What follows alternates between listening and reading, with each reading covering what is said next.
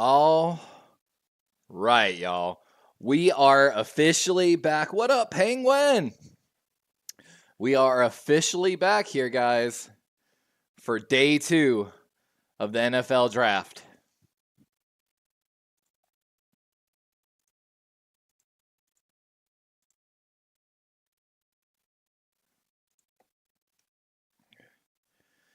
We've got round 2 and 3 tonight, of course. We've got some questions too. Of course, some of the biggest draft surprises was, of course, Penix going to Atlanta at number 8 yesterday. The NFC North is no joke. The Bears, Vikings, and Packers all having, honestly, good picks.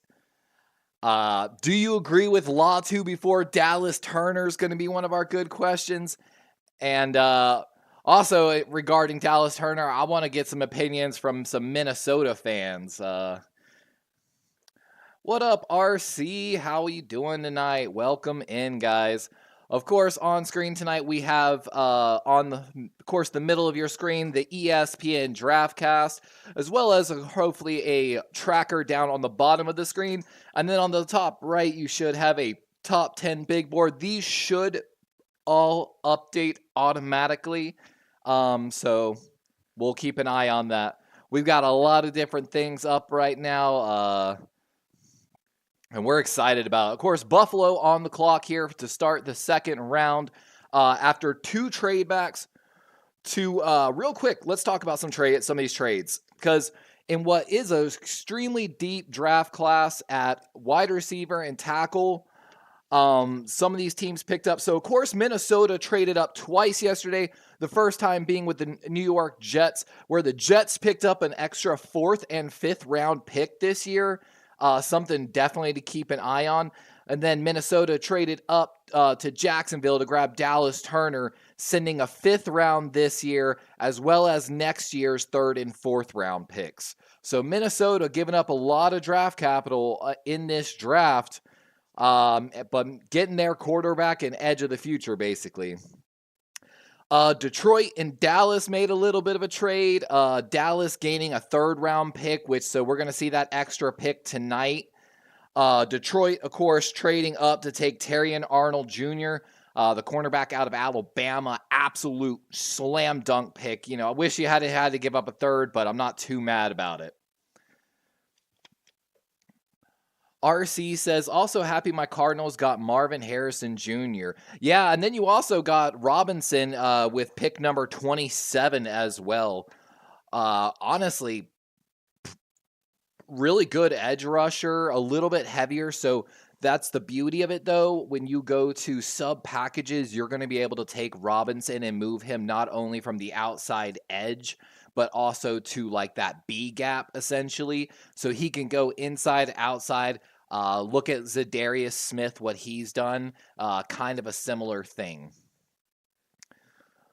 But then we had 2 trades from Buffalo yesterday. So Buffalo traded with Kansas City at 28, where Kansas City came up and took Xavier Worthy, the wide receiver out of Texas. There was a lot of talk whether it was going to be Mitchell or Worthy, the first wide receiver from Texas taken.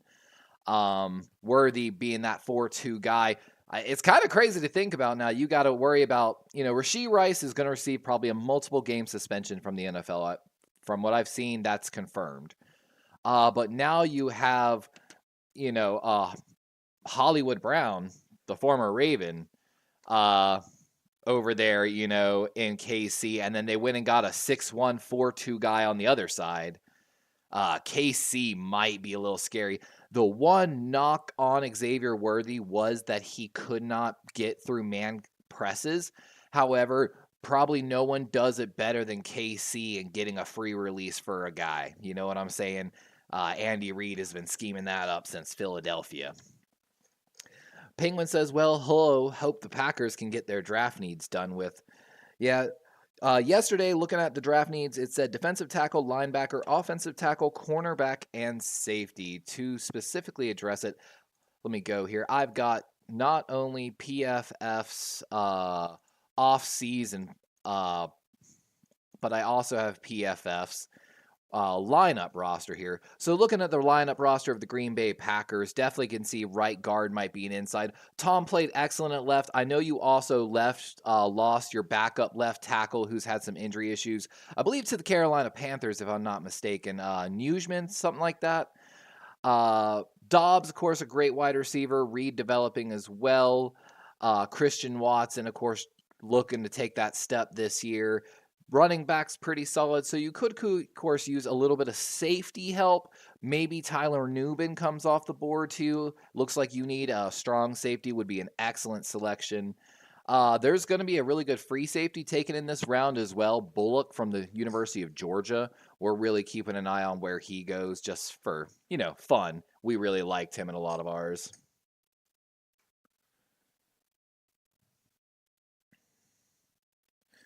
But yeah, we'll see what the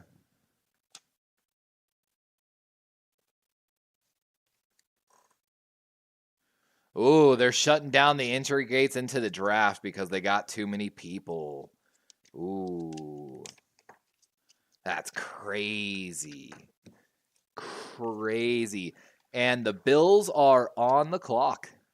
They're getting ready to come out here and get this started. For anyone and everyone joining us today, appreciate you. As always, welcome into Darwin's Raven. We got our hometown heroes supporting the troops. Thanks for what you do. Cheers. We're sipping on some Crown and Coke. This is my first sip. It smells strong. I might have to sip slowly.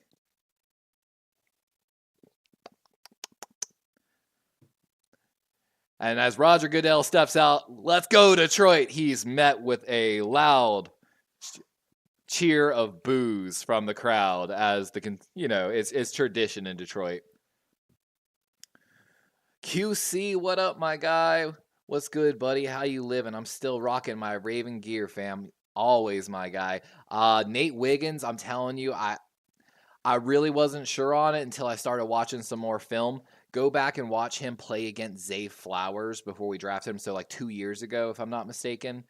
And I'm telling you, it's going to be.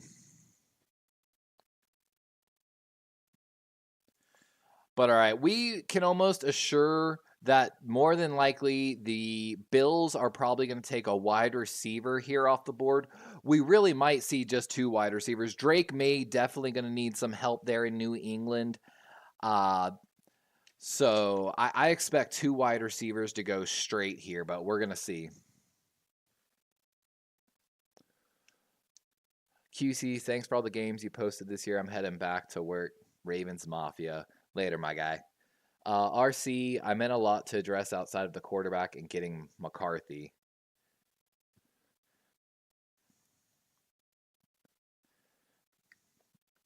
Yeah, Arizona, there is quite a few holes in there.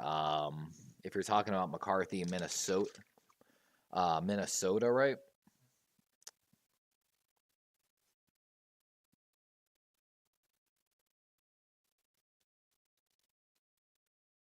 Yep, Minnesota.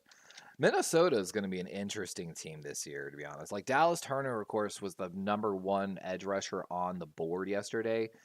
There's been a little bit, Latu went before him, essentially, But at the same time, the Vikings invested into Grenard, the edge rusher formerly of the Houston Texans, as well as Andrew Van Ginkel, on a 2-year, like 10 per million, so 2-year, $20 million deal from Miami.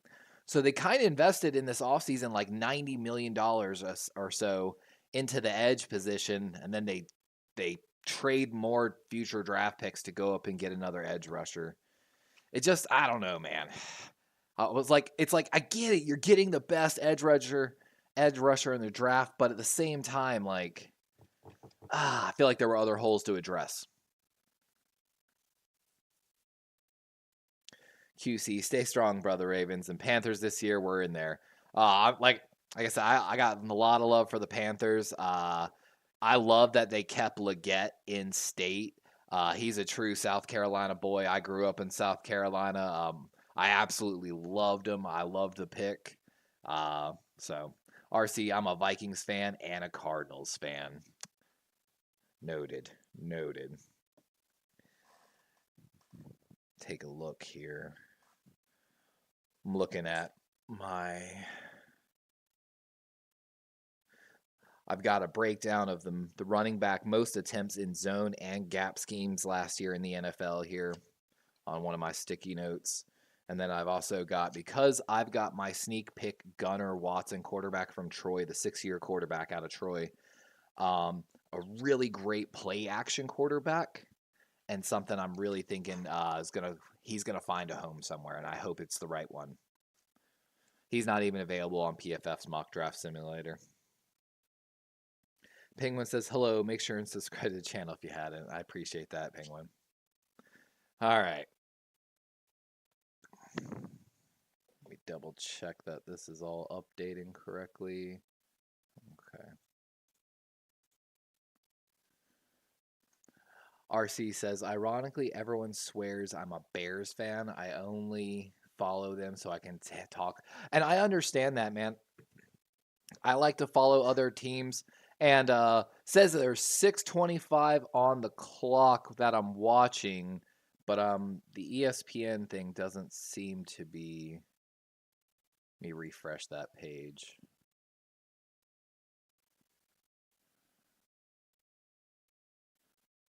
There we go. There we go. Now the clock's working correctly.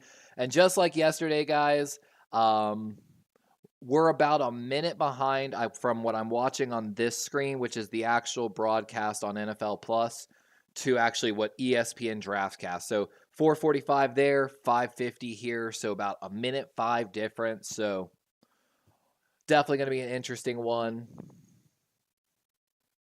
Penguin, definitely watch with the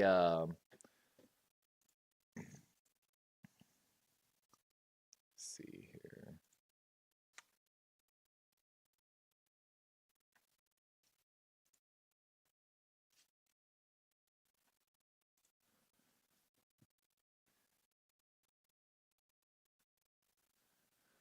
Definitely watch with all the links, by the way.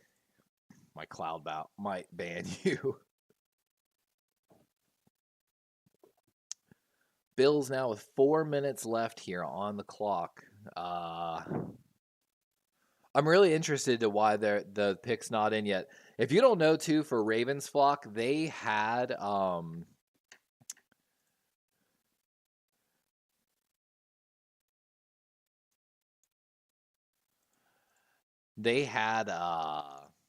the pick in for the Ravens within 6 seconds from coming on the clock. I guess that shows how sure they were in selecting him. So they're on the phone with somebody in the Buffalo's draft room in Orchard Park, New York. They got all their stuff whited out on the boards. 3:05 on the clock here for the Bills. Start of the second round. Let's see here. Polls. I got one since I got some of y'all in. You can vote. We talked about we talked about how the NFC North ain't no joke. Green Bay, of course, coming into this with 11 draft picks. They've got a lot of ability to change the roster. Arizona, another team actually with 11 draft picks in this draft class. So they're already high-level candidates to potentially turn around their roster. But you can vote, guys, in the chat. Who do you think wins the NFC North this year? Is it J.J. McCarthy and the Vikings? Jared Goff and the Lions? Caleb Williams and that heavy firepower offense in Chicago now?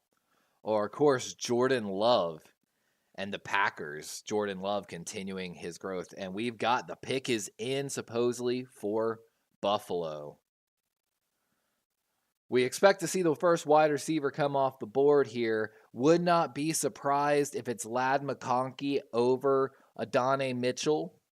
I talked about this with Chimera a little bit yesterday.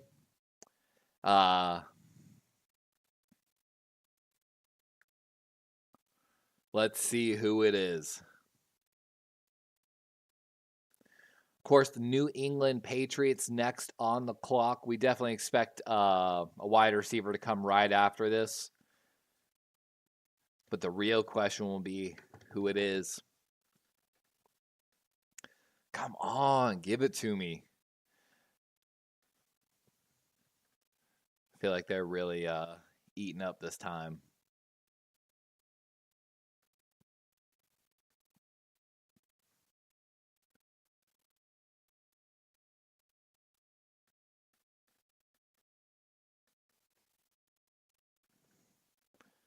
Ooh, 3 picks this evening. God, Buffalo might add. There's a lot of really good players that are probably going to go in the 3rd round. So having a second pick in that 3rd round is super clutch, I feel like. Ladd McConkey would be the replacement for Stephon Diggs. And Adonai Mitchell would essentially be the replacement for Gabe Davis here with the Buffalo Bills. And they're walking out. Was that Nealand? Keon Coleman, the Florida State wide receiver. Ooh. Not a bad selection.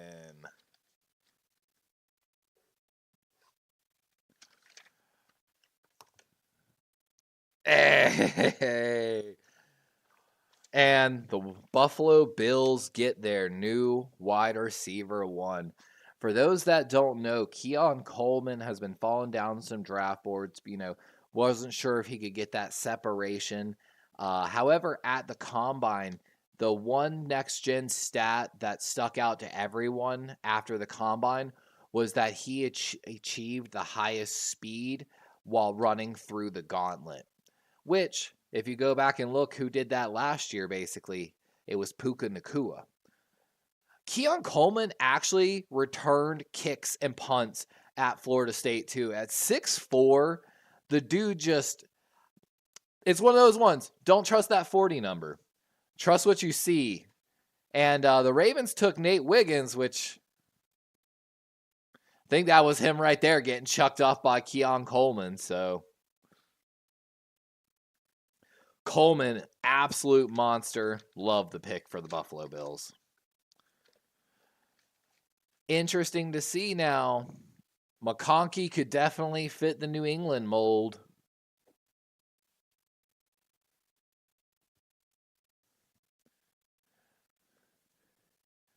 What up, Steve-O? How you doing today, my guy? Of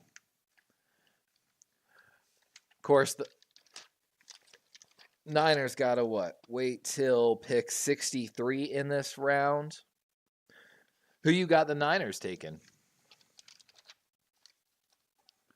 But absolute monster. Hold on, I'm sorry. Let me take him off the board here.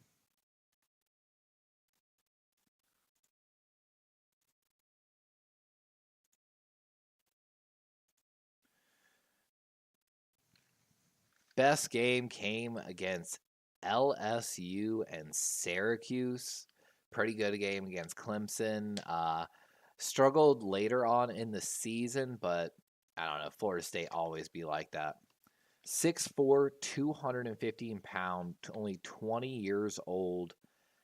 I love it. He was trending really high, and then right around December, his draft stock plummeted. Josh Allen's got someone he can just throw the ball up to now legitimately. Oh, did the LA Rams just trade up? Oh, we've got a trade. Wow. LA. So LA receives a 5th. They get a 4th. LA gets 34th. And they get the 37th. So they moved back. Interesting. New England moving back a little bit. Wonder who LA's coming up to get right now. LA Chargers, of course, looking for some wide receiver help as well. This is big. Is this Adonai Mitchell again or Ladd McConkey? It's got to be a wide receiver, right? They could use some cornerback help. Let's go look at the roster real quick. So the LA Chargers, Samuel Jr., Taylor, and Christian Fulton at the cornerback position, but definitely need a wide receiver to develop beside Quentin Johnson, their former first-round pick from last year. Of course, they've got Joe Alt that they took in the first round. So rebuilding the offense maybe around Herbert here. And there it is, Ladd McConkey, second wide receiver coming off the board. We knew it was going to be a wide receiver. It was just a matter of who. This is a great pick for the LA Chargers. Jim Harbaugh is very acquainted with this young man and how he played in college football last year. Great pick for LA. Arizona coming up here on the clock. This guy's losing his voice. I feel so bad for him. Penguin Goat says, Darwin, I have a really important question. What is your favorite flavor of Mountain Dew? My favorite flavor of Mountain Dew is none. I do rarely drink Mountain Dew, but and Ladd McConkey, 4.3940, known as the best route runner in this draft. Ricky Pearsall was the number 2 guy on a lot of people's boards for route running. But he can just get up there with his speed, basically, and he gets up on you and just, like they're showing right there, he just sinks into his cuts and bursts out of it. Great hands. I mean, you can't be mad at that pick. Played out wide mostly. 37 targets for 483 yards, average of 16.1 yards. Had 7 touchdowns last year, so a little bit of, I'm guessing, injury problem. I think he missed some games this year. But if you're looking at him from last year,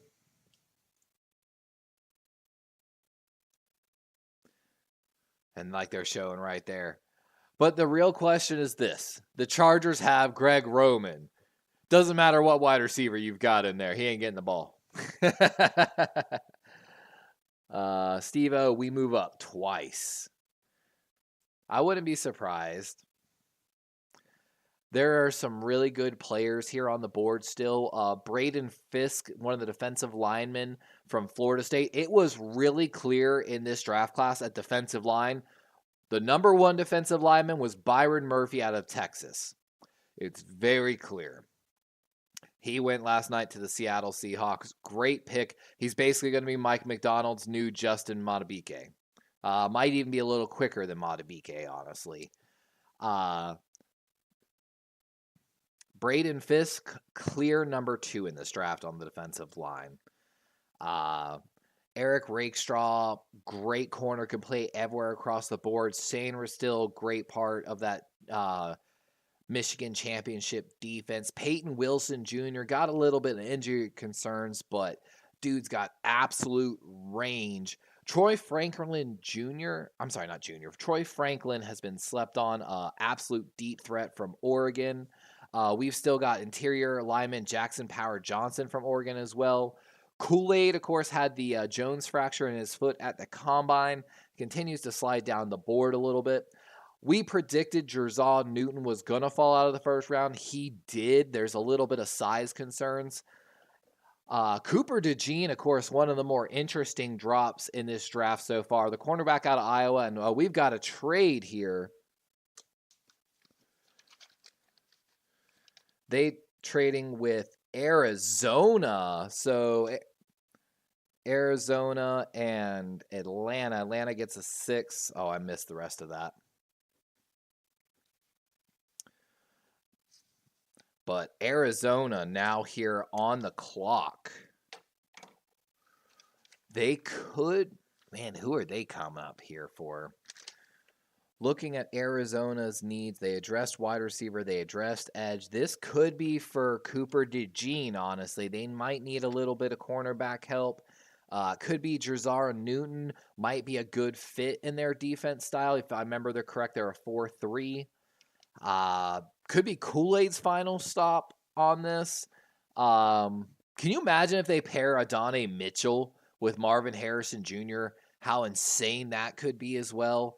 I'm really interested to see which direction Arizona goes here. Wow. So let me see if I can find that trade. Arizona, Atlanta trade.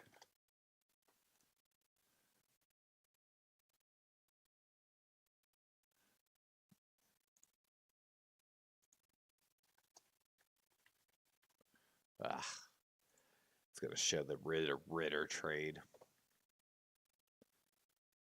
Come on.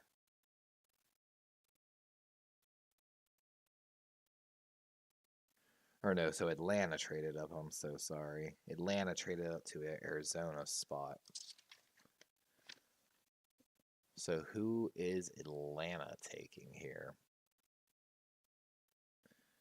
I mean, they've got to be making a move to appease Kirk Cousins. That's what this has got to be about. Especially after the Penix thing yesterday. Kirk Cousins said, man, you better make sure I get such and such at least, or, we'll be a little upset.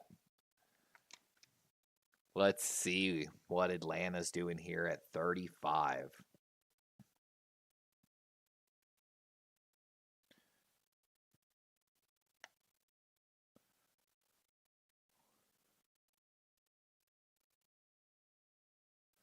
I'm waiting to see it. Rook Orohoro, edge from Clemson.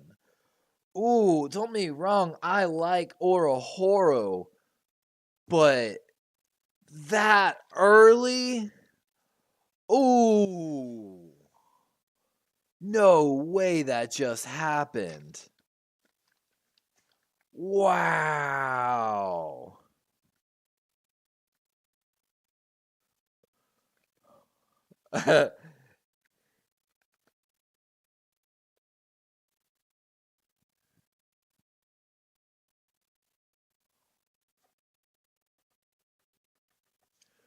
I mean, he's a great defensive lineman, worked out with the edge rushers, but my gosh, he's ranked 67th on PFF's big board right now, and going off the board, that's definitely going to be a big one. I'm going to make that question real quick in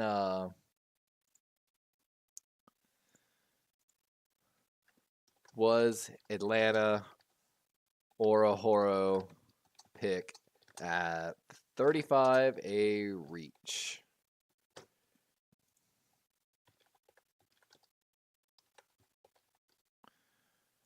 After Atlanta, like they're saying right there, after Atlanta just messed with us yesterday with pick number 8, Atlanta making a kind of another head scratching pick here.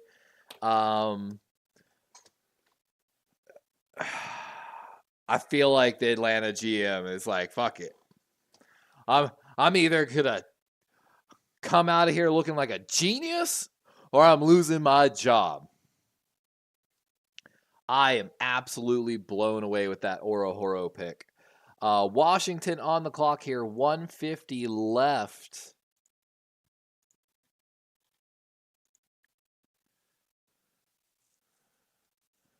They, of course, rebuilt their entire team. With Jaden Daniels now at the quarterback position for them, do they continue building the wide receiver room? They've got Dotson, they've got McLaurin. They could use a slot guy.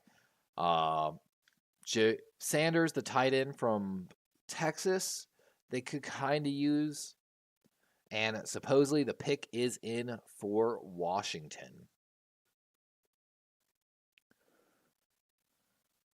Definitely need some help along the defensive line and edge after the Chase Young trade, as well as, the other young man that they traded away. But, God, I'm trying to remember his name now. It's going to kill me.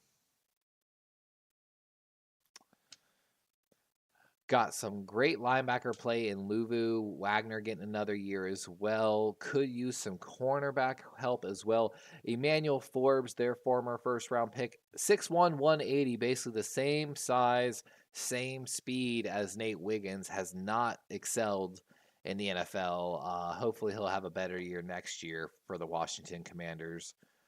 They, of course, also added Austin Eckler, Clellan Farrell, Dante Fowler Jr., Dorrance Strong, and Jeremy Chin in the offseason.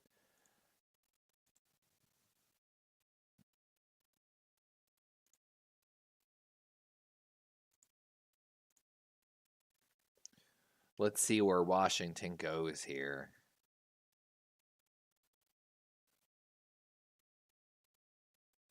This is where the draft's going to get interesting, honestly.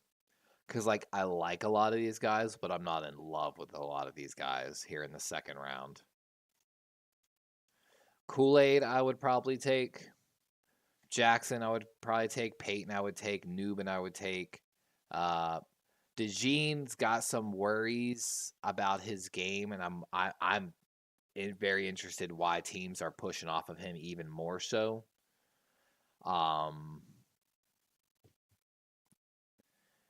This is crazy. I think Washington was trying to trade back here, but I think no one wants to come up right now.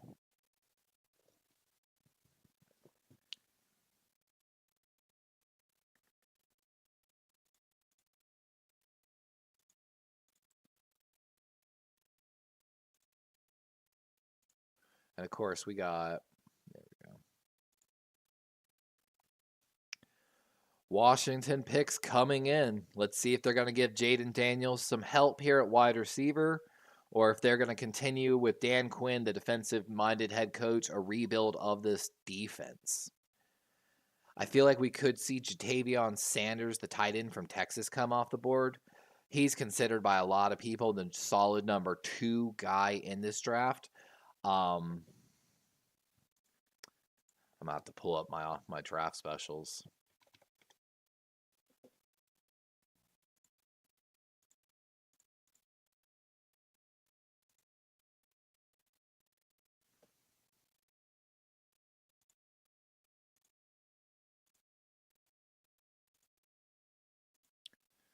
Hey, Darryl Green's getting his jersey retired. Good for him.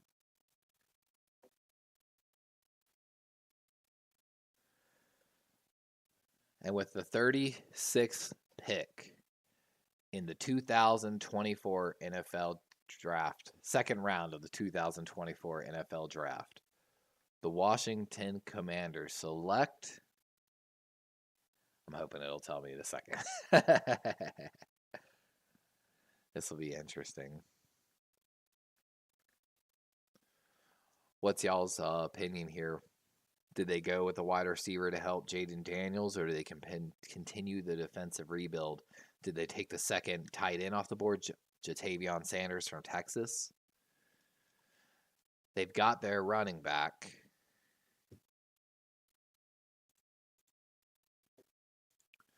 Had decent offensive line on the interior with Cosme and Biad as the recent signing. Could use some interior offensive line help.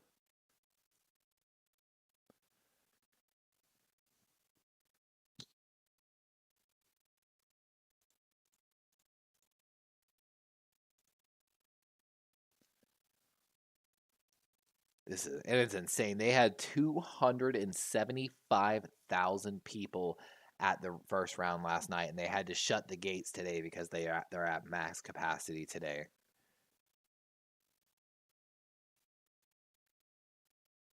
They announced the pick, my guy.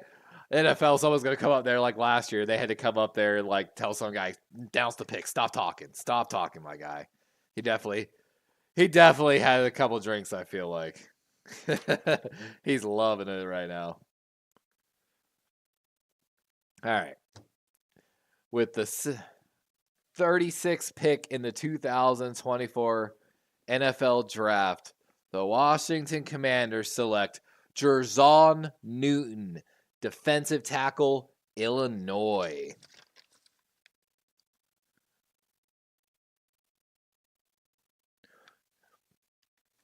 They definitely needed some help on the defensive line. Jonathan Allen getting older, Deron Payne, first round pick in 2018, and they signed Clelin Ferrell. I mean, they say it's great value, but I think this is a classic Washington pick. I don't know if how well this is gonna work. He showed up at, I think, a little lighter than 300 pounds, but they are trying to get his weight up. Shot gaps with quickness, but of course, at University of Illinois, they're playing Chattanooga right there. Is that Montana, maybe, in that tape? But let's take him off the board here. Look at the PFF grade. So 84 pass rush, 77 run defense grade, a 15.4% pass rush win rate with a 7.4% run stop rate. Played at least 12 games for 3 years straight, showed immense growth from his first year to his second year. Primarily played in the B gap and over the tackle, so he's a 3 to 5 technique guy. Going to play more on the outside of that 4-3 defense with Dan Quinn in Washington. Best games of the year came against Penn State and Wisconsin, followed by Minnesota. Playing against teams like Iowa, I believe, resulted in his worst grades. Definitely, there might be some issues with his size and level of competition, but he's got tremendous upside, twitchy pass rusher from that 3 to 5 side, basically.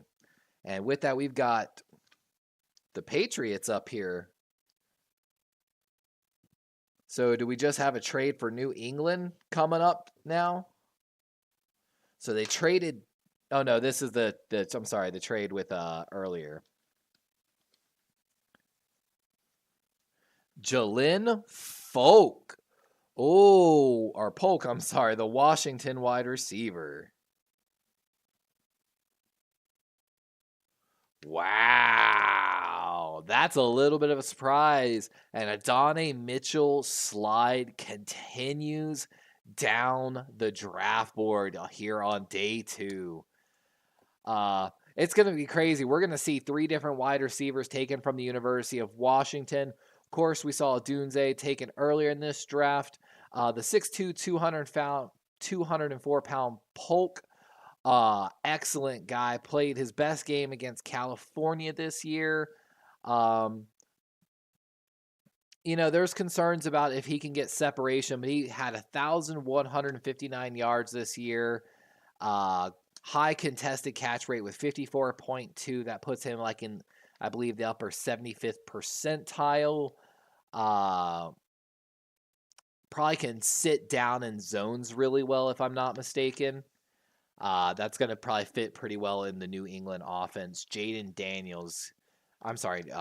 May getting some help there in New England.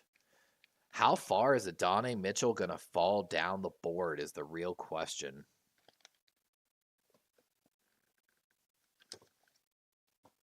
Let's see here.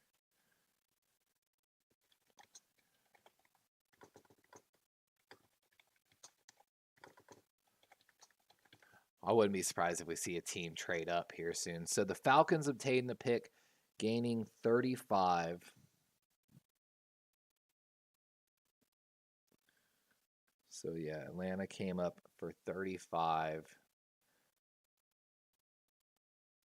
and 186 in exchange for Atlanta's 43 Ooh, a 79th. They got a third-round pick out of Atlanta for that, too. Oh, Atlanta just got fleeced. Fleeced in that trade. Poor Atlanta fans. Tennessee with 4:15 on the clock here in the second round. And guys, if you watched my draft special, a lot of my draft special focused on guys third round and lower. So we're really not going to see or hear many of these names probably called this early. Some of the guys we just left off because they're just their names were already so well known. But let's take a look here at Tennessee. So before the draft started, of course, they took J.C. Latham, the right tackle, in the first round, addressing their primary need: edge, defensive tackle, wide receiver, and linebacker. Still supposedly needs for the Tennessee Titans.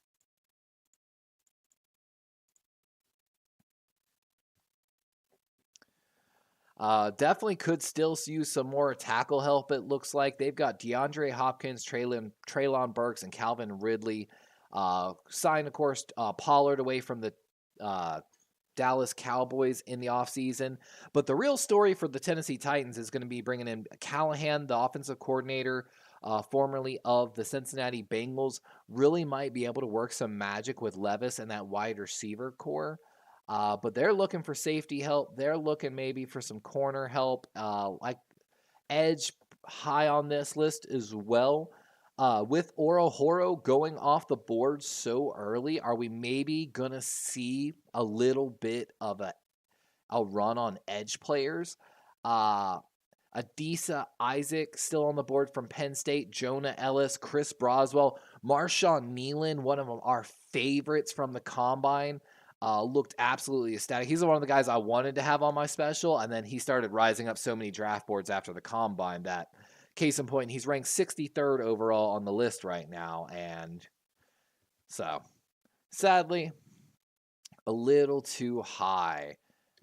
Maybe we see Braylon Trice get reached for here, potentially. I know a lot of people really like him. Had a ton of hurries, but just it seemed like he never quite got there. 8 sacks this year, 9 sacks last year, so pretty good production at his level of play. Wouldn't be surprised if Tennessee made a little bit of a reach here for him. Is this maybe where Cooper DeJean stops? Best player available on the board. Overall ranked 8th. Average depth of pick was 20.4 on PFF's mock drafts. So we're at pick 38 when he's average taken 20th. You got to feel for the young man sitting wherever he's at.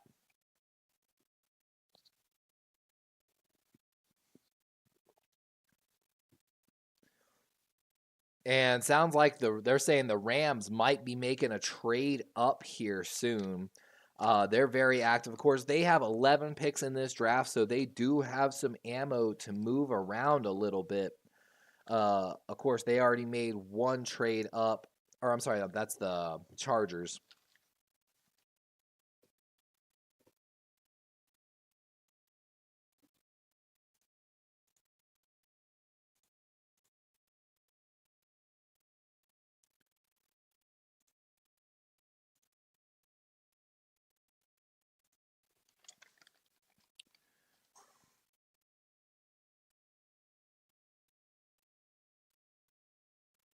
Ooh, and they got Warren Moon coming out to announce the pick here for the Tennessee Titans. Here we are.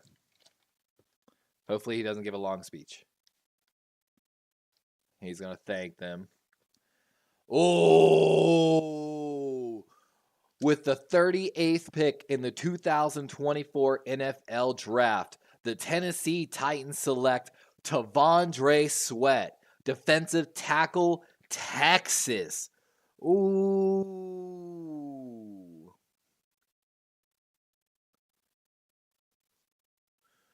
That's going to have to be a question also.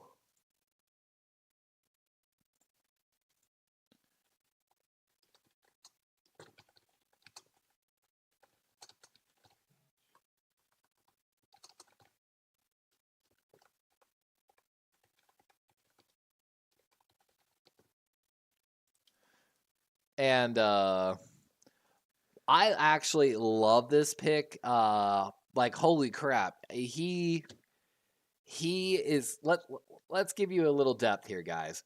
He is ranked right now 122 on the board. Average depth of pick 110, and he just came off the board at 38. Don't get me wrong, I featured on my draft special because I thought he was going to be a third round pick, to be honest with you. Absolute monster. He's got some concerns about his weight. What up, Azo, my guy?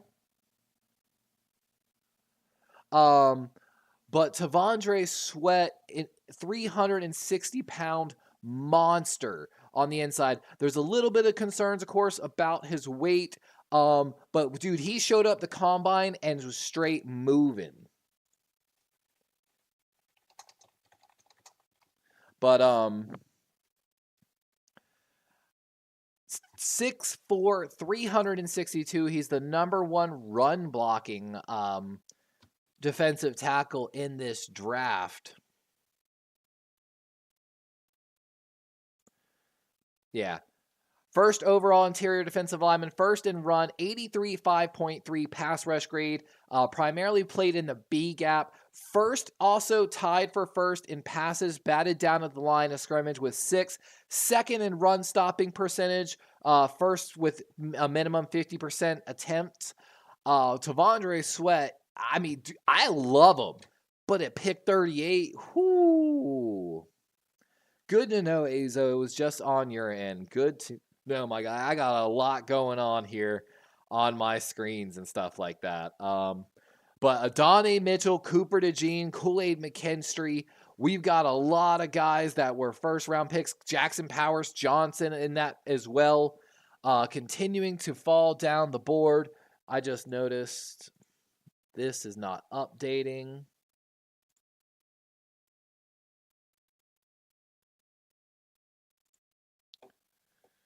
Let's see here. 1 sec, I'm working on.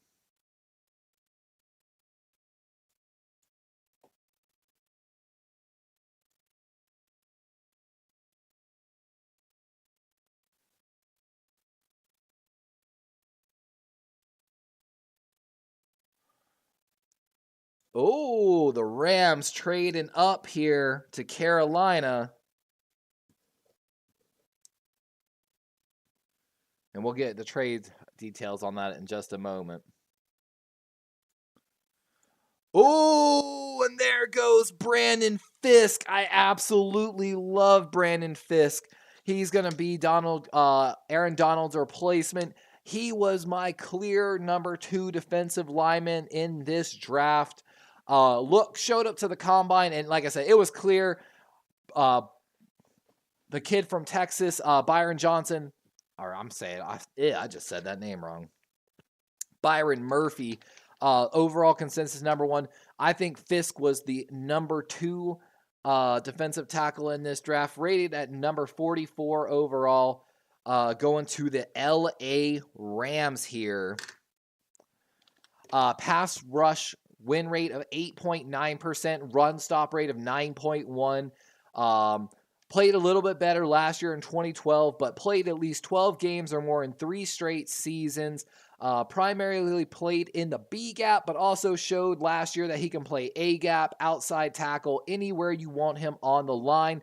Had 35 hurries last year.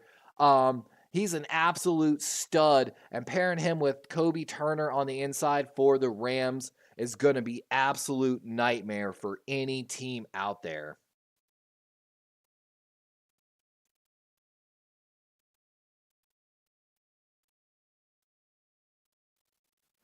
I'm slowly fixing my big board, guys. Give me 1 second here. I'm messing with something in OBS and fixing it live.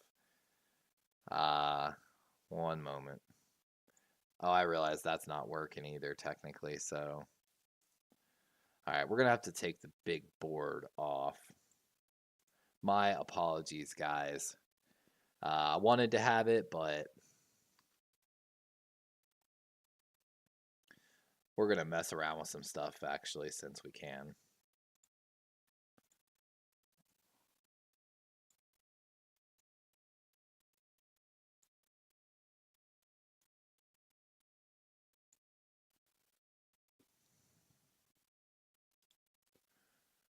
Give me 1 second. We're working live to fix stuff here. Give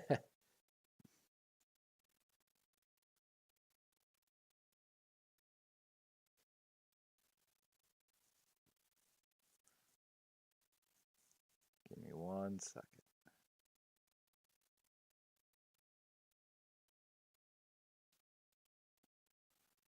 We're trying to improve the stream as we go, right? Beautiful. Move that up a little. And we'll move the draft cast down and maybe scale it up a little more. Beautiful. And I think we just had a trade, as it says Philadelphia is on the clock.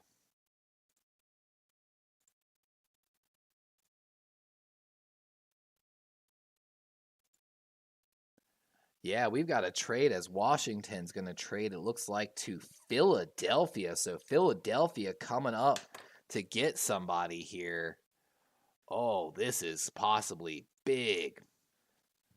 This could be big. Philadelphia, of course, looking maybe for some corner help. Is this maybe where Cooper DeJean stops his slide? They could, of course, pair another wide receiver up in there. But, of course, they just extended Devontae Smith. Let's take a look at the Philadelphia Eagles. And I wish I could pull up PFF stuff on here, too. I should have done that. We'll maybe do that for tomorrow, technically.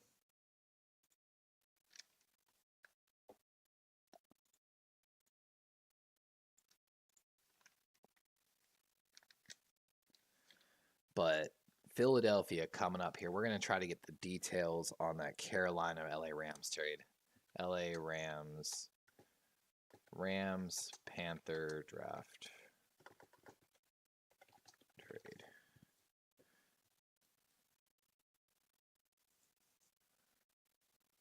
So we've got it here. The Rams received the 39th overall pick, while the Carolina Panthers received the 52nd, 155th, and a 2025 second. Wow. So the Rams giving up a second-round pick next year to come up and get Braden Fisk.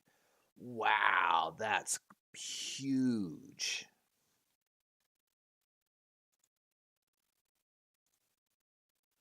Wow. And we got Philly, of course, trading up with Washington now. Philly. And of course, like they were saying there, the first round pick for Philadelphia was Kenyon Mitchell, the first corner off the board at 22 out of Toledo, an absolute draft day steal. So let's see what oh, they just had it up there, but it came up too fast. Let's see.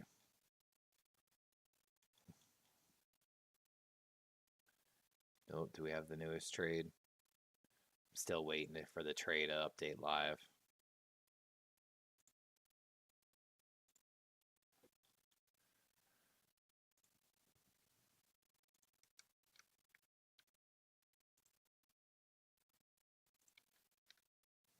Braden Fisk off the board. Is this where Cooper DeJean stops his slide? Come on, let me know. They killing me. Packers, of course, up next on the clock here. They took an offensive tackle last round in Jordan Morgan.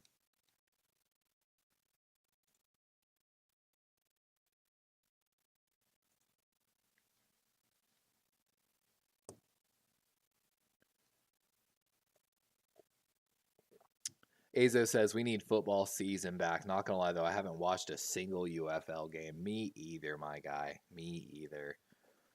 I should, but... With the 40th pick in the 2024 NFL Draft, Philadelphia Eagles select Cooper DeJean. Yeah, and there's DeJean's slide fall.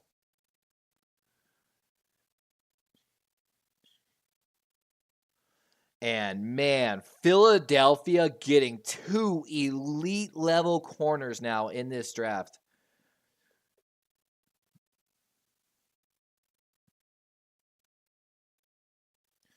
Wow, just absolute monster draft again for the Philadelphia Eagles. They crushed it last year, and they're completely redoing that cornerback room over there in Philadelphia. Already penciled in to start, probably going to be Kenyon Mitchell, but now Cooper DeJean coming in there as well, can play a little bit of everything. He's a 6'1", 207-pound corner. He's played a little bit of slot, played more in 2022, where he had a better year and played all 13 games. Great in run defense as well, which Philadelphia definitely needs. Has a little bit high of a completion percentage against him, which might have been one of the things that scared teams away from him. Not really known, of course, for his man coverage ability either. But with what Philly does there on defense, that's probably a great fit. Malcolm Jenkins, as they showed there, comparison, and his ability to read and react, great ball skills. And I think we got another trade, as I think New Orleans coming up from 45 now, trading with Green Bay. And we're going to get the updates on those trades here as soon as we can, guys. Let's see here. Philly. Philly wash.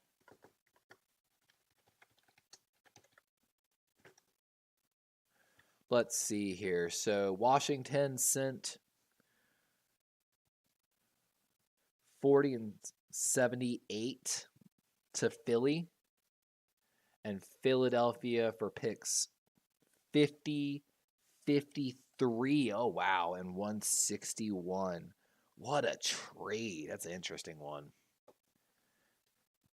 And there goes Kool-Aid McKinstry. After Cooper goes off the board, they knew they had to probably come up to get their corner. And we've got the corners finally coming off the board here. New Orleans definitely needed some defensive help on this. Of course, they took Fuaga in the first round. Excellent selection by the Saints. He's going to be a day one starter somewhere on that offensive line. And Kool-Aid, of course, probably would have gone a lot higher if he hadn't had the Jones fracture discovered at his foot at the combine. But this is a hard-nosed football player. Definitely Alabama. 2 years of 82 plus PFF grades. 6'1", 195. Played mostly on the outside, a little bit up in the box. Great in run defense.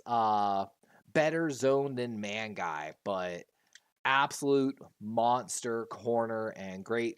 You can't be mad if you're a Saints fan. You're making great picks. We're looking to see what that trade was here in just a moment. So that was New Orleans and Green Bay. Saints Packers draft trade.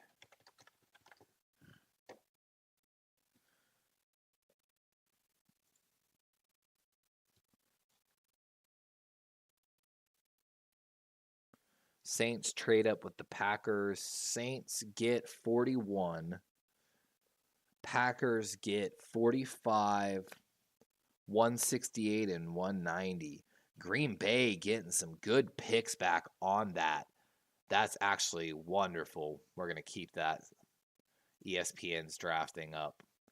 And we've got the Houston Texans now on the clock, and the pick is in. So they've got a guy that they really like. Let's see who it is. Do they get another weapon for CJ Stroud? I doubt they need it. Best available, Jackson Powers Johnson. Peyton Wilson could be a great selection here for the Houston Texans. And they go with Kamari Lassiter. We've got an official run on cornerbacks. That's going to be the defensive back out of Georgia. 6 foot, 186. And this is a little bit of a shock, guys. Kamari Lassiter might have been a reach here. Mike Sainristil, Eric Rakestraw Jr., TJ Tampa, all rated higher on the PFF board. He's a day one nickel guy, like they're saying there. All of these defensive backs from Georgia are hard-nosed guys. They say he's going to play in the slot. He played outside for Georgia, 596 snaps this year, 760 snaps the year before, 14 and 15 game starter, respectively. Only allowed 2 touchdowns last year, 0 touchdowns this past year. Only saw 39 targets for 15 receptions, was absolutely lights out, shut down. Played very steady, it looks like, across the board. More of a man guy than anything. This is definitely going to be a reach potential as well. But you can't be too mad. Houston, let's pull up the depth chart here.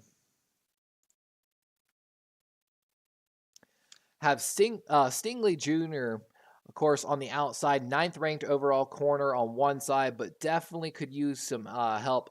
Okuda, their penciled starting outside guy, as well as Miles Bryant, looks like the former New England corner, as started as their slot. So definitely going to give them a little more versatility in their secondary. The offense, already showed that they can get it done. I wouldn't have been surprised maybe with another lineman to protect Stroud, but great pick, honestly. Let's see if we still see the run on corners continuing. This is going to be Arizona's pick, if I'm not mistaken, part of that Atlanta trade.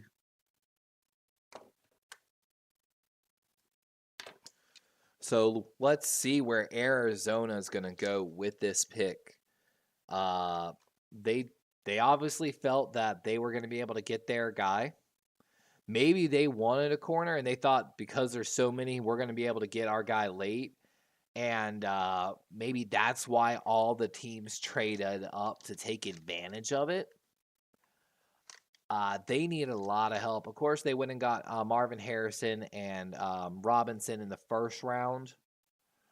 I believe they needed some extra third round picks and so they got that third round pick that they needed with the Atlanta trade. There's a lot of different directions they could go here. Could use some help along that defensive line, but we already saw a lot of those guys go off the board. I don't know. This is tough. Is this where we see a little bit of a reach for maybe Chris Jenkins, the defensive lineman from Michigan, come off the board? They could add wide receiver help. Don't really need safety help. They've got Buda Baker and Jalen Thompson. Buda, of course, had a down season last year. And Kazir White in there penciled in beside Mac Wilson Sr. I just don't... I struggle to see which way Arizona is going to go here, to be honest. They, of course, redid their center and tackle position, brought in Jonah Williams, the former Bengal, signed Justin Jones on the interior, Tristan Colon, the guard. They lost Marquise Brown to the Chiefs. They've still got cap room to sign some free agents as well. But the pick is in for Arizona. We're just waiting to see what it is officially.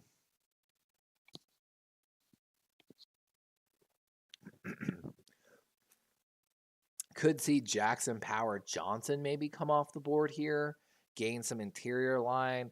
Maybe we see a little bit of a reach on a tackle. But Aurora, just absolutely going to be the talk about of the reach.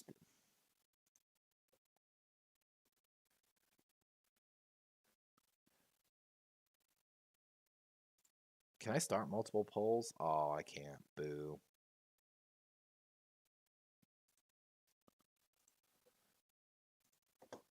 Oh my god, there's like a little bug. It's going to kill me.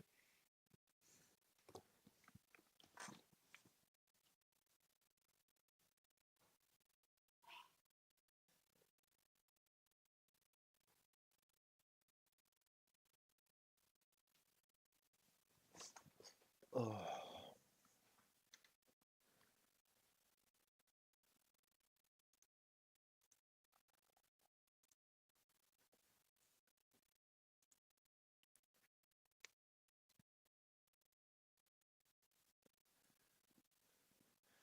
Let's see who the Arizona Cardinals are going to bring in here for Kyler Murray. Are they going to go offense or defense? They got one of each in the first round. They've got their future Larry Fitzgerald, essentially. And Robinson's definitely going to bring a little bit of help as a inside-outside pass rusher. Can move inside and play like that 3 technique, essentially, or can play tackle to outside.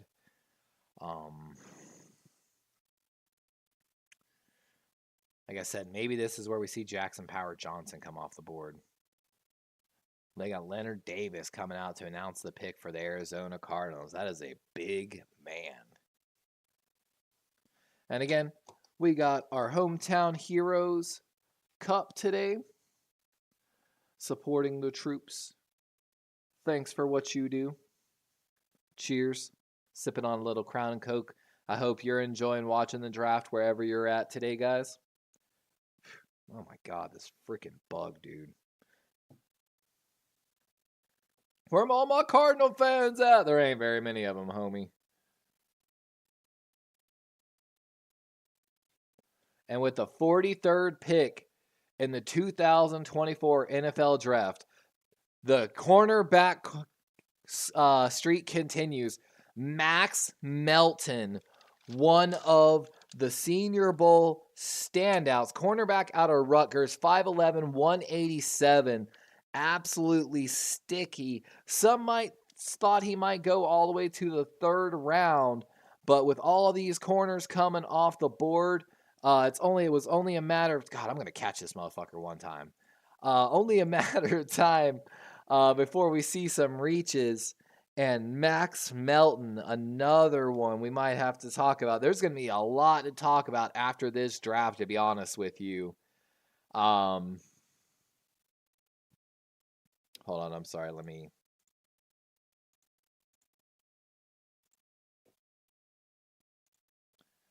Crazy. Absolutely crazy.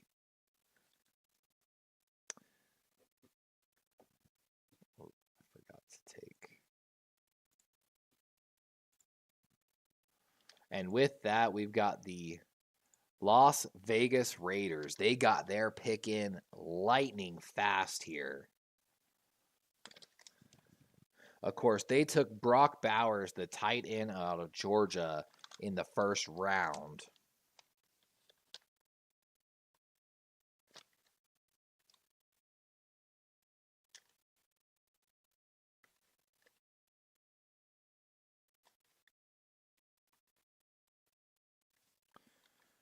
The Las Vegas Raiders select Jackson Powers Johnson, the center out of Oregon.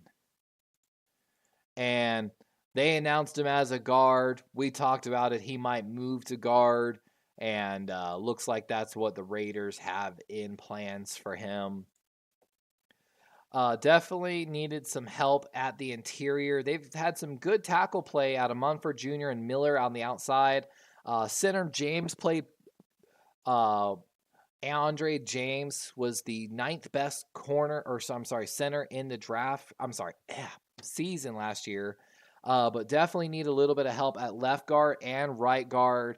Violent run blocker. They're showing right there, standing up to these guys at the Senior Bowl. One of the obvious standouts.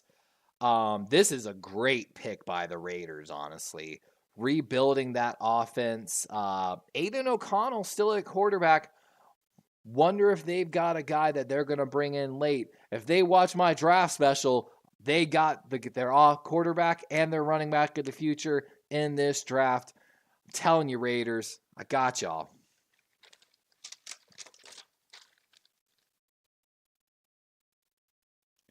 That is a great pick by the Las Vegas Raiders. Absolute steal at the 44th pick in this draft. And we've got Green Bay on the clock here. This is a result of the trade earlier with New Orleans.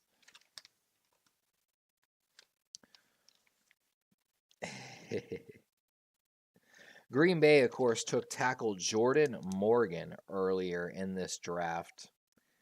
Do they get some more weapons for Jordan Love? Do they add another corner here? We've seen corners flying off the board left and right.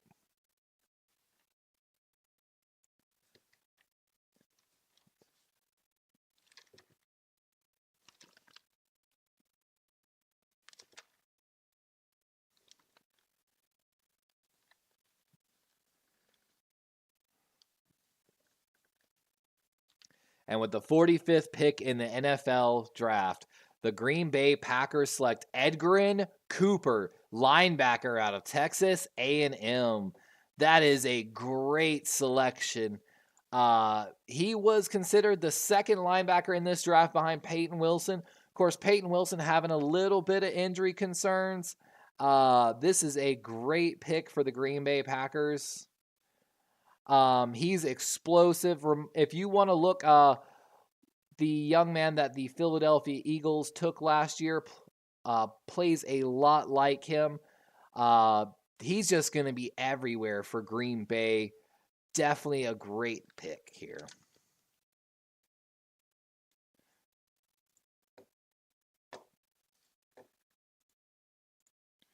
And like they're saying, has every ability to mirror and spy with a quarterback. McDuffie and Walker penciled in as the starting two inside linebackers for Green Bay. This is going to be an absolute upgrade immediately on the inside of that defense and give them a truly athletic guy that can stay on the field for 3 downs. And we've got a trade. It looks like the Carolina Panthers are trading up here with the Indianapolis Colts. And I'm guessing this has got to be for a cornerback. Or maybe Peyton Wilson Jr., the linebacker out of NC State. Maybe they're keeping all these South Carolina, North Carolina guys in state. Could use a little bit of help inside linebacker. Could use corner help as well. Always looking for a wide receiver. They added, of course, Leggett last night. They added Deontay Johnson via trade and brought in Adam Thielen last year from the Minnesota Vikings. They also do need some interior offensive line help.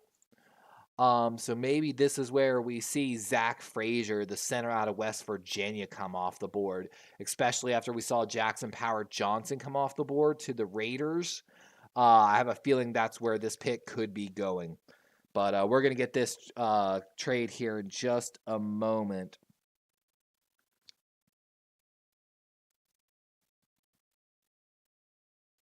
And we've got trade after trade after trade.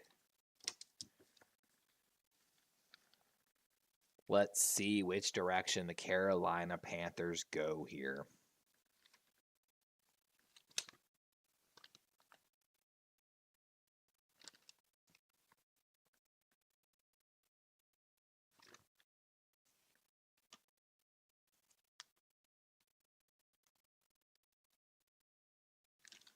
Here we go. And with the 46 picks in the NFL draft, we've got the first running back coming off the board. Jonathan Brooks, the Texas running back. Wow. Was considered the number 1 running back in this draft class. 6 foot, 207. The real question everyone had was just the holes at Texas were immense. You're going to see Christian Jones, the right tackle of Texas, going in this draft, probably in the 3rd round, 4th round, maybe. But the left side of that Texas offensive line was absolutely dominant. There you see him going to the left side of that offensive line. The question was just they opened so many holes for him. Will he have that same success in the NFL? But he's an all-around back, as you're seeing there, snagging passes with one hand, left and right. He's got every down, three down back in this draft. Monster year, like they said, till he had an injury. I don't know, man. I'm a little unsure on him. That's all I got to say. Had some great games this year. Struggled against Alabama, apparently. Man, Panthers.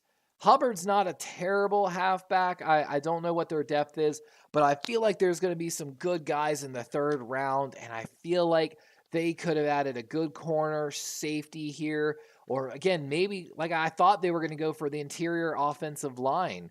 None of the such happened, of course.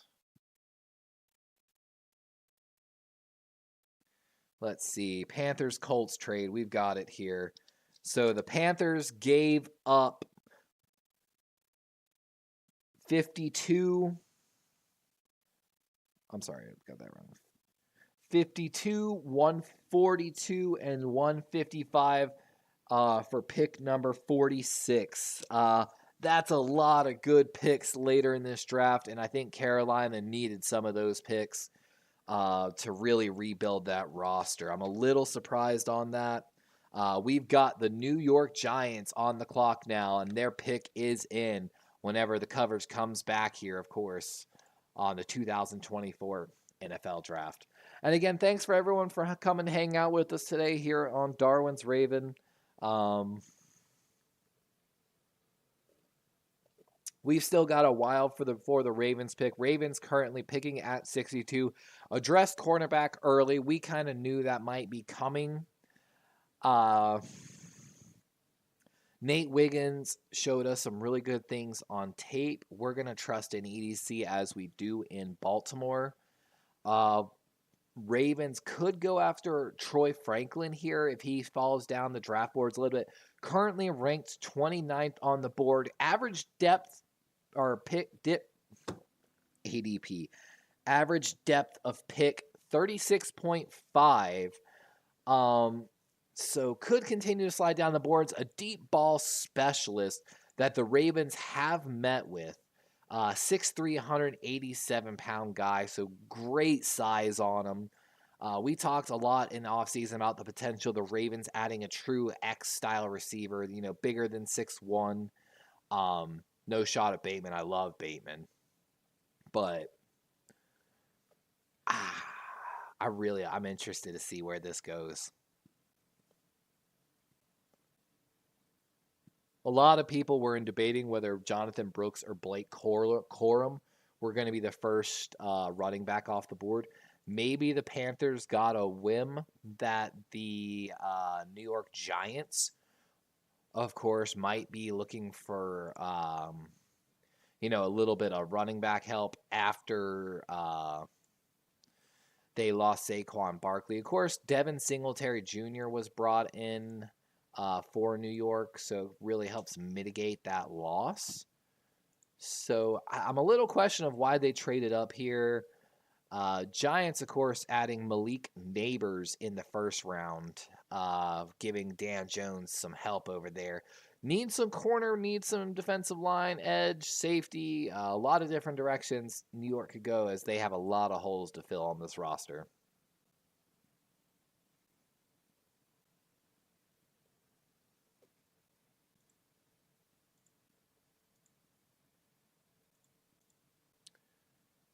And we'll try to stay updated on these trades as much as we can.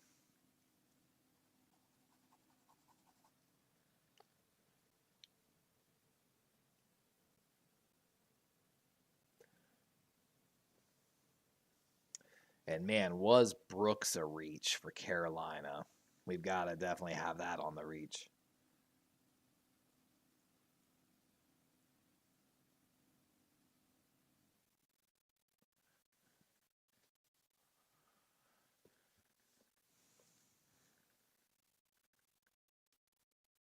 Ooh, Tiki Barber, the running back up there to announce the pick. Is that foreshadowing, maybe? Do they continue to rebuild an offense? This could be Blake Corum if they go that route. He's definitely the next running back up on the board. Oh, and we've got the first safety coming off the board in Tyler Nubin. A great strong safety from the University of Minnesota.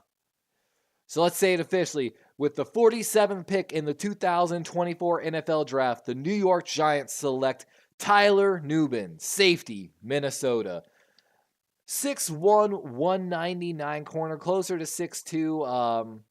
Absolute monster in his coverage grades. Played really well this year. Consistent starter, playing at least 11 games in 3 straight seasons. Played box deep everywhere you want him to go. So the Giants definitely needed some help on the back end of that defense, and Tyler Newman's definitely going to help them secure that. I like the pick there for the New York Giants. I think it's safe. Like they're showing there, they got brought in Brian Burns as well to up the edge they have for New York. And of course, they already have Dexter Lawrence in the middle of that defense. It's going to be a fun one there in New York. They still need a little bit on the outside corner, and you got to protect Dan Jones. We'll see what New York does, though. And the Jacksonville Jaguars are now on the clock with the 48th pick, and their pick is already in, so they're starting to pick it up the pace here a little bit.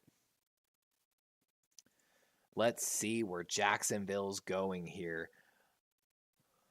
Needs of cornerback, defensive tackle, offensive tackle, and Mason Smith. So with the 48th pick in the 2024 NFL Draft, Mason Smith, defensive lineman, LSU, coming off the board. Wow. That's average depth of pick 140. Wanted to feature him on my draft special. Just missed the cut because he was a little high. In his true pass sets at LSU, 84.2 pass rush with 9.4. He looked really good at the combine. Didn't play in 2022, I believe, due to COVID issues. Came back this year. A little bit of problems with run defense there in LSU. Played in the B gap primarily, but gives you ability to push from the inside of the pocket. Definitely going to be at minimum a rotational pass rusher. I'm a little interested in this pick. Hold on, let's take a look at the Jacksonville Jaguars roster here. So, of course, they signed Jonathan Allen to the extension on the outside. Brought in Armstead over from the 49ers. Did need one more guy potentially on the inside. Of course, they got Trayvon Walker, the former first overall pick, on the opposite side of Jonathan Allen. Jacksonville building up quite a pass rush here. But what are you going to do to protect Trevor Lawrence? They, of course... Jacksonville, of course, took a wide receiver in round 1 in Thomas Jr., the LSU wide receiver. I like the pick for the wide receiver. I like the pick for edge rusher, but like I said, I feel like you need to do more to protect Trevor Lawrence. Maybe I'm crazy, guys. Let me know, but I think that was a little bit of a reach.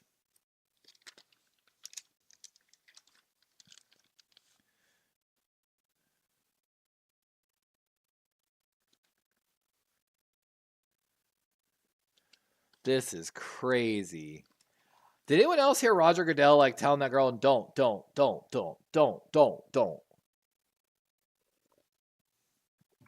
Bengals on the clock here, and their pick is in.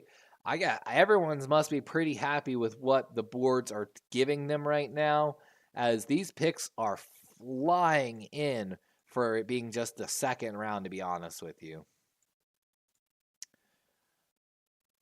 Oh, and there goes Chris Jenkins. We've got another interior defensive lineman coming off the board here.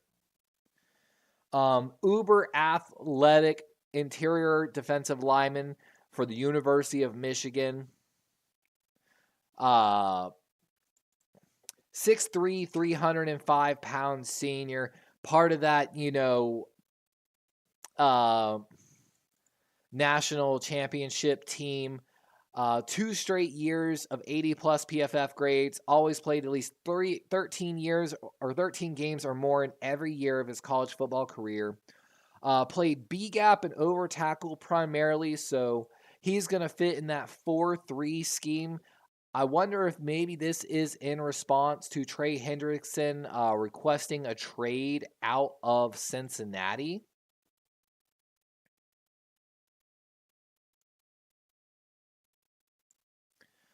Like they're saying here, look at him on these twist and stunt moves. The Bengals did need a little bit of interior pass rush. Hill and Joseph Osai, you know, they're Bengals remember Geno Atkins, you know what I'm saying? And maybe they're getting some Geno vibes from Chris Jenkins, and there he is with his dad, the former Carolina Panther. Looks like they're really happy about this pick. You know, I definitely I don't hate the pick. He's got a high ceiling. Of course, they addressed tackle earlier in this draft with Amarius Mims. So not a bad pick at all for the Cincinnati Bengals. With that, we've got Philadelphia. Did they trade? They did. They traded to Washington. Interdivisional trade going on here. So Washington now got their pick in. We've seen a lot of corners and defensive linemen going, and there's another corner, Mike Sainristil, a second Michigan guy going off the board back to back. What up, ES? Flock up. Our pick is coming up here.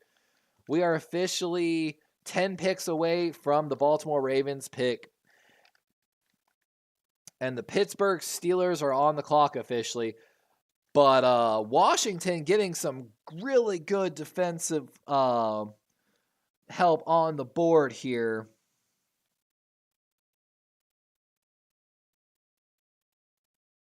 And of course, they already added Jazar Noon earlier in this draft.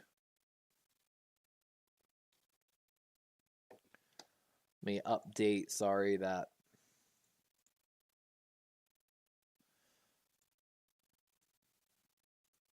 Yeah, so Washington doubling down here in the second round on defense. Something to keep a note on.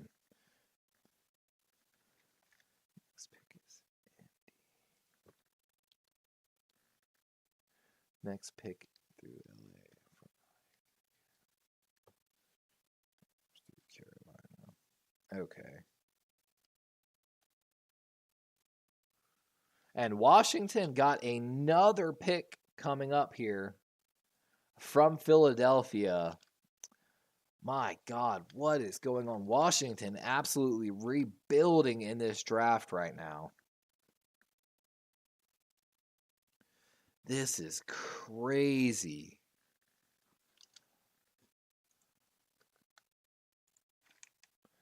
Chimera says, I'm in a D&D game right now, but I'll try to call in for the Bills pick if that's all right. Yeah, that's fine, my guy. Azo says, D&D! We've been talking about getting a D&D group together for a long time. I would love to learn how to DM, but I've never DM'd before. And we're still waiting to see for these updates on the trades.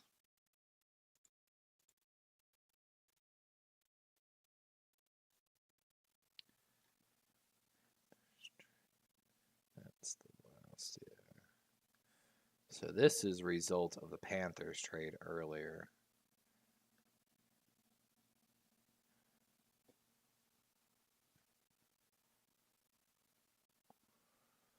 So yeah, this is Pittsburgh. Then we have LA. Okay. Let's see. So of course, Pittsburgh took Fatanu, a tackle out of Washington, in the first round. Definitely looking for some wide receiver help. We're seeing Adonai Mitchell continue to fall down the draft board today. Pittsburgh, of course, brought in Patrick Queen in the offseason from the Ravens. They could pair him up with Peyton Wilson on the interior. There's definitely a lot of different ways they could go here in the draft. I have a feeling it could be corner. They've got their safeties situated. I have a feeling Pittsburgh's taking a corner here. But you never know in this draft, ever. Really interested to see where Christian Haynes comes off the board as well. The interior guard from the University of Connecticut, another absolute bruiser in this draft class. He really graded out well, evenly across the board. Dependable starter. If you're looking for a right guard, he's the number one guy on the board right now. They could go that direction and continue to rebuild that offensive line for Wilson or Justin Fields.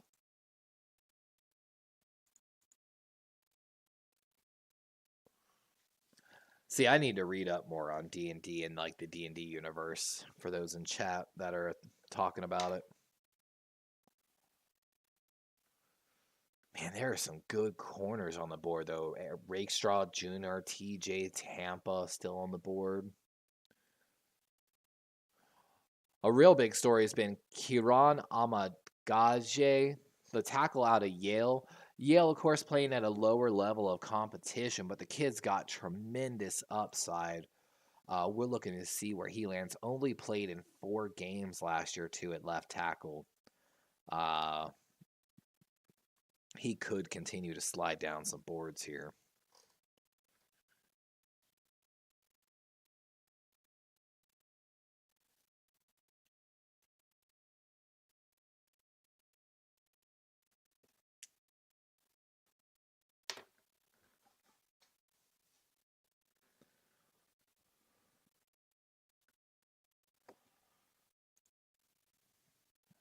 I'm still looking to get some updates on a few more trades here.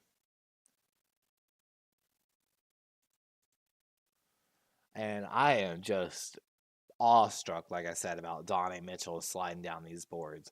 Like I said, there's some worries about his separation, worries about some, drop issues. I understand a little bit. Oh, and there goes the next center off the board. With the 51st pick in the 2024 NFL Draft, the Pittsburgh Steelers select Zach Frazier, center out of West Virginia. And just like we talked about, they went back-to-back on the offensive line, rebuilding to protect their quarterbacks. You got to love that a team that's going to invest in that, in my opinion. We got the GIF up. We start on getting the offensive line stronger. It's as simple as that, ladies and gentlemen. Pay the minimum that block for the running backs. You know what I'm saying? And this is honestly a great pick here for the Pittsburgh Steelers. Not what you want to see if you're the Baltimore Ravens, of course. But played 12 games minimum for 3 straight years, all 3 starts coming to center. He's a wrestler like they're showing there from Fairmount, West Virginia. Just like Tyler Linderbaum, these centers that wrestle really know how to fight in the trenches. His best game of the year came against University of Pittsburgh. Maybe they got the inside knowledge. Great pass blocker, though. 83.8 PFF grade in pass block. Allowed 0 sacks last year. And he played against some good edge rushers in Texas Tech, University of Houston, UCF, Oklahoma University, and Penn State. Of course, one of his worst grades coming against Penn State, but everyone struggled against those edge rushers from Penn State this year. That's why we saw Chop Robinson come off the board earlier in this draft. But with that, the Indianapolis Colts are now on the clock. That's the result of the trade with the Carolina Panthers earlier in this draft. Colts, of course, took Latu in the first round, addressing edge along that defense. Of course, they're going to get Anthony Richardson back healthy. That's going to be huge for them. They've got a great running back in Jonathan Taylor. Josh Downs, the University of North Carolina receiver they took last year, had a pretty good season for a rookie. And, of course, they extended Pittman Jr. Julius Brents, their second corner, played pretty well as for a rookie, but He's going to continue to grow. And of course, they re-sign Moore the second, their other outside corner. They could be looking for a little bit of free safety help in this draft. Bullard, the University of Georgia safety, could be that guy, but they also need some speed at the linebacker position. Would not be surprised if they went that route here with Peyton Wilson, the linebacker out of North Carolina State. But they got Zaire Franklin coming out here to announce the pick. That's their starting inside middle linebacker, so maybe he's coming out here to announce some help.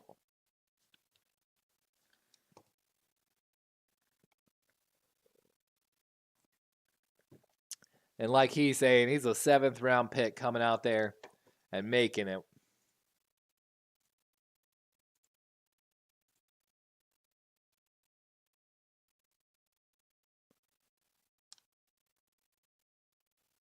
And he's giving some RIPs to guys like Vontae Davis. And with the 52nd pick in the 2024 NFL Draft, Anthony Richardson is getting some help. Adonai Mitchell, wide receiver out of Texas. And we finally see Adonai Mitchell slide stop. Anthony Richardson's got to have some absolute weapons over there in Indianapolis. Downs, Pittman, and now Adonai Mitchell. That's a great pick for the Indianapolis Colts. They've got a pretty good offensive line already. They need a tight end, but I have a feeling they're going to address that in round 3. And they might be able to find some linebacker help elsewhere. But bringing in Latu might actually play a little bit at linebacker, basically being just a 5th really great guy. Because if you're not aware, the Indianapolis Colts have Ibukum, Stewart, Buckner, and Kwity Paye as their starting 4 on that defensive line. Of course, taking Latu in the first round, we were a little concerned about it, but we got a feeling they're going to slide him in there a lot like how the Dallas Cowboys used Micah Parsons. So this is going to be an absolute fun to watch the Indianapolis Colts next year, as they're showing right there that wide receiver room is nasty now. Adonai Mitchell, of course, a jump ball specialist. Anthony Richardson having a little bit of tendency to throw the balls, a little outside, which is not a terrible trait, because if he misses where nobody else gets it. This is, like I said, a home run pick in my opinion for Anthony Richardson and the Colts. And we've got Washington on the clock now. Washington, of course, getting this pick in the trade with Philadelphia up at 40, where Philadelphia moved up to get Cooper DeShawn from Iowa. Let's see where Washington goes. Of course, they just took Mike Sainristil a moment ago. And, of course, adding Jaden Daniels in the first round.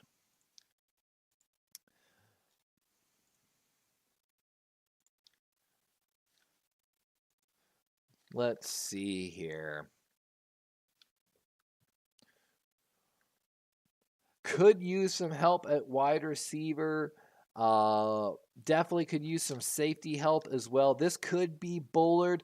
This could be an edge rusher. Maybe we see Marshawn Nealon come off the board. They really redid their defensive line in free agency, bringing in guys like Armstrong and Farrell. They're still trying to give guys like Emmanuel Forbes time to grow. But Jaden Daniels excelled at throwing deep balls as well. And you've got Troy Franklin, one of the better deep ball guys in this draft. Can absolutely just run by guys. 1,300 yards receiving this year, 81 receptions with 114 targets for 14 touchdowns. Would be potentially a great pick. As you can see on the board, the draft tracker, they've addressed 3 out of their 5 top needs according to ESPN. If they take offensive lineman or edge, they're going to hit another spot here. But looking at the interior offensive line, I mean, Christian Haynes is on the board there. And they do need a left guard. Sam Cosme, of course, being their right guard, played pretty well last year. Could use some tackle help. Maybe we see the Yale kid come off the board. But maybe about 4 different directions I could see the Reds or Commanders, going in here on this pick.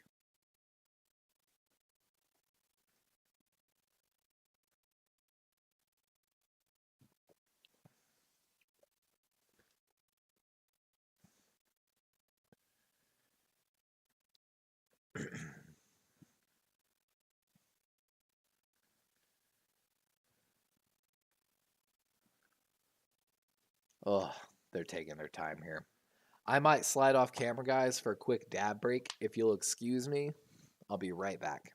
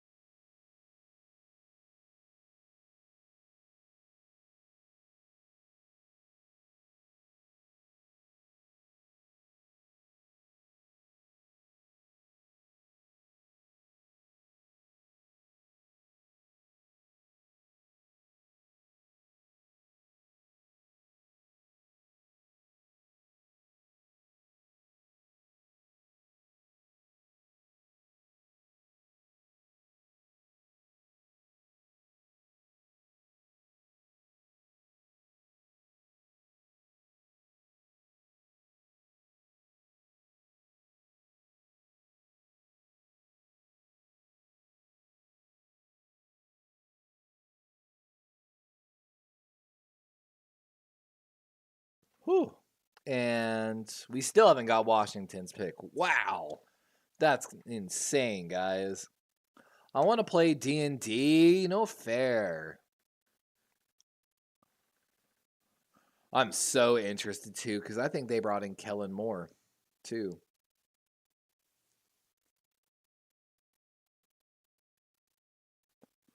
And they got Darryl Green coming in for the Washington Commanders to select. Former corner, so let's see if he adds one here.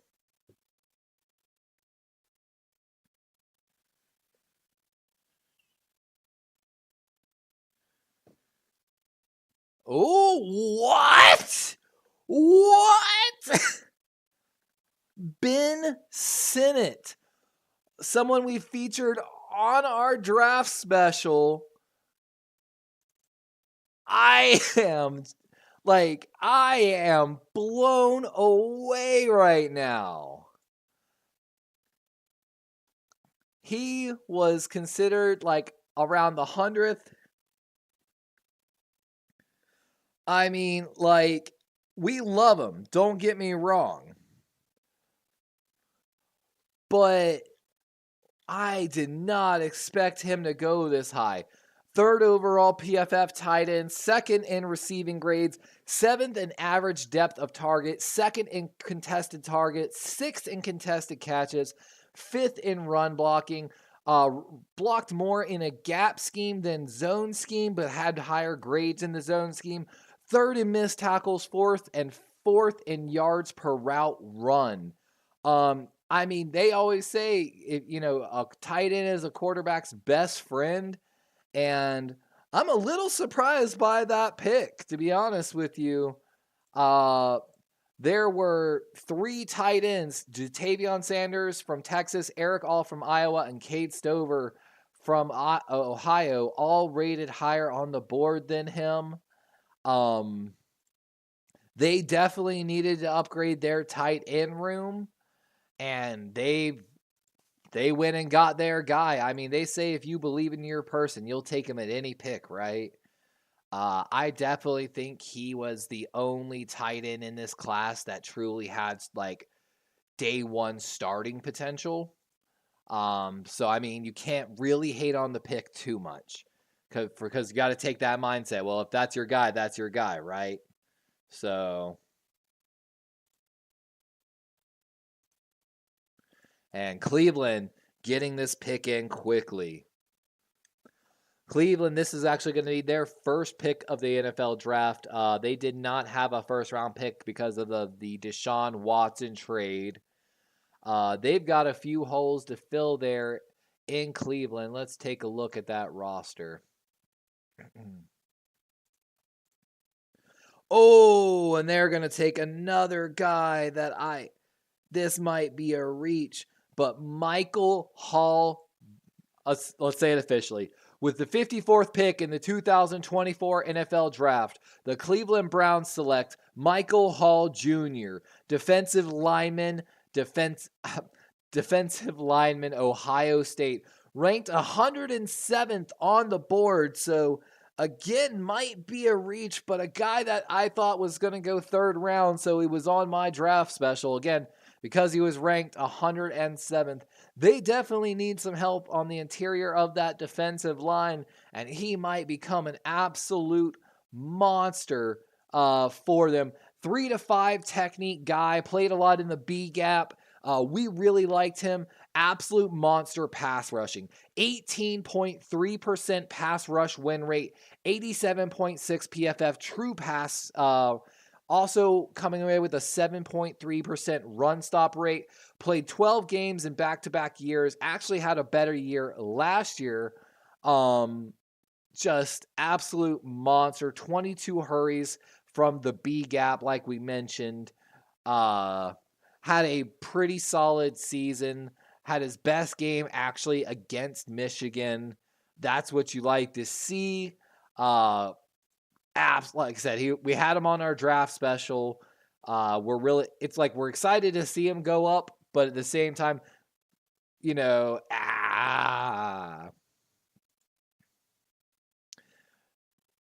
true pass set win rate was 27.5%. He's second only behind Byron Murphy, who is the consensus number 1 overall defensive lineman in this draft. He's 6th in PRP, which is a pass rush metric, including sacks, hurries, and everything. Absolute stud. And that kills me to watch him go to Cleveland, to be honest with you. And we've got Miami on the clock now. They took Chop Robinson, the edge rusher, out of Penn State early. And look how fly Mike McDaniel's looking. He's telling him, relax, relax. I love it. But let's see where Miami goes in this. They lost a Pro Bowl guard on the interior of that line. Definitely probably could fill that hole. They've got tons of pass rush. Might need a little bit of upgrade at corner, but not really. Got Tyreek Hill and Jalen Waddle coming back. Definitely feel like they had to get maybe a tight end here or an interior offensive lineman. Jatavion Sanders, number 1 tight end on the board right now, overall ranked 43. And oh my God, we got another one of my draft guys that was predicted third round going second as Patrick Paul, the tackle out of University of Houston. Let's say it officially. With the 55th pick in the 2024 NFL Draft, the Miami Dolphins select Patrick Paul, tackle, Houston. Wow.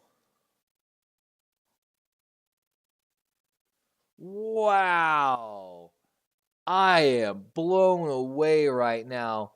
I'm guessing they're bringing him in to play on the right side, but Patrick Paul is an absolute behemoth.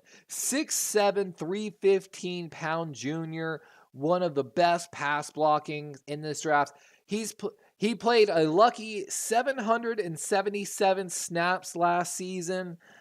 He played 900 in the past 2 seasons, so tons of experience. Pretty good competition against guys like Texas in this season.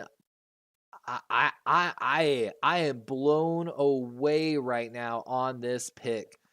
Patrick Paul, his average depth of pick, I think, was 75.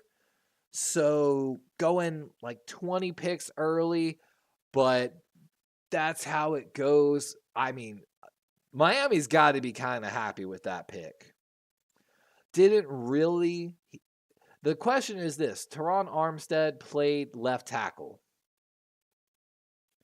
Cowboys look like they're looking to trade out. They're just sitting there with nobody on the phone. That is the most dead draft room I've ever seen in my life, to be honest with you. That dude, is that one of the Jones sons in the back right corner? He looks creepy. I'm going to be 100% honest with you. I know that's mean. I'm sorry. But what a pick by the Miami Dolphins, taking on a career left tackle when they've got Teron Armstead. So Dallas, of course, took Tyler Guyton in the first round. Going to be their starting tackle probably. They've still got some holes at defensive tackle, running back, center, and wide receiver. I mean, is this where Blake Corum comes off the board? Let me check my notes here, see if Dallas is on one of my. So Dallas last year being one of the top gap running schemes. Oh, where is my notes on? I'm trying to. Did I really get rid of those notes?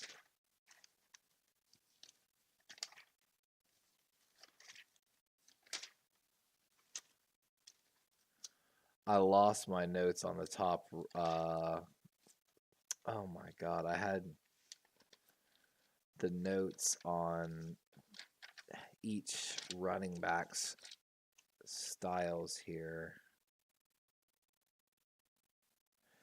So there's gap runners. Corum, Estime, Ray Davis, some of the number one gap runners.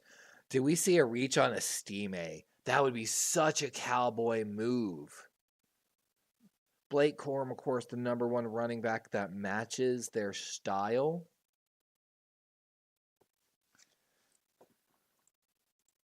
And that's what they're talking about right now. Minute 35 left for the Cowboys. What? Is my thing finally ahead of the clock? Wow. My thing's actually now ahead of the ESPN. Oh, that would be wonderful. But it just said the pick is in, and now it doesn't say the pick is in over here. I'm so confused.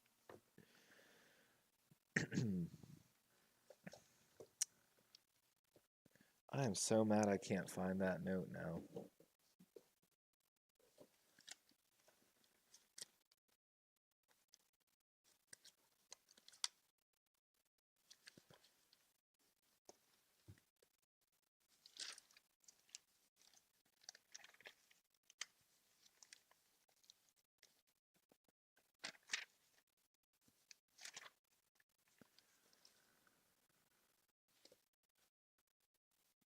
Here we go. The pick is in for the Dallas Cowboys.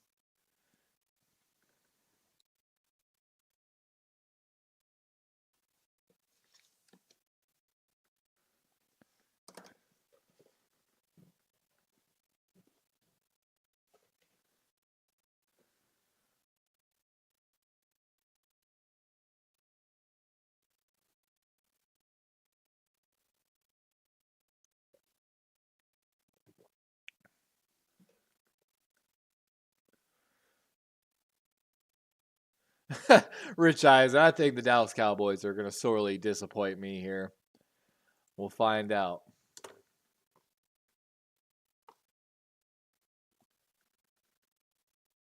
Yeah, man, 17. What up, my guy? How you doing tonight? And we're getting the Dallas Cowboys hopefully coming up here in just a moment to announce the selection. Who they got coming out?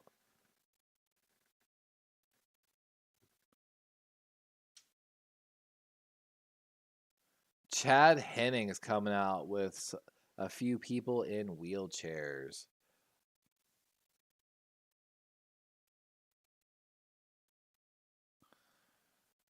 Let's see who Dallas takes here. Are they going to take the second running back of this round? They could use some safety help, maybe another corner. Could continue to rebuild the offensive line as well, but I feel like they're taking a running back right here. Question is it going to be Blake Corum or Audric Estime?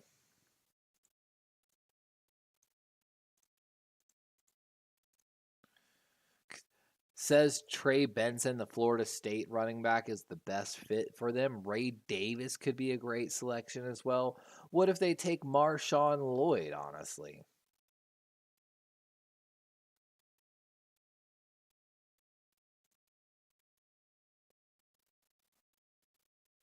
This is going to be an interesting one.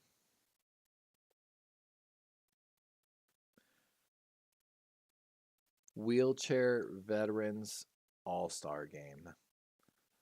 That was probably pretty crazy to watch. Of course, best player available on the board, Ennis Rakestraw Jr., the cornerback out of Missouri.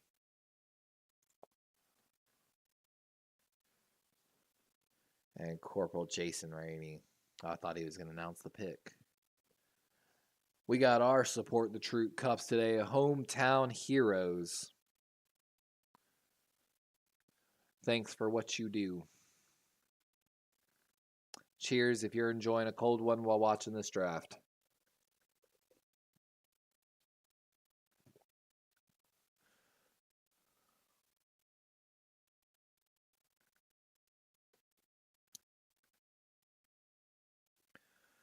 With 56th pick in the 2024 NFL Draft, the Dallas Cowboys select Marshawn Kneeland. Ooh, edge rusher from Western Michigan. Great pick, honestly. They needed maybe another guy on the outside to take over for Sam Williams opposite Micah Parsons. And this is definitely going to be that guy. This is another one of these edge guys like Robinson, who we saw taken in the first round by the Arizona Cardinals, that can really probably play inside, outside. 6'3", 275. He looked really good at the combine. He's going to be able to push people around. Some people might be worried about his lower level of competition, but played mostly outside the tackle. And like they're showing right there, one of the highest athleticism scores in this draft class, even above Dallas Turner. The kid's got a really high ceiling. He absolutely dominated the lower level of play. And like they said, his primary bull rush move is his go-to. He might need to be able to work off of it, but a lot of pass rushing specialists will tell you you have to have at least one move that is dominant before you should start working on anything else. And you can say Marshawn Kneeland's got a strong power move. That's going to be a great pick for the Dallas Cowboys, and they're going to be able to pressure early and often with that pick. Great pick, honestly.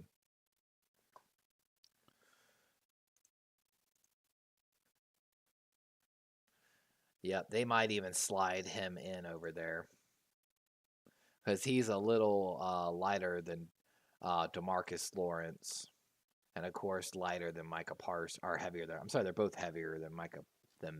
He's heavier than both of them. Let's see. Golston at 268 as their right end is about the same weight. So you could probably guarantee that they're going to go ahead and move Kneeland into a competition with Chauncey Golston on the right side of that defensive line for the Cowboys. With that, we've got Tampa on the clock. Of course, they took what was it? No, it wasn't Fuaga. I'm so sorry. They took Graham Barton, who's going to play guard for them. Oh no, I got rid of them. Sorry, give me one moment here. So Graham Barton, they've actually got him penciled in on PFF as the starting center over there. Makes sense because they drafted Cody Mock last year. They might give him another year to develop. Tampa Bay, of course, looking for wide receiver, tackle, edge, and cornerback. There's some really good corners on the board, so maybe we see one of those guys come off the board here. KJ Britt, their 5th round selection in 2021. Maybe they upgrade and give someone to grow beside Levante David in the middle of that defense. A lot of different ways they could go here. Tampa, of course, just ran the crap out of the ball. They showed up on the top 10 stats of not only gap but also zone attempts last year. You know, they could upgrade from Rachaad White, but he's not terrible by any means. Best fit being Blake Fisher, the offensive tackle from Notre Dame. Best available, of course, still Eric Rakestraw Jr., according to ESPN. According to PFF, best available being Troy Franklin, Peyton Wilson, Adisa Isaac, and Roman Wilson, and Jatavion Sanders, all ahead of Rakestraw. There are some interesting edge rushers that are getting ready to come off the board as well. We mentioned Adisa Isaac from Penn State, but you've also got Jaden Hicks from Washington State to keep an eye on. Jonah Ellis, University of Utah edge rusher, had a crazy true pass season. And then, of course, the opposite guy to Dallas Turner, Chris Broswell, steadily put up some numbers, really trended high on our boards. We might be looking at him, honestly, for Baltimore. But we talked about potentially Troy Franklin might be the pick for the Baltimore Ravens here at 62, coming up here in just 5 picks away. Troy Franklin, of course, met with the Ravens a good bit, and a deep ball specialist at 6'3". Would definitely take the Ravens passing game over the top.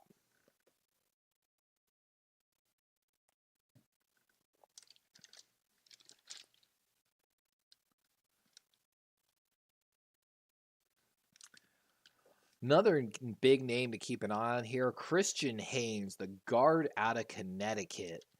Perennial starter right guard. Really looking to see where he ends up here. San Francisco could be a good home for him. They also might be staring at the Yale tackle as well.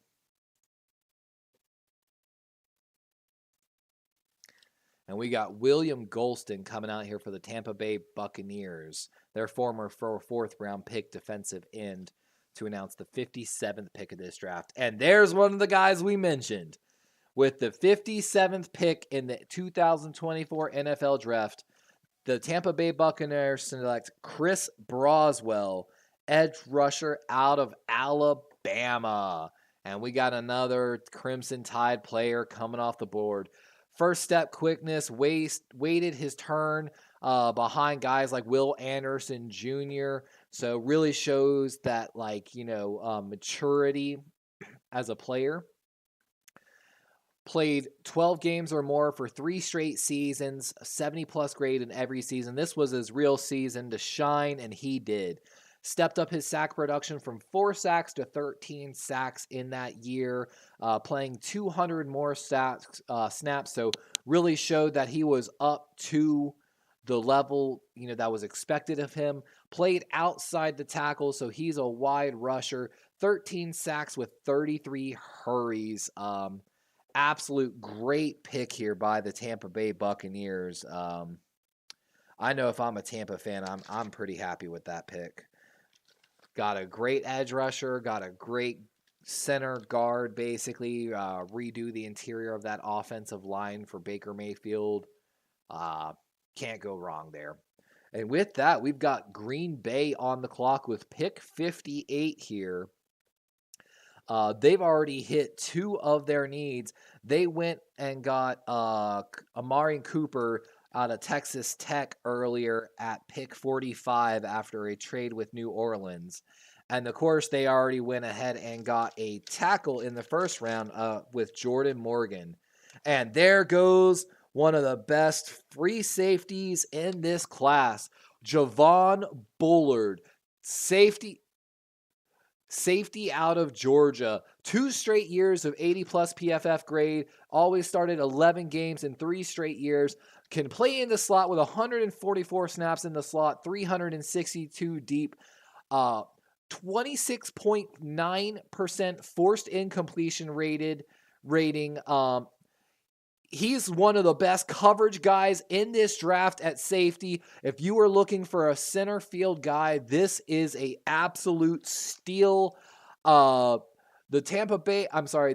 Green Bay Packers, of course, did need some help at safety position, and they got it.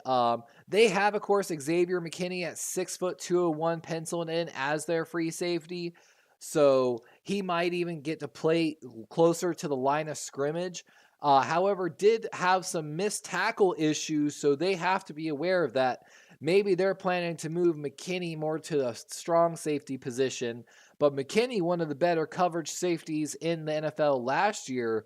So that's definitely going to be something to keep an eye on. But that Green Bay defense just got a lot faster with those 2 picks. Gotta put Green Bay at the top of my second round with 2 picks. And we've got the Houston Texans coming up here. The picks are flying in. Ooh, and we've got there goes one of the other best tackles in this round. Getting the right tackle, of course, from Notre Dame. With the 59th pick in the 2024 NFL Draft, the Houston Texans select Blake Fisher, tackle out of Notre Dame. So, of course, he played on the right side for 2 years for the Notre Dame Fighting Irish. Solid guy. You know, he can pull, do everything you ask of him. You got to love this pick if you are C.J. Stroud. Getting it pulled up here. So, of course, Laramie Tunsil taking over the left side, but their right tackle, Titus Howard, struggled greatly. 46.8 PFF grade, 38.9 in pass coverage. He played absolutely terrible. It says he's a guard, so I guess they had a guard playing out there at tackle. But that's a great pick for the Texans, going to solidify the right side of the offensive line.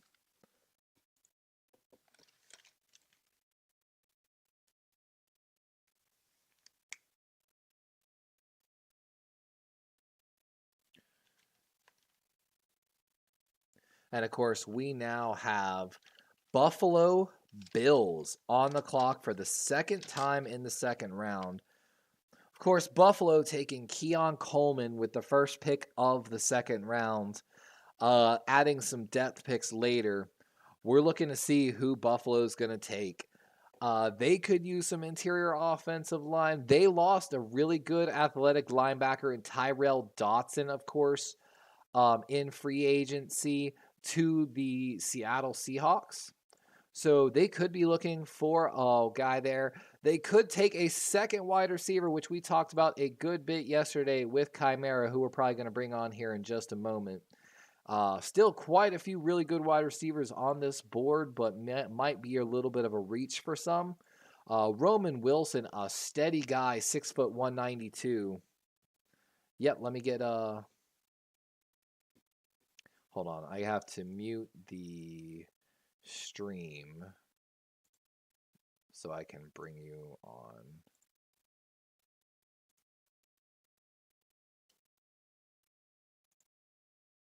Hello? What up, what up? How are you doing, my guy? I'm back. Wow, that game lasted a lot longer than I thought. But I'm here now. Just about to watch the pick live. Good stuff, good stuff. I'm excited for this. So who do you think the Buffalo Bills are taking with this pick? I,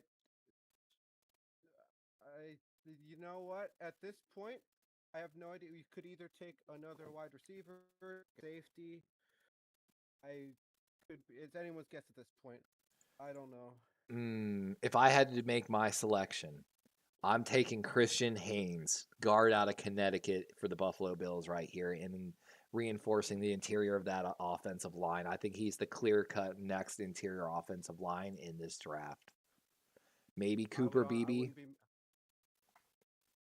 I wouldn't be upset about that, honestly. Yeah, the wide receiver. I mean, you could go Troy Franklin and go for a deep ball specialist and double up on that wide receiver like we talked about yesterday. Ooh, yeah. You could take another receiver, maybe. The pick is in, though. Yep. Did you know the Ravens took 6 seconds to hand in their card yesterday for Nate Wiggins, apparently? 6 seconds. Oh wow. That's unheard of in Baltimore, bro. Like, unheard of. But they knew who they wanted. You know, I watched some film on him. He played against Zay Flowers 2 years ago. And my God, did he look so clean. Like, I feel like that had something to play in it. You know, like the Ravens had the inside scouting report. They're like, hey, you played against him. How was it? But there was 2 plays they showed when they drafted him yesterday where he chased guys like 50 yards downfield and stripped the ball from them because he's got that 4.2 speed. But I'm excited for it a little bit, to be honest with you. I wasn't sure, and then when I saw him chase down those 2 players, I was like, damn, that is fucking work ethic. Like you can't teach that shit.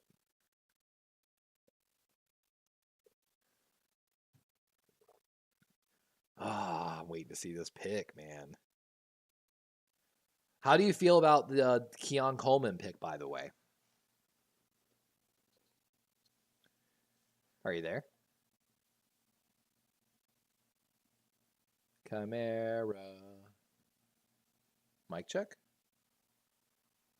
I mean, my mic's pinging, so I think I might have just lost Chimera for a minute. That or he might be screaming somewhere because he didn't like the pick and he just saw it. But all right, there he is. Oh! I cut out. All right, Cole Bishop, safety. I'm happy with safety. Wow. Could use the help. This might be a reach. I'm sorry. I've got to put it under my reach notes. Cole Bishop, rated as the 132nd safety on the board. But a lot of people really did love him. He's a big, like 6'3", 200 pounds strong safety. Honestly, if there's one thing I can give Sean McDermott credit for, is he can make a man out of just about any defensive player on the field. He can bring out the best of any defensive player. You know, though, looks like he lined up pretty good against tight ends. Really good run stopper, and you did need a strong safety. So I mean, like you said, can't be too mad about the pick. I'm not mad about that. I think we could use help at safety though. I'm cool with that. The real story is going to be, you know, there was, I don't know. I mean, I guess he was one of the better strong safeties, but you've got guys like Jaden Hicks, the Washington State safety, on the board. You've got Cameron Kitchens, Tyke Smith, Sion Vaki. Like, I don't know, might have been too high, but like you said, you trust your GM basically. We've got Detroit on the board. To say I trust my GM is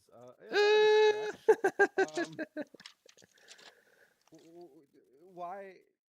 Oh God, I'll say I'm not the happiest about the wide receiver pick. Really, you're not a super fan of it? I was hoping for because he's not fast. Like I need faster guys. Yeah, you basically got your Gabe Davis 2.0 with that pick instead of your Tyreek Hill. I feel like you could have gotten that in later rounds though, because Gabe Davis himself is a 4th round pick.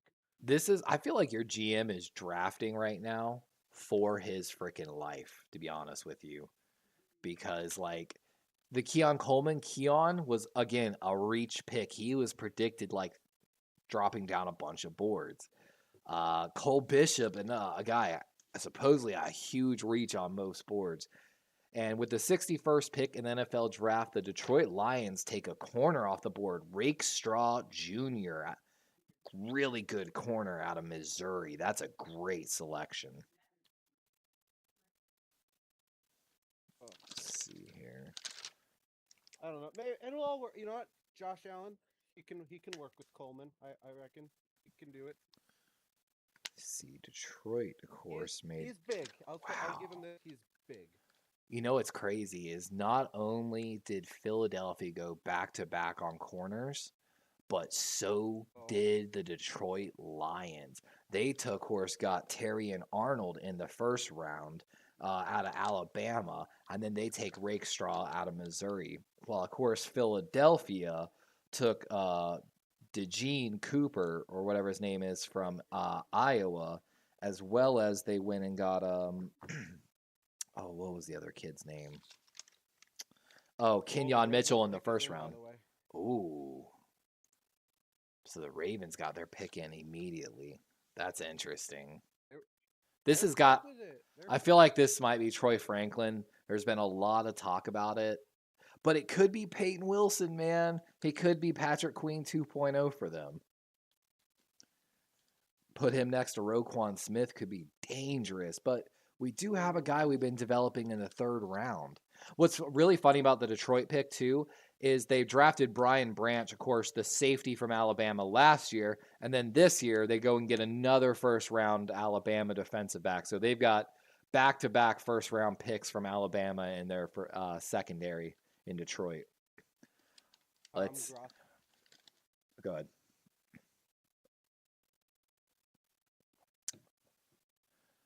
Man, where is Baltimore going with this pick?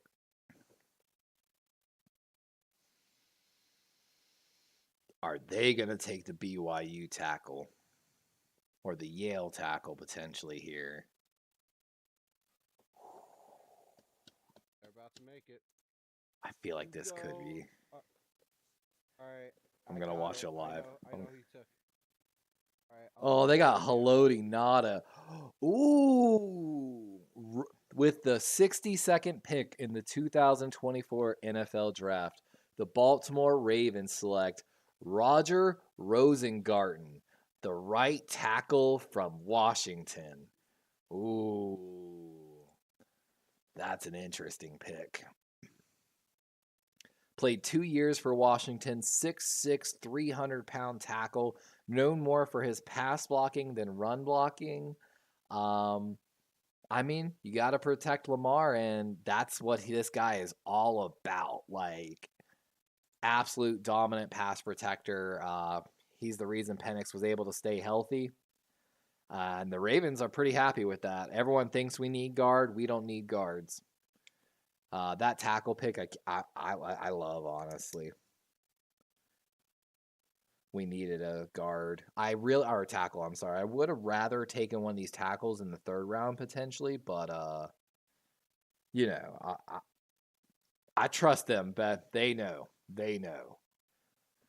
Man, look at those draft boards. I can read some of that. My mic is having all sorts of issues, but the Chiefs just traded their pick. Ooh. Trade into this pick. So the Chiefs coming. Oh shit! Fuck, that's gonna mess up. Who did they trade up with? So that would be San Francisco. So twice they've traded up. Wow. Yeah, they just traded up again.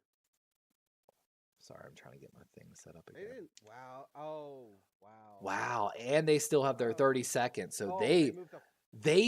Wow, they completely took San Francisco. So they didn't do like a pick swap. They took San Francisco's. Holy crap. They're about to pick back to back. Oh my gosh. No, I believe it said San Francisco got the 64th overall. Oh, did they? That's what it said on NFL Network. Oh, okay. I don't know. Maybe I misread, but no, I haven't seen anything about there. Oh, okay, yeah, they did pick swap, and then they basically swapped 5th and 6th rounds. So San Francisco is going to come up into the 5th round, and then they get San Fran's 6th round. So a little bit of move up in the 5th round, which there is some good 5th round talent. So Who did they come up to get? Who else was on the phones right now? I feel like My question this. is, why are all these? No, go ahead. Maybe this is Christian How, Haynes. why are we letting the Chiefs? Why are we letting the Chiefs do this? Like literally. Like literally. What They is got a going tackle. on? I'm not even going to attempt to pronounce that guy's name. Ooh. Because the Ravens took a tackle, they came up to take a tackle, or teams were looking to trade up for a tackle, I should say. So we're about to probably see a tackle run. Kingsley, Ooh. I don't know. Yeah, Kingsley Sumataya. that. Sumatia, Swamatia, maybe. I don't know. maybe. Played right tackle and left tackle. I know Niner fans have got to be kind of mad right now because I know Niner fans really want a fucking tackle. And I'm a little They blown must away not by have been this. interested. They must not have. They must not have been really interested in this guy. You know, my thing is this: if they watch my draft special, they know there's some like third round tackles that are really freaking good that they're probably looking at as well. So this is crazy. Wonder where San Francisco goes here on this pick. They could go linebacker because Greenlaw is going to be down for a little while extra. Like, God, look at that freaking kid, the BYU kid, jump out of that pool. Knee deep in water and just hops out. That takes some serious leg strength. According to ESPN, one of their needs is cornerback, so maybe they could take one. I don't know how good the depth is there. They do need, if I'm not mistaken, another corner. They move Lenore into the slot when they go to nickel. But and Lenore is, I think, next year a free agent technically. So they could go corner, but bro, their interior offensive line needs help. Like their tackle, a lot of people haven't been happy with. Uh, I don't know, man. And they signed two free agent interior defensive linemen, but just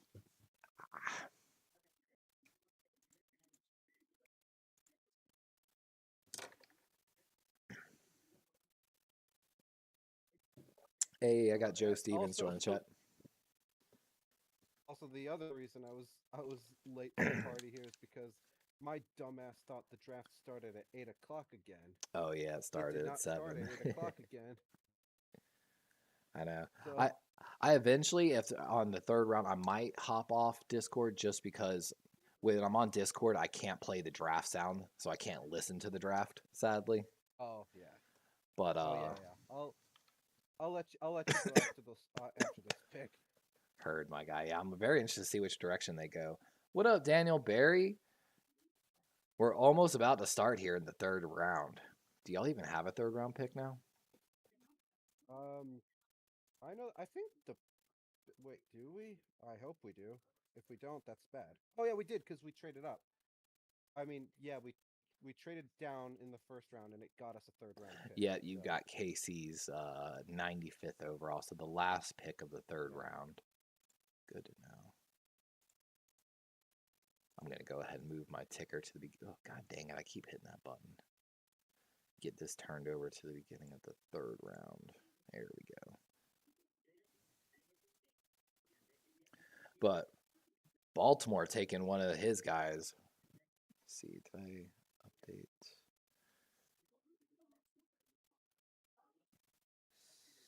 Matia tackle BYU.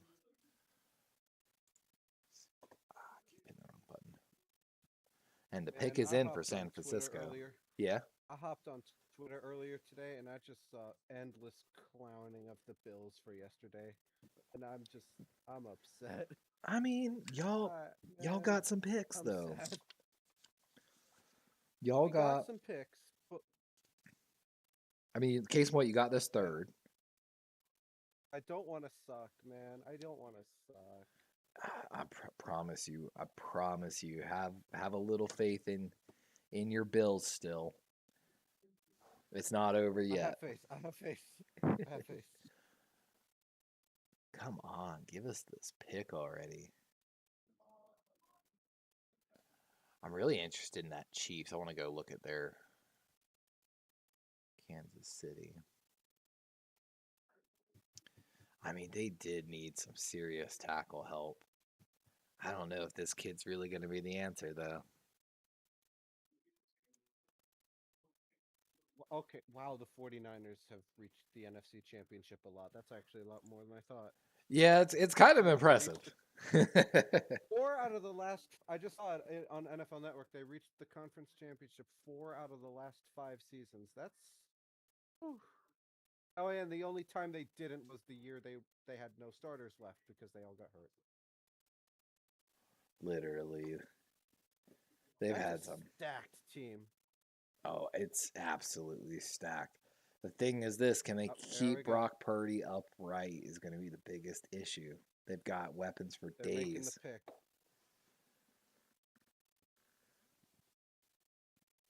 And with the two tackles going off the board, it just doesn't seem like they're staring at tackle. You know what I'm saying?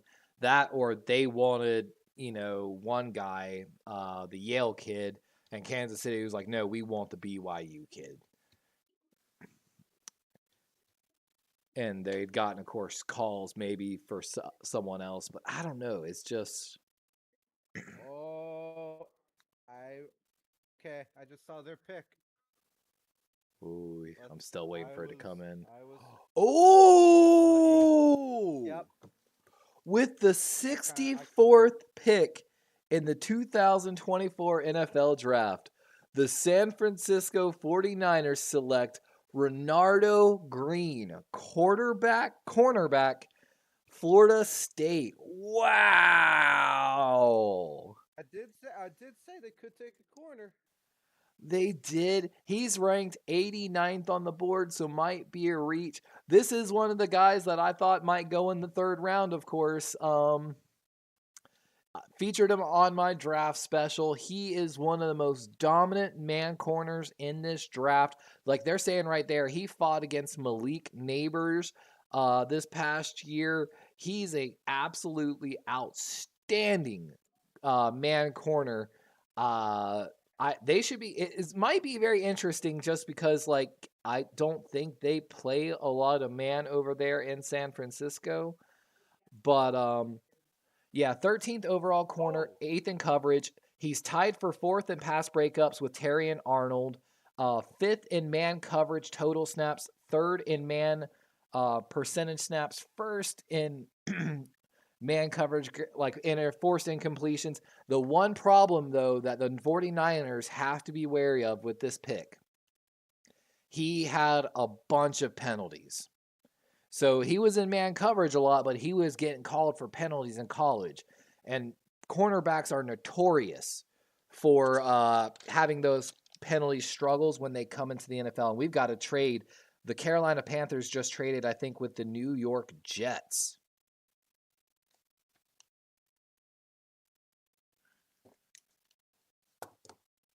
Wow, what a turn of events. Giants fan says, number 7, have a good stream. Appreciate you for dropping in. How do you grade your Giants draft?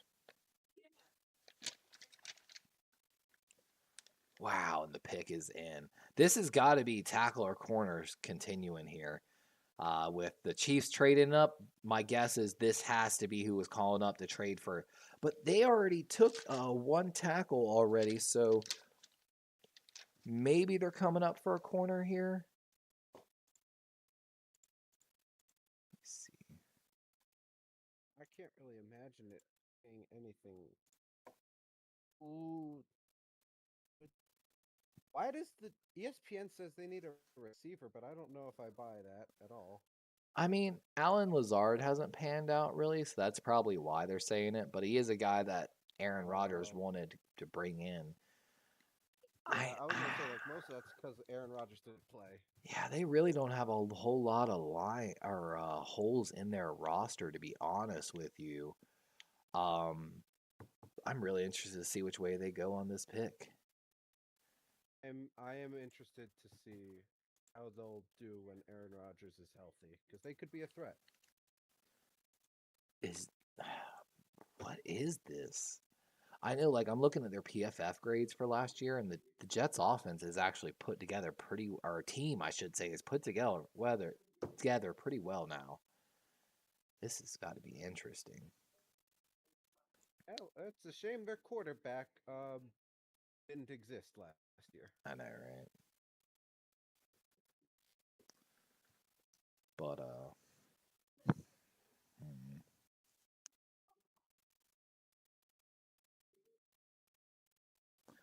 Oh, I want to go take a dab so bad. You know what? They do need a tight end. Is this for Jatavion Sanders, maybe? The Texas tight end. It might be. It might I be. think you might be right. Their, who's their current tight end? Their current tight end is Tyler Conklin. Put up a 65.6 PFF grade last year, a fifth round pick out of Central Michigan in 2018. So They gonna need to upgrade. yeah, and Aaron Rodgers could probably work some magic. Jatavion Sanders had 45 catches on 67 targets, average catch of 15.2 yards last year. Could be the guy. I'm just excited to see some of my draft special guys like jump into the second round that I thought were going to be third round picks. And I've still got plenty coming. About to announce it. AETS suck. Get out of here. Dude, why is the AFC though got to be so fucking good? Like the AFC is so much more stacked than the NFC. Bro, we're oh wow.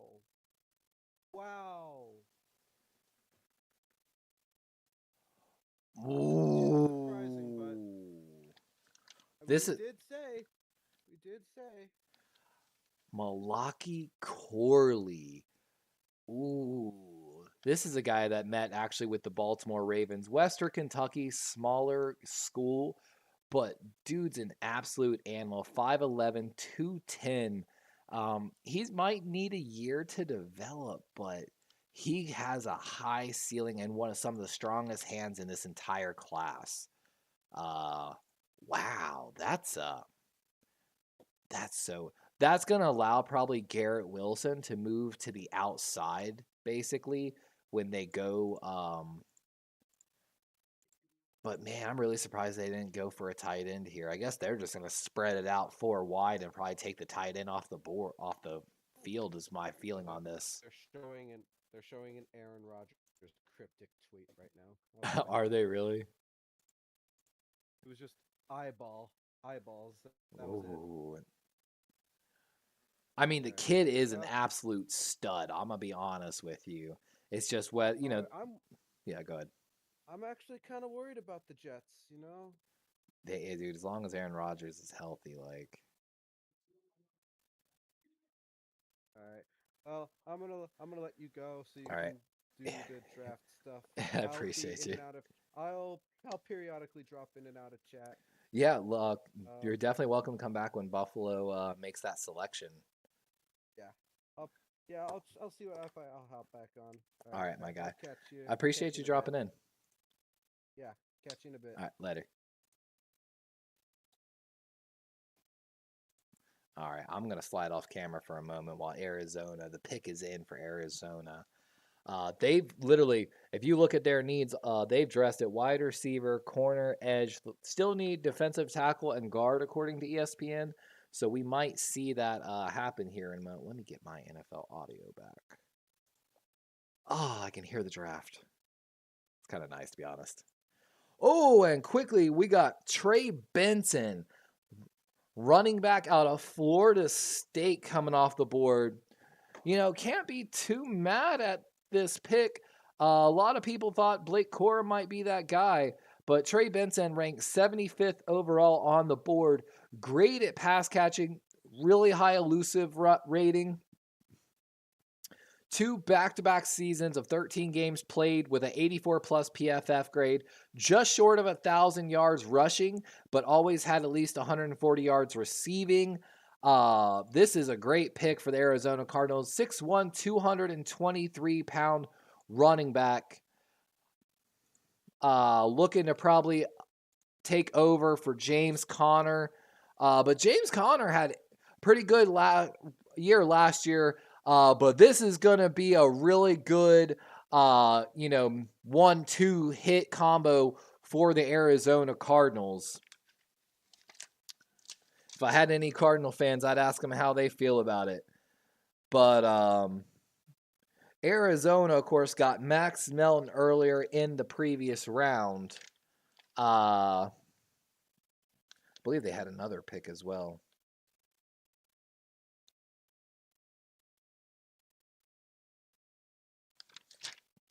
Oh, I'm thinking there are 2 first-round picks. My apologies. But, Arizona doing some work on that offense now. Marvin Harrison Jr., Trey Benson, going to bring fresh life into the Arizona offense. And with that, we've got Washington Commanders now on the clock here with pick 67 of the 3rd round officially. And the pick is in.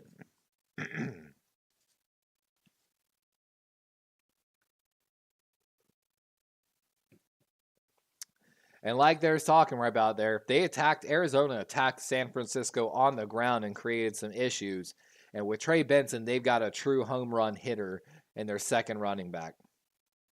Washington, of course, gone after cornerback and quarterback. And we've got a guard coming off the board. Brandon Coleman, TCU guard, coming off the board here to the Washington Commanders. This is he listed as a tackle? Yeah, he's listed as a tackle. He's probably going to play guard. But 6'6", 320, didn't have a great year this year, playing a little bit of left guard and left tackle. Last year, left tackle was his primary position, and he played really well. But either way, you can play him left tackle, left guard. Again, this seems like a Washington kind of pick. I hate to be that person. But of course, Washington earlier in this draft took Sainristil and Ben Sinnott. Ben Sinnott, loved the pick, to be honest with you. First round, of course, bringing in Jaden Daniels. So, gotta, protect the quarterback. Let's take a look at Washington's roster here.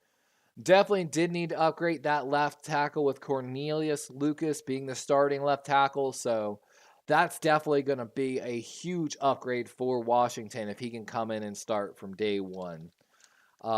Washington putting together slowly a pretty good draft. 3 offensive picks and 3 offensive picks and 1 defensive pick so far.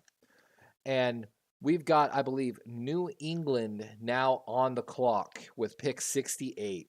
These picks are flying in.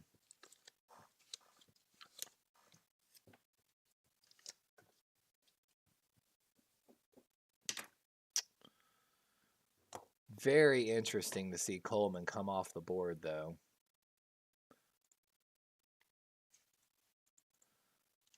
Coleman is an ideal developmental offensive lineman prospect. His high percentile athleticism and measurables give him the ceiling of an NFL starter if he can improve on his fundamentals. It's one of those ones, like I said, I'm a little worried, but he did have his best year at when he played 1,000 snaps at left tackle last year. That's probably what the Washington Commanders are looking at on tape. I'm going to slide off, take this dab. I'll be right back for New England's pick. The pick is in.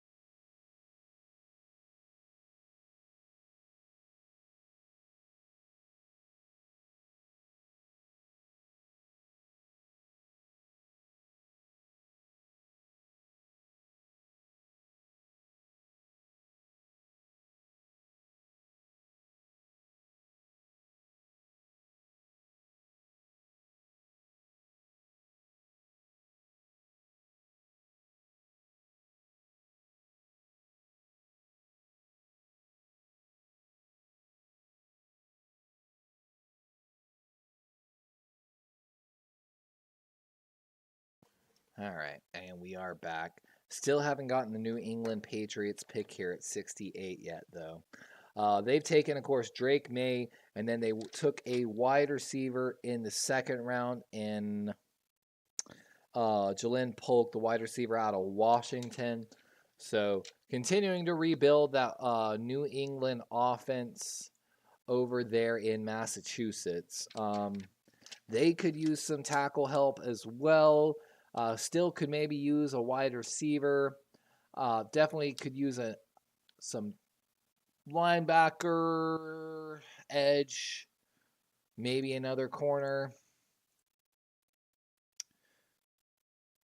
Definitely a bunch of different ways they could go here. I feel like this could be where we see Peyton Wilson finally come off the board, be a dynamic inside linebacker beside Jelani Tavai. But let's see.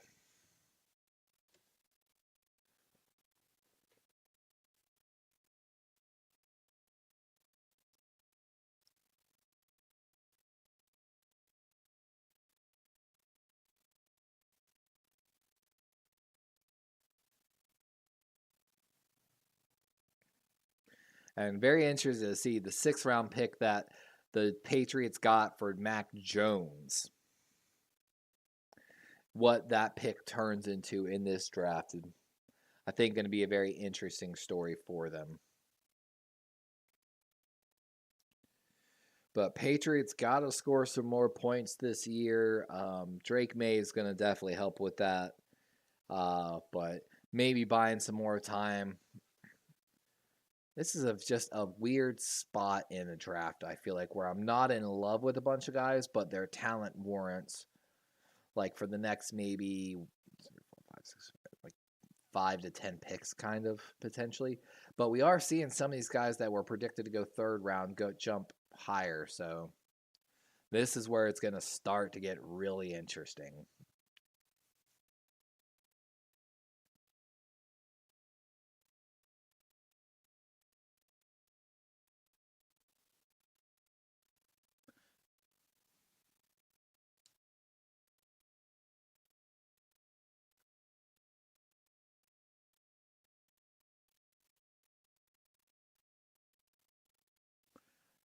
And they're got Troy Vincent, the executive VP of NFL, out there giving a little speech before they make this pick. Let's see, man.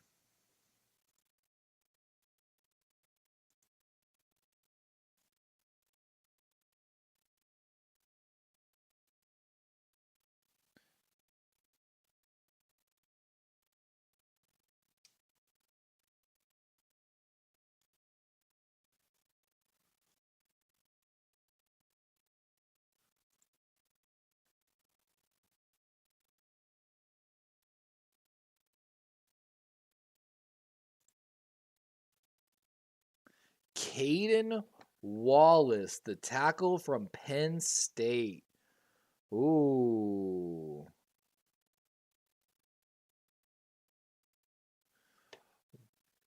And, you know, we were just talking about you got to protect your quarterback, and you can't be too unhappy about this.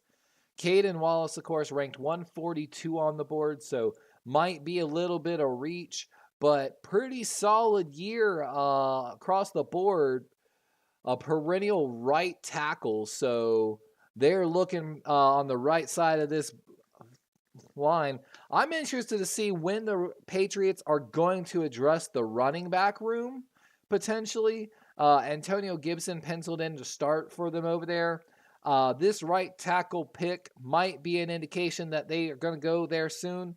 More of a pass blocker than run blocker, and definitely more of a zone guy than gap guy. But 3-year starter for Penn State on the right side. Slowly developed into a better player. 6'5", 341-pound tackle. They have him as a swing tackle here on the board. But pretty good here for the Patriots now. That's 3 offensive players, quarterback, tackle, and wide receiver, as they continue to remake that offense in New England. We've got, of course, the Los Angeles Chargers now on the clock. They, of course, made a trade up earlier to go get Ladd McConkey, add to that wide receiver room, and, of course, took Joe Alt in the first round.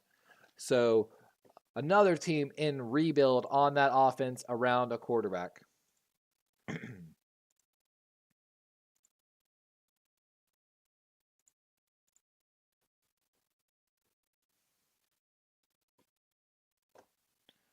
Let's take a look.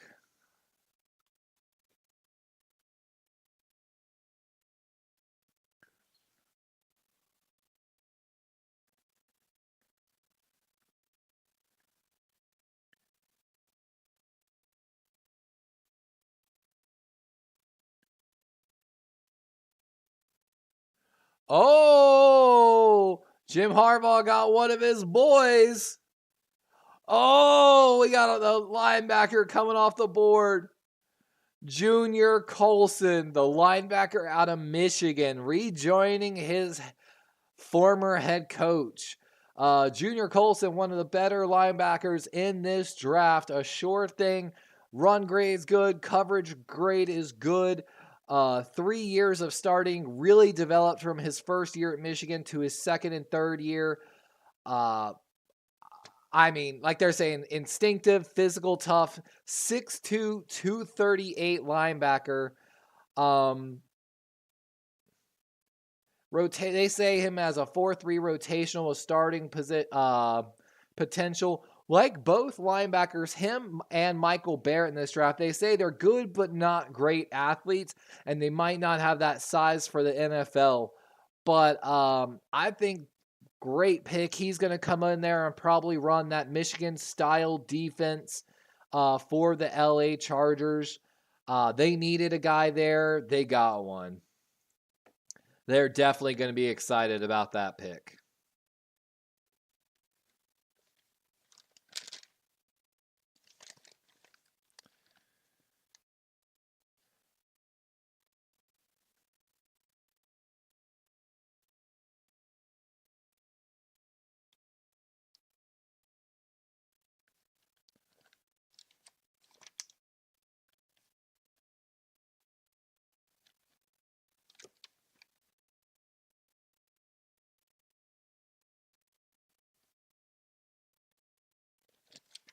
And I'm trying to remember what the LA Chargers, they traded with New England in the second round, where New England came up, or I'm sorry, LA came up to New England spot, got McConkey in the second round.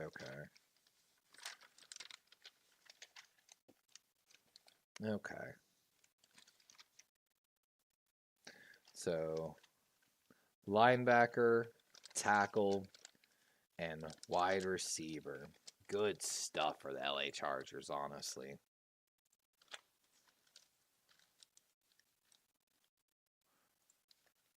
And Jesse Mentor, like they're saying, left Michigan to come with him to the LA Chargers. So that, like I said, they're just going to be running the Michigan-style defense there now in LA. That's a great pick. And we've got the New York Giants now on the clock.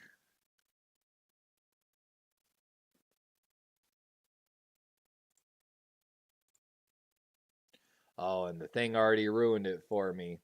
With the 70th pick in the 2024 NFL Draft, the New York Giants select Andrew Phillips, cornerback out of Kentucky.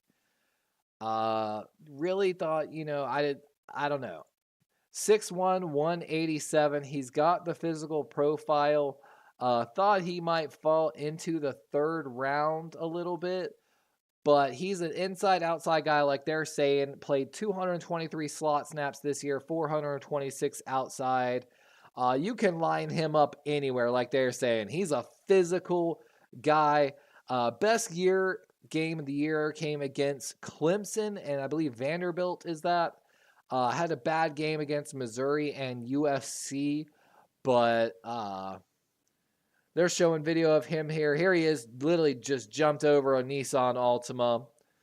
5 pass breakups in the past 2 seasons. Pretty solid corner there, but still makes me think a little bit. And we've got the Arizona Cardinals now.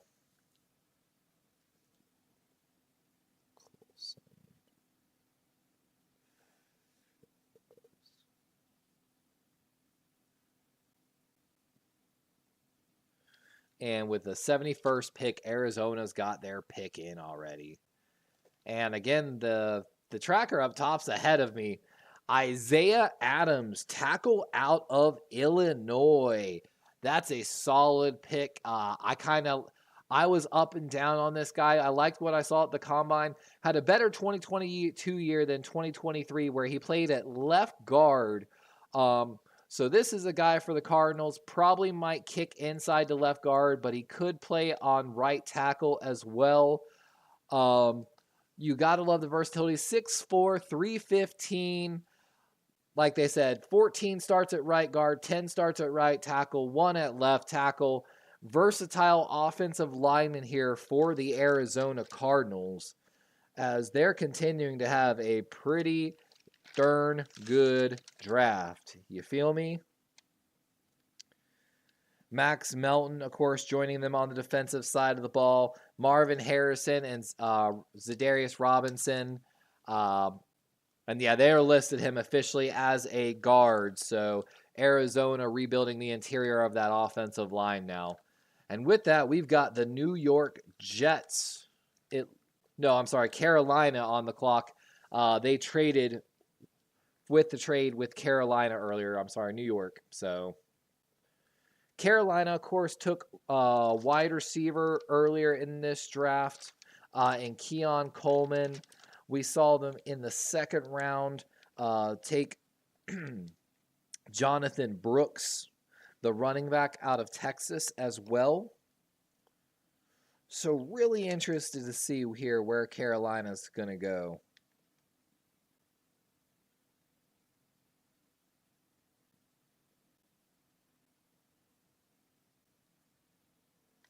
Sorry, I'm vibing to music.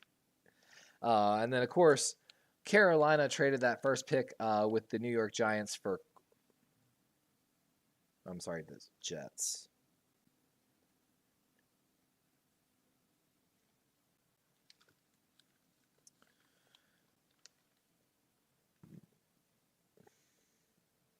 And the pick is in here.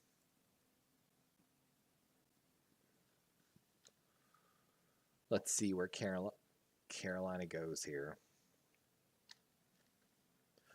Rebuilding this offense, they could take a look at their depth chart here.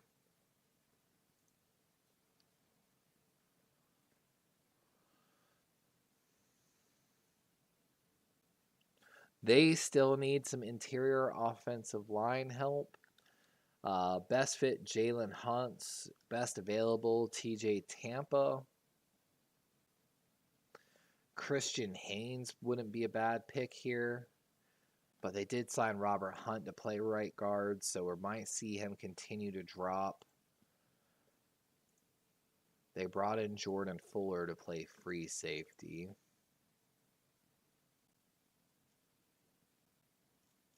Might be an edge rusher here for Carolina. They do need someone opposite Clowney. And with Adiza Isaac, Hicks Ellis, Dorless, and Jalen Hunt on the board, I could see Carolina going with an edge rusher here. It just seems like, what's crazy is they could go with Peyton Wilson, hope that he's their Luke Kuechly 2.0, basically.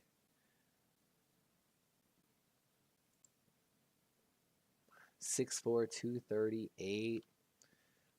A little bit of injury prone, but highly explodes and finds it. I feel like that's like a Carolina type of guy. I dropped my pen.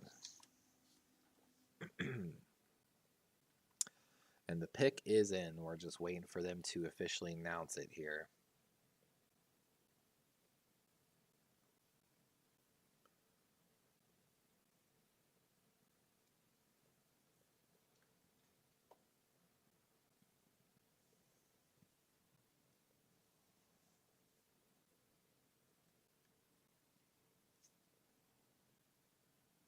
Seen a lot of tackles come off the board, offensive linemen, these last 10 picks.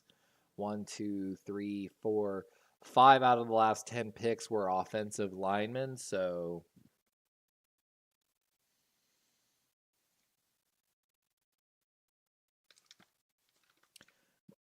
I know they're talking about only 2 running backs, but man, there are going to be some really good running backs come off probably in the 4th round.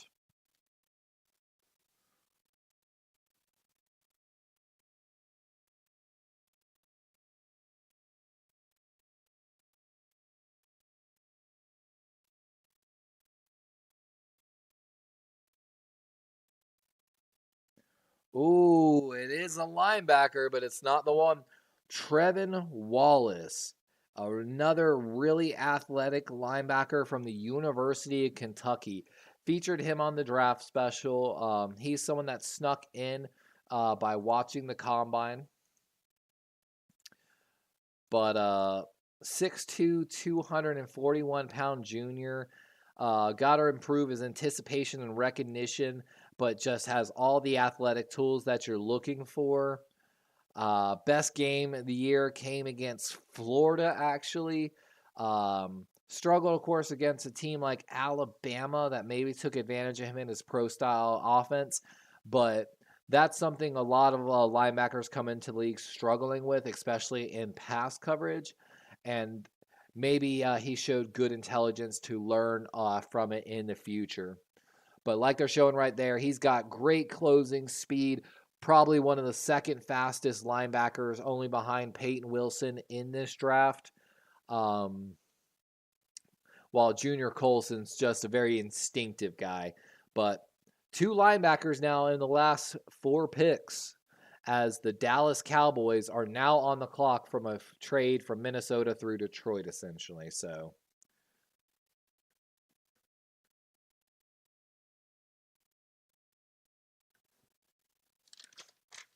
of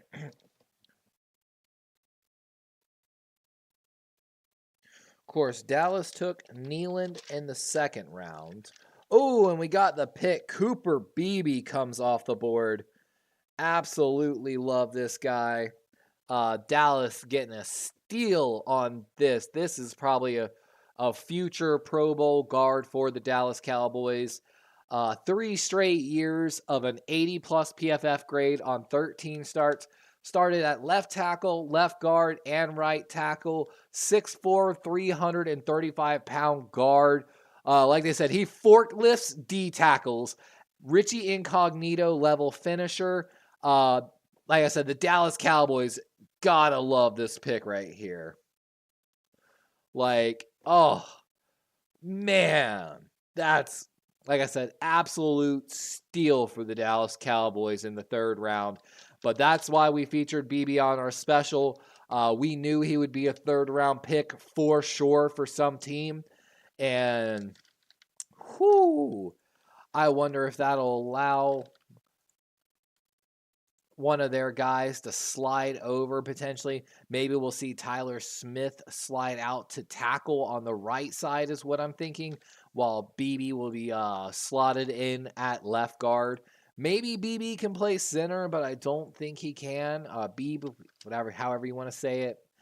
Either way, slam dunk. And we've got Atlanta Falcons on the clock now, pick 74 here in the 2024 NFL Draft. Of course, Atlanta making some head-scratching picks early in this draft. Of course, round 1 taking Michael Penix Jr. Round 2, they ended up taking Orohoro, trading up for him, which a lot of people considered that a really big reach. So let's see if Atlanta continues. Oh, Braylon Trice, finally a pick that makes a little sense, I think, for the Atlanta Falcons.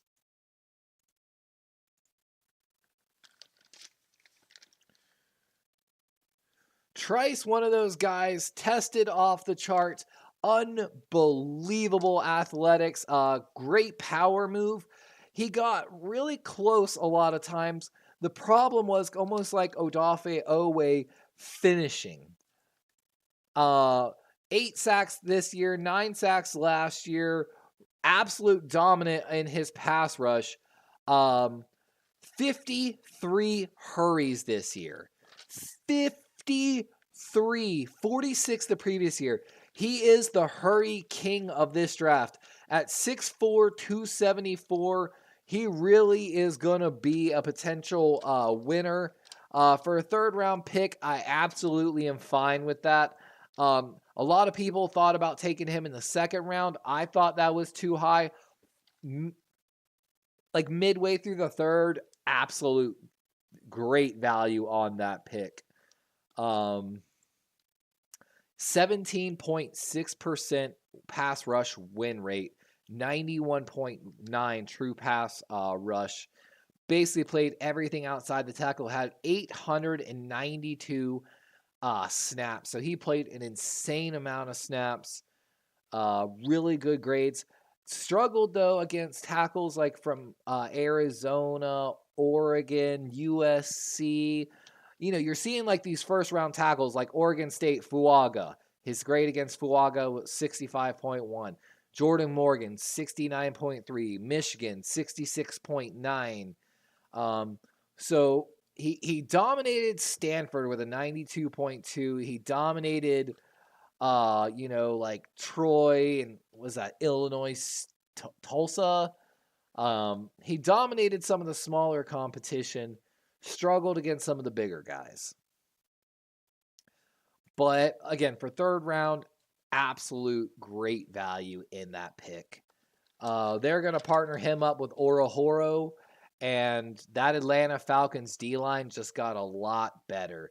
Of course, they already have Grady Jarrett on the interior, as well as David Onyemata, the fourth-round pick out in 2016, who graded out as the ninth best defensive tackle last year.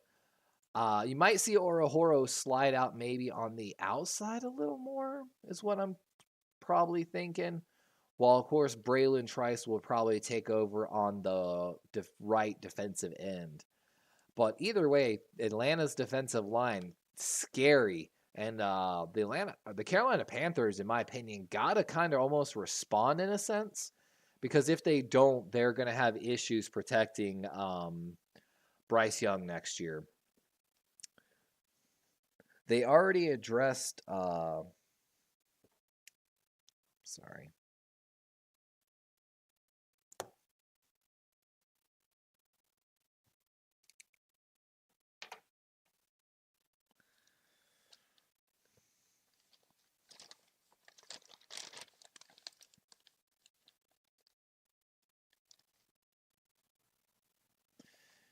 Yeah, Carolina, though. Running back, wide receiver. They got to get someone to protect Bryce Young. Got to. Like on the interior specifically. Maybe they're looking at Christian Haynes here soon. And the Chicago Bears are on the clock right now with the 75th overall pick. Of course, took Caleb Williams early, went and got Rome Odunze also in the first round. Absolute steal.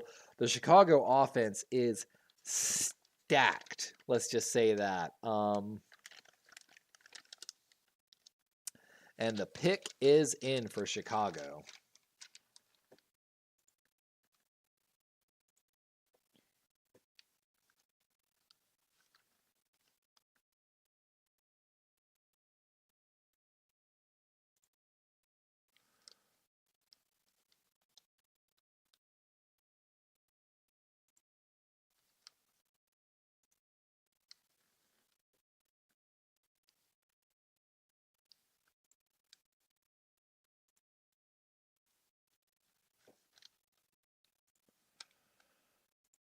Let's see. Where does Chicago go with this pick? Let me take a look here.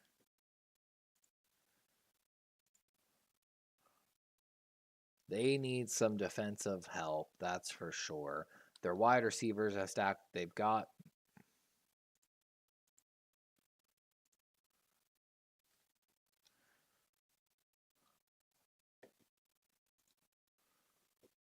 They do need an opposite guy, Montez Sweat. That's the guy I was thinking from Washington earlier. Dexter Sr. is still going to grow on the interior of that defensive line, so they don't really need help there. Oh, and they go get their tackle. Amin Daje, whatever, from Yale. We finally see the Yale tackle stop his slide.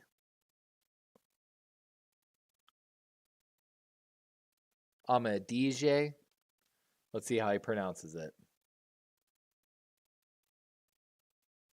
Amagaji. Congrats to the Yale tackle going off the board here. Played left tackle and right tackle for 3 years over at Yale. Absolute dominant size. Only had 4 games last year, though, due to injury. But at 6'5", 318, he's got insanely long arms. He might be a steal of this draft at this point. Again, the real question was the level of competition that he played against.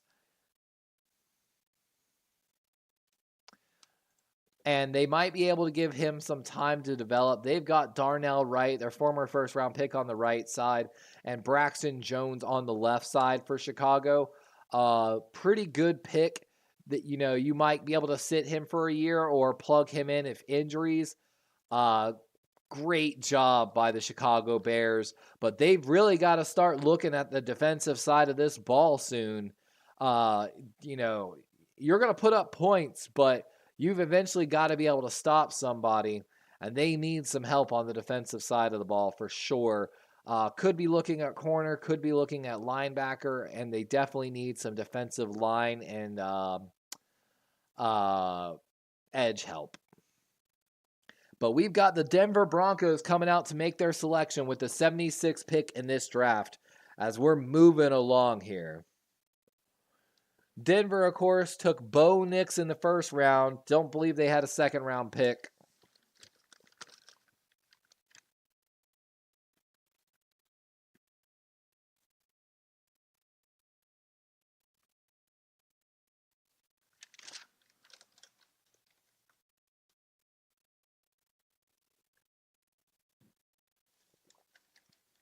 Jonah Ellis with the 76th pick in the NFL draft, the edge rusher from Utah.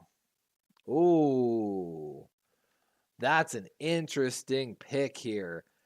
55th on the board, not bad, but this kid just missed out, I think, on my draft spell, if I remember. Absolute stud. Played his best games against UCLA, Oregon State, and Cal. Played against good competition and beat them. 17.7% pass rush win rate, outside edge rusher. 13 sacks with 2 hits and 24 hurries. Middle of the pack against the run, but that's what you want to see in anyone that's already dominating the edge. And there he is against California and Oregon State. Absolutely dominating. Look at the speed on him. That's a great pick for the Denver Broncos. They should be ecstatic about that pick, to be honest with you. They definitely needed someone opposite, probably to challenge Jonathan Cooper. Baron Browning had a decent year last year. He's going to come away and probably come in and compete right away for that left outside linebacker position for the Broncos. And next up, we got the Las Vegas Raiders on the clock now. Of course, took Brock Bowers earlier in this draft.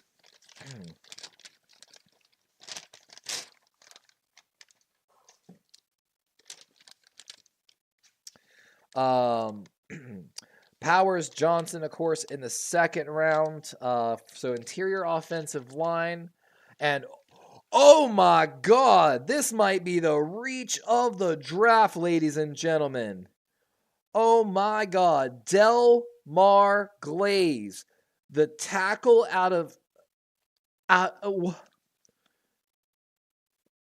what? Delmar Glaze is ranked the 257th tackle, average depth of pick 242. I am absolutely blown away with this pick right now. I'm telling you guys, what? Last year, the Oakland Raiders And they might move him into guard like they're talking about here. His problem is with his lateral agility. But last year, the Oakland Raiders or Las Vegas Raiders took Bennett, the cornerback out of Maryland. Was on my draft special. Didn't perform that well. Like one of the worst corners in the NFL last year.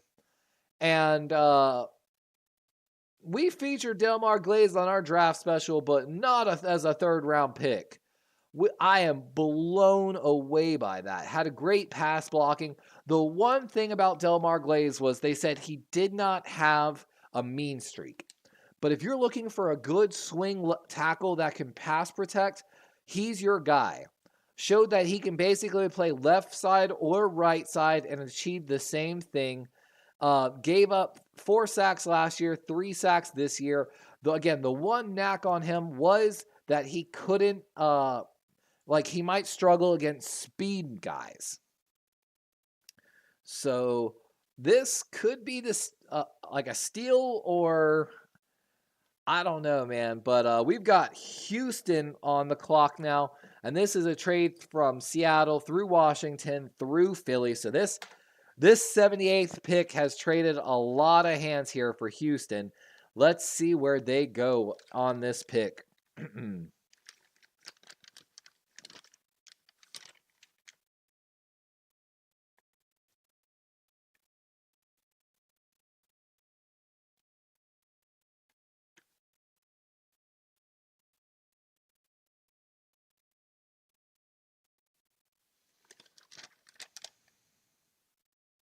So, of course, Houston took Blake Fisher with their last pick.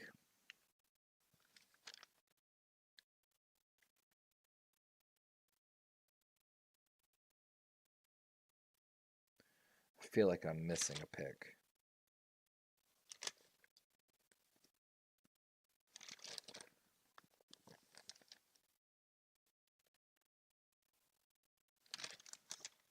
What pick am I missing here for I forgot I have this up.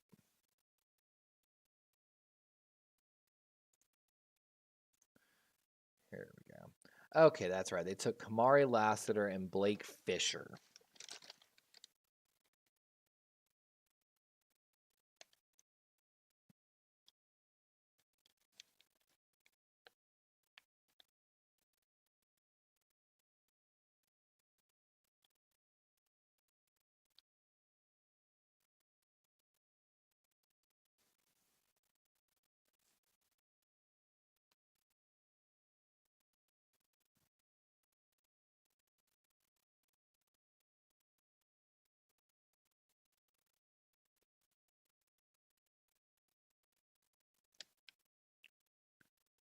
I feel like I am like straight just missing something here.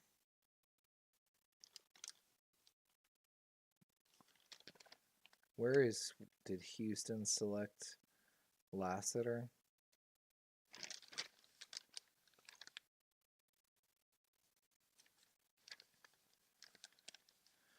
I'm sorry, I'm getting like too tripped up over this now. Like, where did they select Lassiter? It was pick 10 of the second round. Oh. Kamari Lassiter, that's what. So, okay, they've gone corner and tackle. Solid picks here for Houston. Where are they going to go next on this?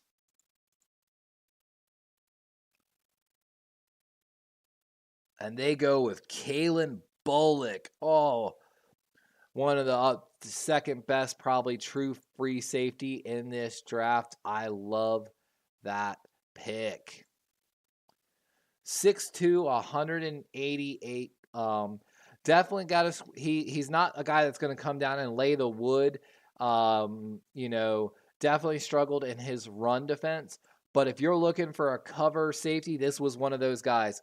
320 deep, 274 in the back, 249 in the slot. Like they're saying, elite range. Marcus Williams is his comparison.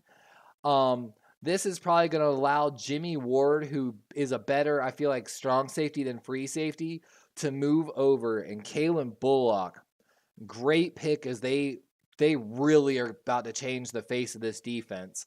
Getting Kamari Lassiter from Georgia, and then this safety really solidifies the other side of the field and will allow Stingley Jr. to even press down harder on people. That is a great pick. And like they're talking about, tackling was a little bit of an issue, but 9 interceptions, 15 pass breakups in his career. That's a great pick for the Houston Texans. And we've got Indianapolis on the clock now here. Indianapolis, of course, already took wide receiver and edge in this draft already. They took Latu and Adonai Mitchell. Let me take a look here at Indianapolis's roster. Maybe this is where we see Peyton Wilson's slide stop. They could have used a safety, so... Ooh, and we've got an offensive lineman coming off the board. With the 79th pick in the 2004 NFL Draft, the Indianapolis Colts select Matt Goncalves, tackle, Pittsburgh.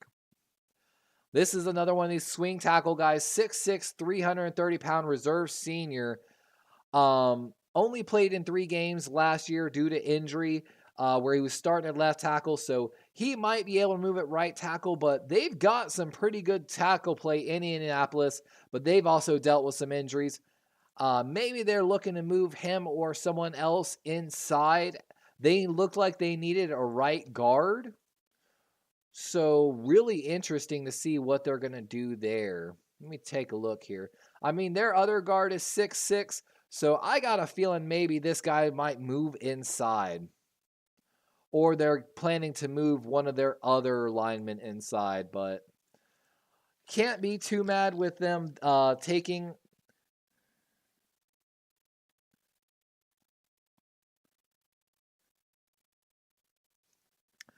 Gonna protect Anthony Richardson and really solidifies that offensive line. Again, I feel like the Indianapolis Colts have to address the defensive side of the ball a little bit more. But we've got the Cincinnati Bengals now on the clock with pick 80 here. They've taken defensive tackle and offensive tackle in this draft so far.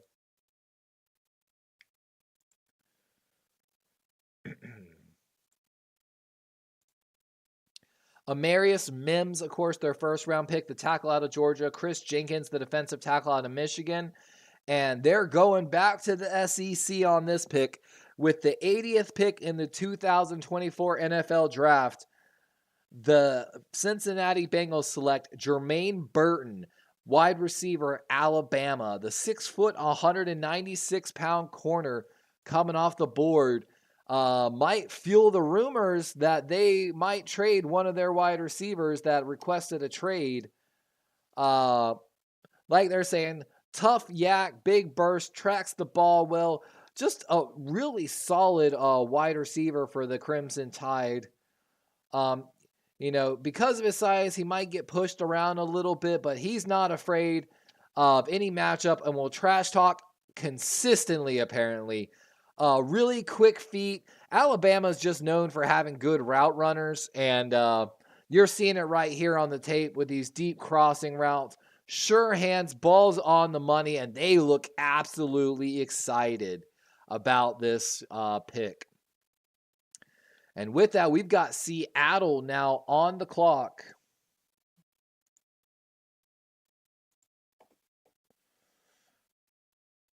We're getting closer and closer to Baltimore's pick, guys.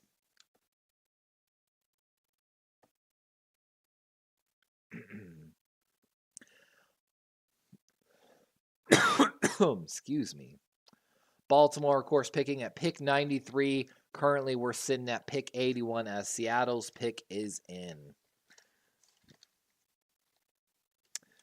Seattle, of course, got Byron Murphy in the first round, the number 1 defensive tackle in this draft. Mike McDonald looking to make his Justin Madubuike over there. Seattle did not have a second round pick, though, so this is going to be a big pick for the Seahawks here. Definitely could use some help along the offensive line. Do we see maybe one of my tackles from my draft special go off the board here? I wouldn't be surprised. They could use a little bit of tight end help as well. Maybe a little bit of offensive line or safety. I'm sure Mike McDonald really wanted Kalen Bullock, especially with the comparison to the current Ravens safety Marcus Williams. Definitely interested to see which direction they go here. Maybe Mike McDonald goes and gets his Kyle Hamilton remake and Cameron Kitchens. For those that don't know, Cameron Kitchens at one point was supposed to be a first-round pick and then just had an absolute horrible year this year. A lot of mental mistakes. Maybe that's something Mike McDonald can correct over there in Seattle. Oh, I'm starting to get hungry. But we're more than halfway through this draft, or this round, I should say. We're on pick, again, 81 out of 100 picks.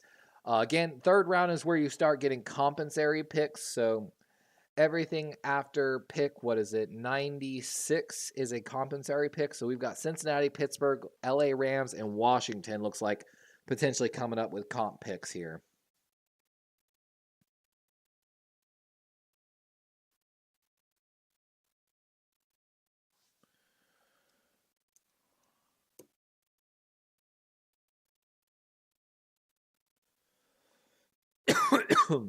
Excuse me.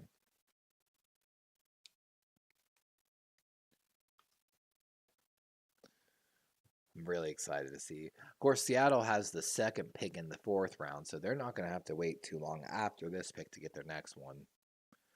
And they're showing Ladd McConkey when he got picked by the Chargers the other day. I guess there's Jason Newton. They're cutting through all the different guys that are getting drafted right now. Jackson Powers Johnson getting drafted. That's a good one.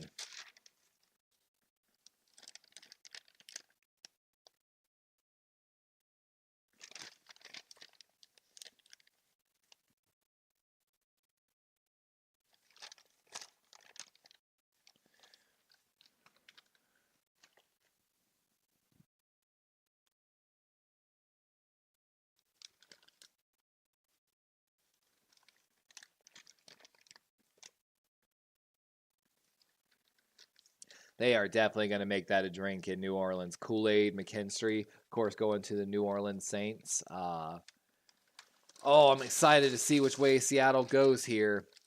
This could be where Christian Haynes comes off the board. And Tyler Lockett coming out with some guests. Is that Tyler Lockett's whole family? No, I'm joking. Looks like a girls' flag football league.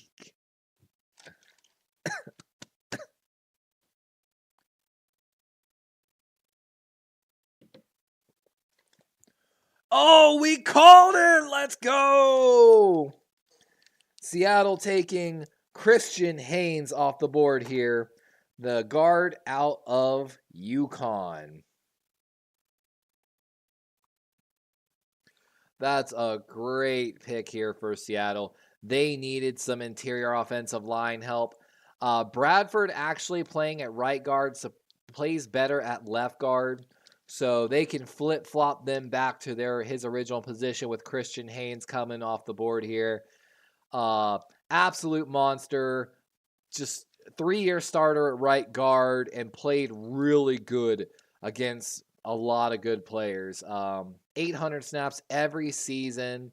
Better pass blocking. Definitely works better in the zone scheme, which, of course, that's going to work for Seattle and the way they run the football. So great zones fit. Basically, if you took away his gap runs, he would have been graded even higher. And like they're showing here right at the Senior Bowl, he took the best of the best. LSU, he basically made the LSU guy fight him. Senior Bowl standout going to the Seattle Seahawks. That's a great selection. And Arizona quickly got their pick in already. And this is a result of the trade with the Indianapolis Colts.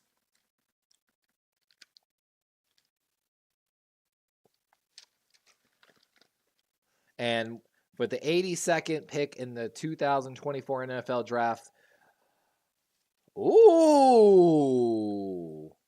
that's up. The Arizona Cardinals select Tip Ryman. That is a reach. Peter Schrager, this is his guy, though. 6'4", 271 tight end.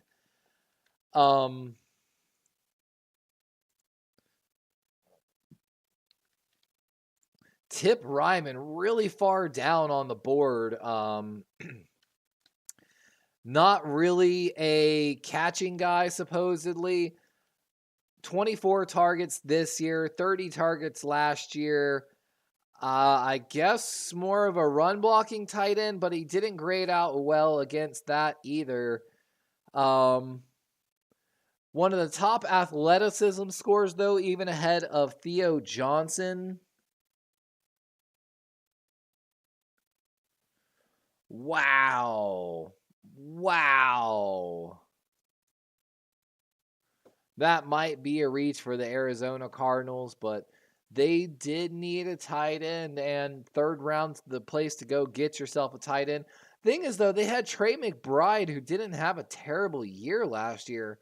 So maybe they're trying to transition their offense to more of a 2 tight end set, a 12 set. But a little bit of a head scratching pick there by the Arizona Cardinals.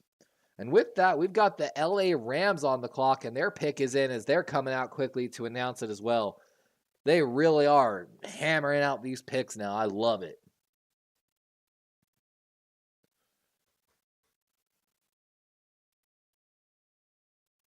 And they've got Isaac Bruce and his daughter out there, part of the 2020 Hall of Fame class. And she looks like so emotionless out there, or nervous, I should say. She's probably just nervous. Ooh!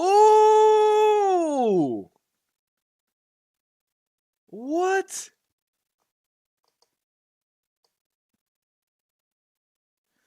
And there goes Blake Corum off the board. Wow.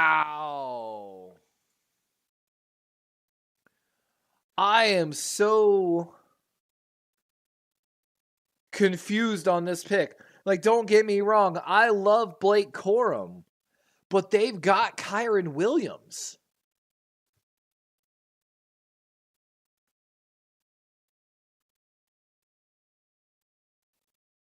What?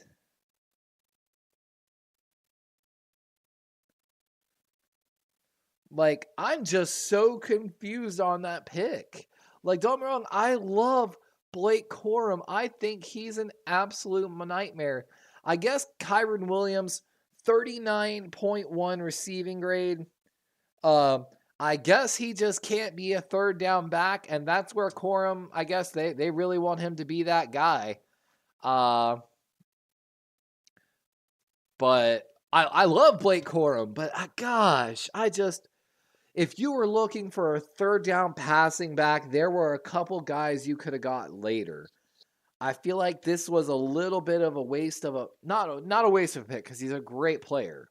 And if anything happens to Kyron, the LA Rams are set with their backup. But Guerrero, Lob, like I'm struggling for him a little bit on this one.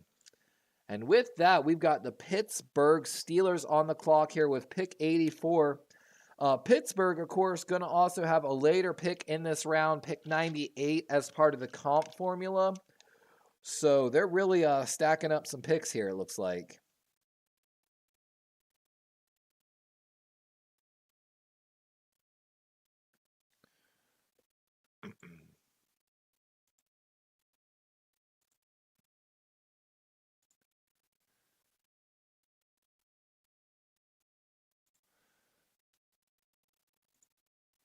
So, of course, Steelers rebuilding their offensive line took Troy Fatanu, listed as a guard, possibly tackle, Zach Frazier as well.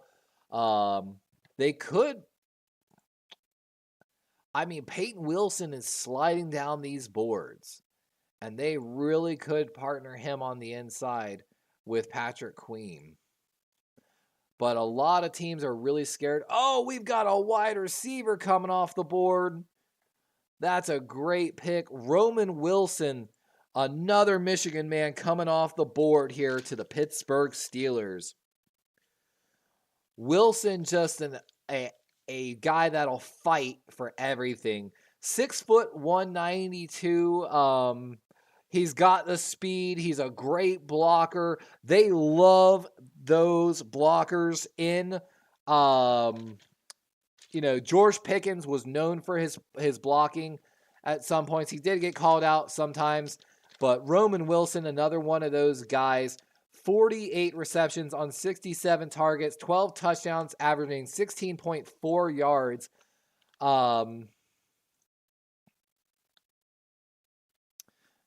Worked in the slot out of 206 snaps, so he's probably going to nestle in right into the slot there for the Pittsburgh Steelers. Of course, they've got Pickens on one side, Van Jefferson on the other. Wouldn't be surprised to see the Steelers go after another wide receiver, but they are rebuilding the offense in Pittsburgh. Definitely look forward to seeing what they bring next year. 2 offensive linemen and a wide receiver for Pittsburgh, as the Cleveland Browns are now on the clock.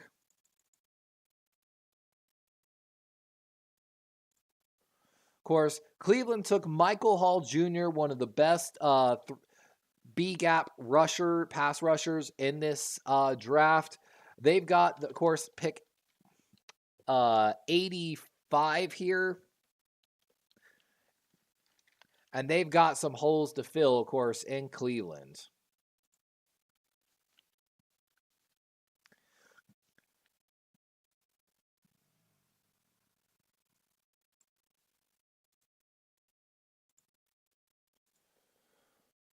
So, of course, they dressed in that interior defensive line earlier. They could use a linebacker. They could use some safety and corner help. Maybe even a wide receiver. There really any way they could go here. Wouldn't be surprised. Of course, they've got Amari Cooper and Jerry Jeudy there. Other outside receiver, Elijah Moore, someone I think they kind of like there. 5'10", 180 guy. Probably going to see Jeudy slide outside there and Elijah Moore move to the slot. They do need a tackle. Maybe we see actually one of my favorite tackles come off the board here.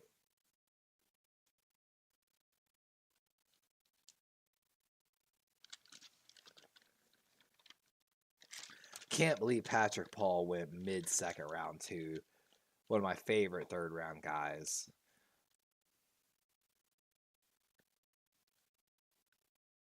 TJ Tampa, best player available on the board according to ESPN, is a great selection.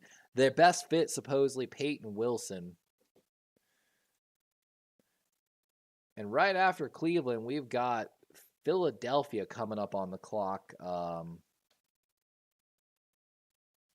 via Houston.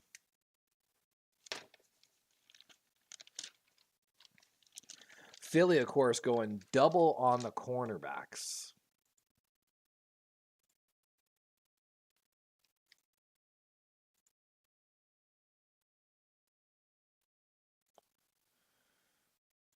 I just can't believe we've seen 2 different teams. Them and, like I said, I believe the Detroit Lions have gone with 2 corners, yeah, with their back-to-back picks.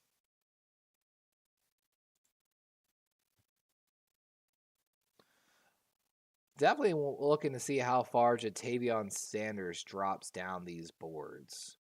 Like, he's an all-around good tight end. You know, nothing against him. Like,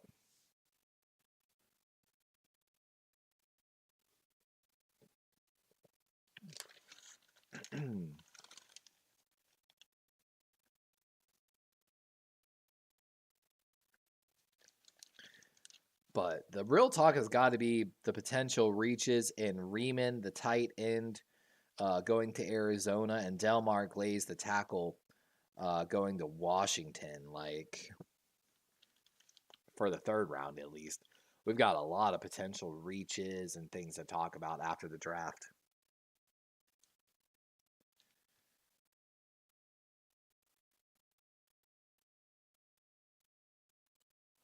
And Michigan, of course, showing out in this draft. They've got a couple offensive linemen later in this draft too that didn't get quite a lot of love. I wonder if anyone's going to draft them in day 3. And Roman Wilson, God, that's such a great pick, honestly. Like, that Pittsburgh offense could be scary. Oh, and another Michigan man coming off the board. I literally was just talking about this. And with the 85th pick in the 2024 NFL Draft, the Cleveland Browns select Zach Zinter, guard, Michigan. We've got 3 back-to-back Michigan picks. 6'5", 309, size and strength guy, plays through the whistle, but coming off an injury this past year, played right guard primarily, so he's going to nestle in probably on one of these guard positions. Definitely interesting pick. Wonder if maybe they're going to try to push one of these guys outside to left tackle. But definitely an interesting pick here for the Cleveland Browns.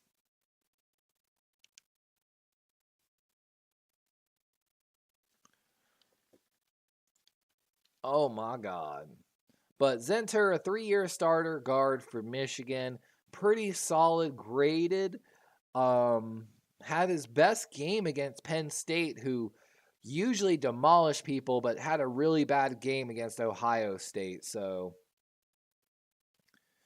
really hope the best for the young man.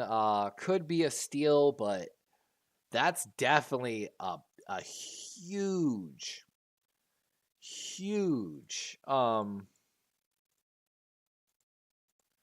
reach potentially. He was mocked at 163 on average, and he just went at pick 85.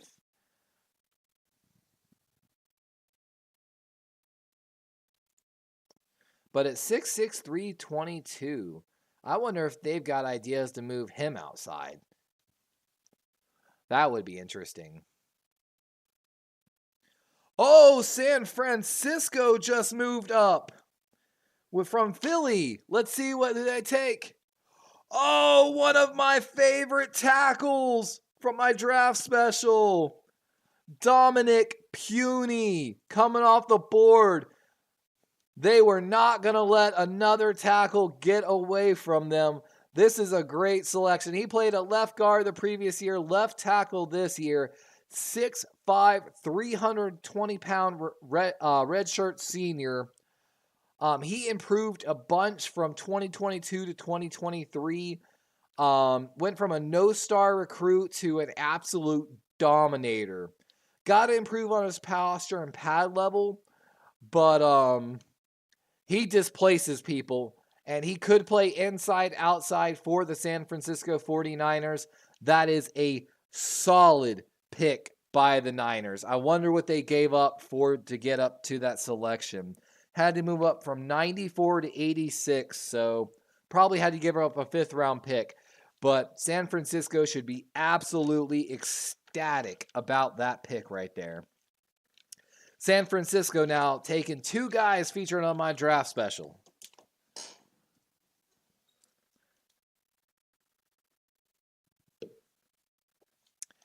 And here comes Dallas with their final pick of the night, pick 87. What a pick, man. Like, so San Francisco, of course, taking Ricky Pearsall, the wide receiver, Renardo Green, cornerback, and then Dominic Puny, tackle.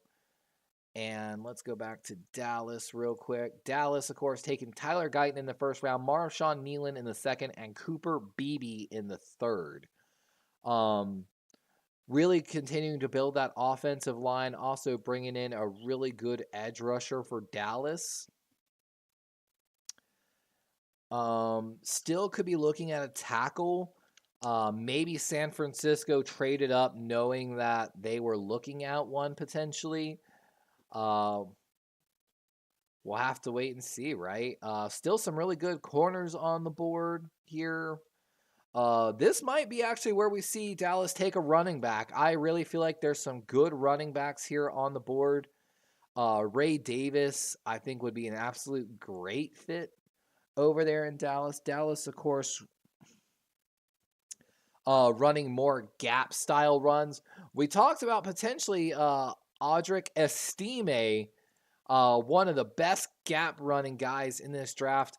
There was an NFL player that, when watching Estime from Notre Dame, compared him to Hall of Fame running back Jerome Bettis. But he said in the same breath, he's gotta be just like Jerome in the right system to make it work.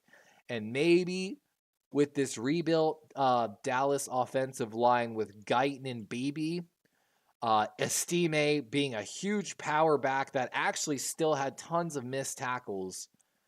I mean, I just can't get over it, man. So let's talk about real quick Dominic Puny. So of course, like we talked about, Dominic Puny featured on our draft special. Sorry, I'm trying to get down on my board here.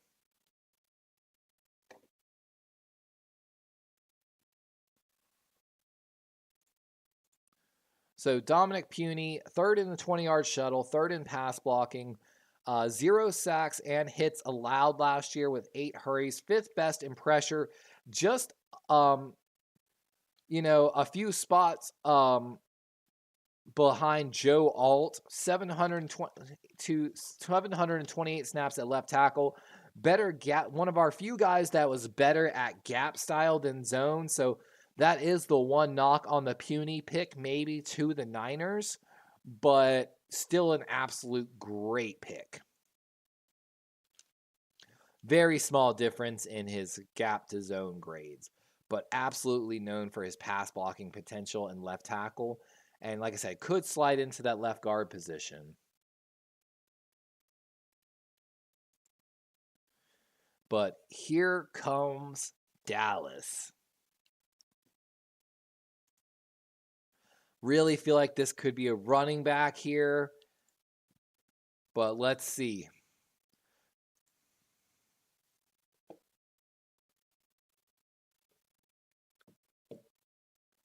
And man, Peyton Wilson's slide continues. A guy that a lot of people had first to second round grades on. And he's still sitting here. Same thing with Troy Franklin. Average depth of pick 36.5, and we're on pick 86. TJ Tampa falling down the boards. After that, we're kind of getting closer to where we thought we'd be.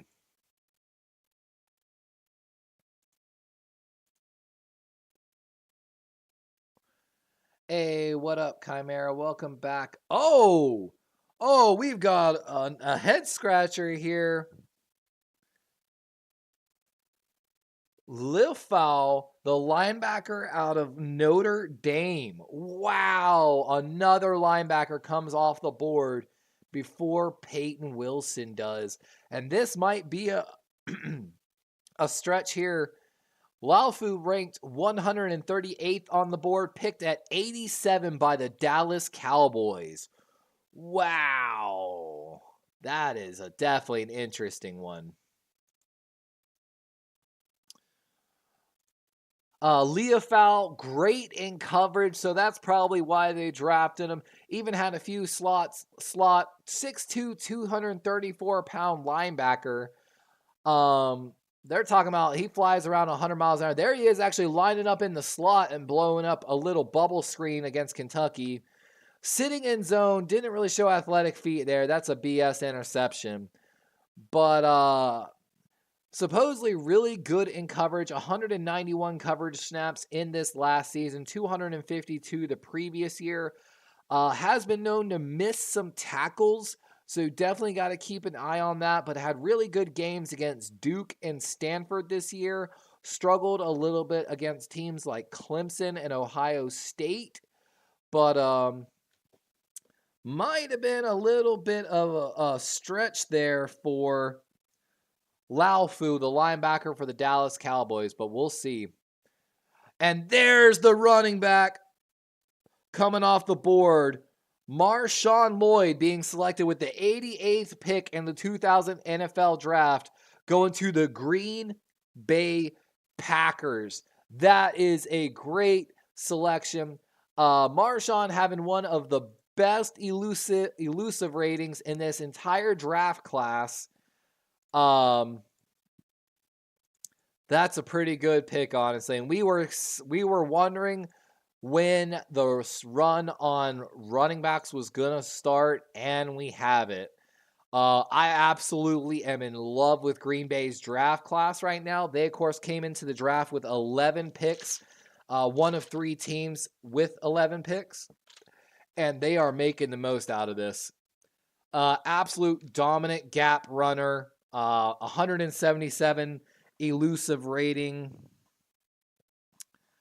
4.46 40, so he's got a little bit of that home run speed. I mean, like I said, 177. He's got the top elusive rating in this entire draft class. He looked really good in the drills at the combine. Like I said, can't say enough about this. I think Green Bay is absolutely having a great draft. The NFC North is going to be nuts next year. And here comes one of my safeties on my draft special. Tyke Smith, the second safety taken out of the University of Georgia. Tyke Smith going to be more of that strong safety for you, but 434 slot snaps. He can basically step into the slot and play with you. 85.8 coverage grade. Like I said, absolutely love him. 73.3 run grade. Like I said, he's going to come in and be an absolute great strong safety here for the Tampa Bay Buccaneers. They should be happy about that pick. And with that, we've got Arizona back on the clock here, pick from Houston.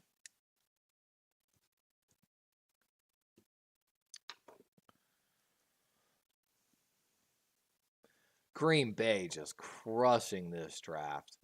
And I love the quick pick there by Tampa Bay. Let's take a look here. So Arizona, let's take a look at this draft so far for Arizona. They're again having a great draft too. Marvin Harrison, Darius Robinson, Max Melton, Trey Benson, Isaiah Adams, Tip Ryman. Now Isaiah Adams and Tip Ryman, they've got 3 picks here in the 3rd round. Arizona reaching on 2 of the 3 picks, in my opinion, maybe even 3. But they're really filling out their roster in this draft. Elijah Jones, cornerback, Boston College, a 6'2", 185 corner, going off the board here to the Arizona Cardinals. Ooh. And this is an interesting pick. Hold on here.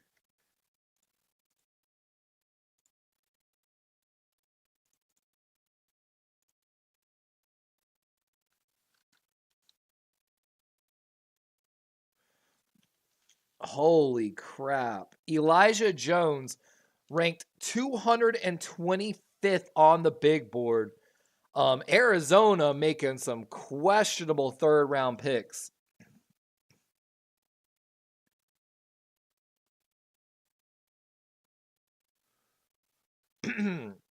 That was a head scratcher, honestly, for Arizona right there. I really don't know what they were doing there. And with that, Green Bay is back on the clock, guys.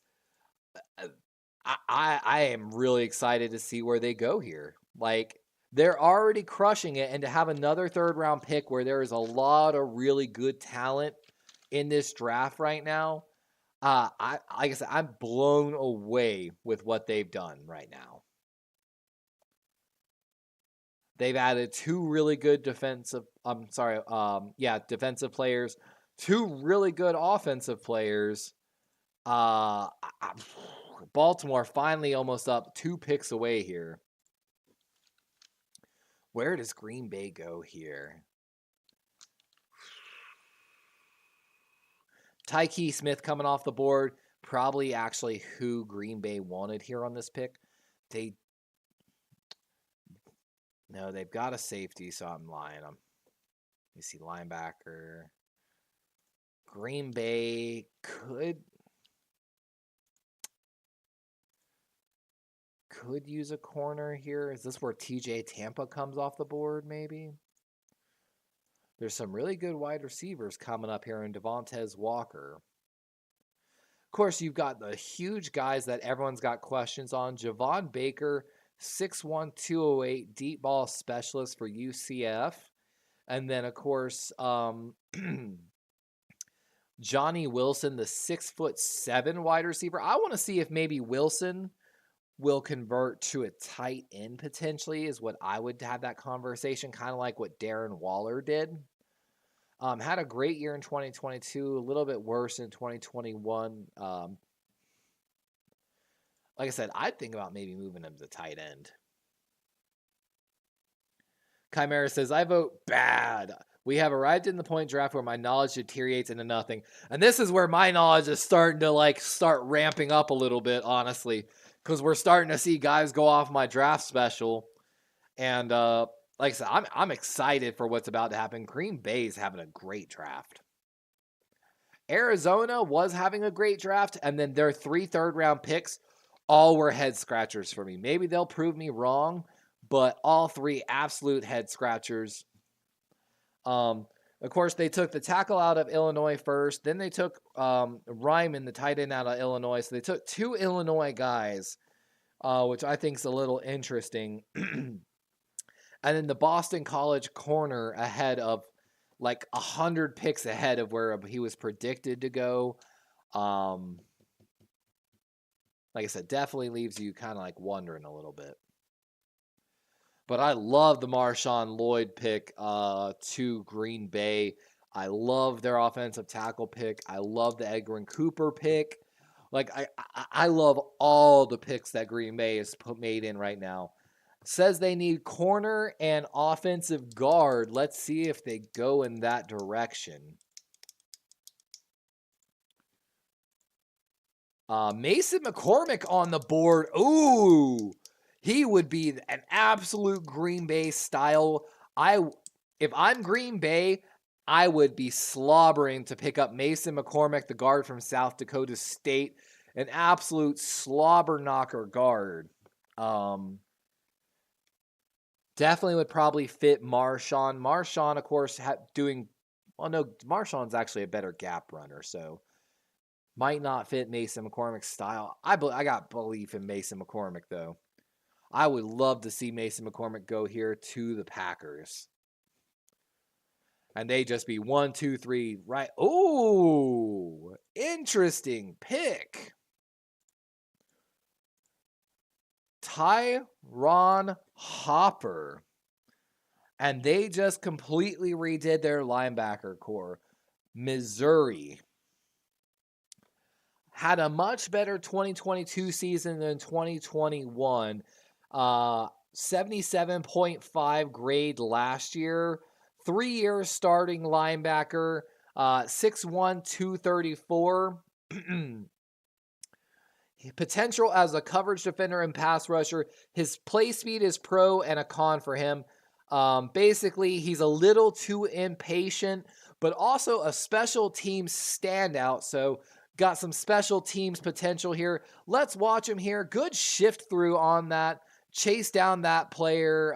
Here he is against LSU. So had definitely a rough season this year, but I'm guessing Missouri probably gave had some issues. He actually lined up in the slot 40 snaps or more every season for 3 seasons straight. So Tyron Hopper definitely going to provide another really good linebacker to pair with Edgerrin Cooper in the middle. I don't hate the pick. I'm not in love with the pick. But I trust that they've done the film on him, and man, you gotta love the how much that defense is going to change next year. And I'm telling you, there's some guys like Colby Woolen who's going to continue to develop for the Packers. I just they've got some potential there, and of course Devontae Wyatt probably going to have a bounce back year.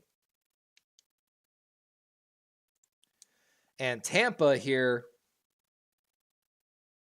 Oh, and we've got the final wide receiver of Washington coming off the board here to the Tampa Bay Buccaneers at pick 92, Jalen McMillan. And it's crazy that all 3 wide receivers went in this draft. They talk about it, even though McMillan and Lynn Polkin were on this, he still found ways to get open, basically. He's going to be a really good wide receiver 2, wide receiver 3, and fit in really well there with Mike Evans. Really diverse route tree. Took 231 snaps in the slot, so he's going to be a primary slot guy, which I'm sure exactly is what Tampa needs right now. Yep, they've got Godwin on the one side, Evans on the outside, and now with McMillan in the slot there in Tampa, they've got a very potent potential passing attack. Still got to address potentially that tight end position for Tampa, but absolutely love the pick there by Tampa. Congratulations to them. And with that, Baltimore is finally on the clock here in the 3rd round with the 93rd pick, and the pick is in immediately. Of course, Baltimore going wide. I'm sorry, cornerback and tackle here early in the draft. Could they go after a wide receiver here? Maybe Javon Baker. Deep ball specialist. Again, they've had conversations with Troy Franklin, who's the number 1 wide receiver on the board currently. We definitely could use some edge. I love, they say best available, TJ Tampa. Let's see where the Ravens go here on this pick.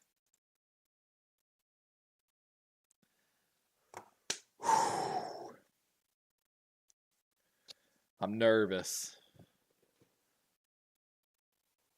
Where do we go? Sadly, all the wide receivers we wanted are gone. I would not be upset if we took also like a slot guy like Malik. But Javon could provide that true outside X guy. Average reception 21.9 yards, as he was an absolute monstrous deep catch contested monster. 8th in deep yards total, tied for 3rd in 15 deep catches in the NCAA. Predicted to be a solid wide receiver 3 for a vertical offense. Has some separation issues.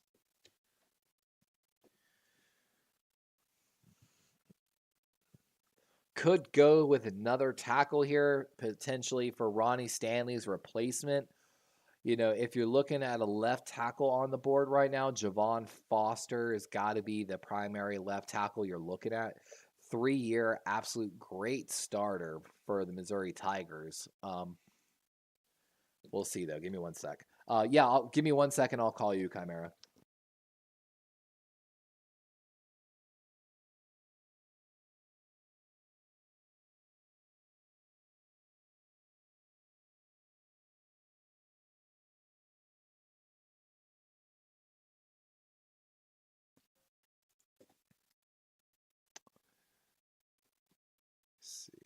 I got to mute. Hold on the draft real quick.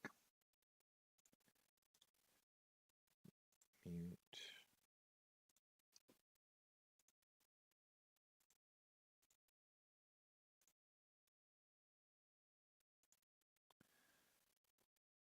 Mic check. Can you hear me? Why? It's showing you, but it's showing you like there. Okay. But now, there we are. Should be able to hear you now.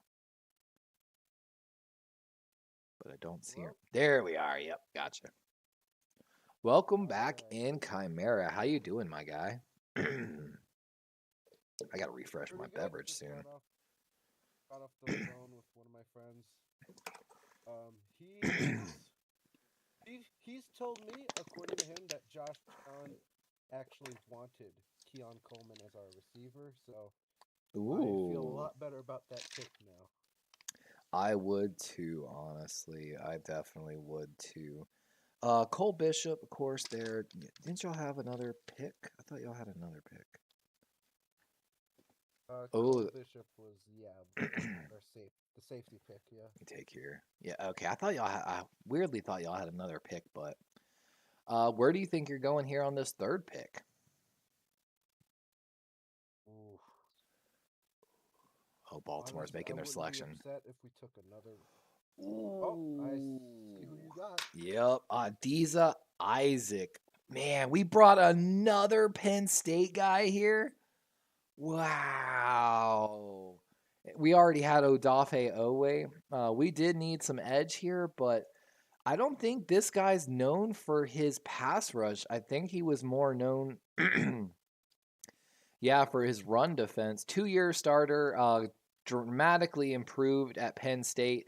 13% win rate, 11.4 run stuff rate. So he had one of the best run stuffing rates in the college football last year. 6'4", 254-pound linebacker on the edge. Loves the club rip move, but like all the Penn State guys, they're fast and they can shoot a gap. I like it, but I'm also terrified of the pick, to be honest with you. But in EDC we trust. We always can use more edge rushers. What makes you scared of the picks? Not feeling it. Just because, like we drafted Odafe Owe and it didn't work out for us, man. Like it was a rough one. And we've got Philly on the clock now, it looks like, from San Francisco. But yeah, circling back to the Bills, I feel like we have a couple needs. I think most pressingly, I think we could take a center here, another offensive line, because we Okay. obviously let go of Mitch Morse. He's on the Jaguars now, so we could use a replacement for him. The backup center we had last year wasn't the greatest, so I feel like we could pick up a center in the third round. I've If got not two that, guys on my we draft could go with a special that might be receiver. there for you. Depends on whether you want a run blocker or a pass blocker. There's two really good centers left in this draft. Ooh, God. Ooh, That's terrifying. That is terrifying. Jalen Hunt's going off the board here from Houston Christian. I don't know if you know about him going to Philadelphia. So, of course, he played at the lower level, 6'4", 248-pound edge rusher. Of course, lit up the combine because of his size. Absolutely explosive. He might take some time to develop as an outside edge rusher, but he was dominant getting after the quarterback at the lower level. That's terrifying that he can go to Philadelphia and now probably get some time to develop behind Bryce Huff and Brandon Graham. Like, that is terrifying. God, they just can. I feel like they're bringing back the NASCAR package, bro. Like, and of course they brought in two corners as well. Like, fuck, 3 picks on defense. I do not want to face them. Yeah, luckily we don't really got to face them till I hope Cowboys fans have fun. Oh, here comes Buffalo. All right, the pick is in. Come on. Oh, wow. Oh. Carter from Duke. Okay. I think If Okay. I remember correctly, I think we did. I think we did need help with defensive tackle, so I'm not upset about that. He was someone that I thought he almost made my draft special. He looked really fucking good at the combine. Like, really good. Had a really good 2022 career, uh, better than his 2023 career, but he's a 3-year starter on that defensive line. 6'3", 305. Like I said, looked very fluid. Uh, right across the board, played more B gap than anything, but they moved him all across that line. Um, he's been falling down some boards. Let's see. Below Well, average you know pursuit what? speed, get off was a little below average this year or 2022, but improved 2023. Deep bag of pass rush moves, like we talked about, really versatile. Apparently, just a really smart football player. Um, I mean, not a bad pick. Not a bad pick.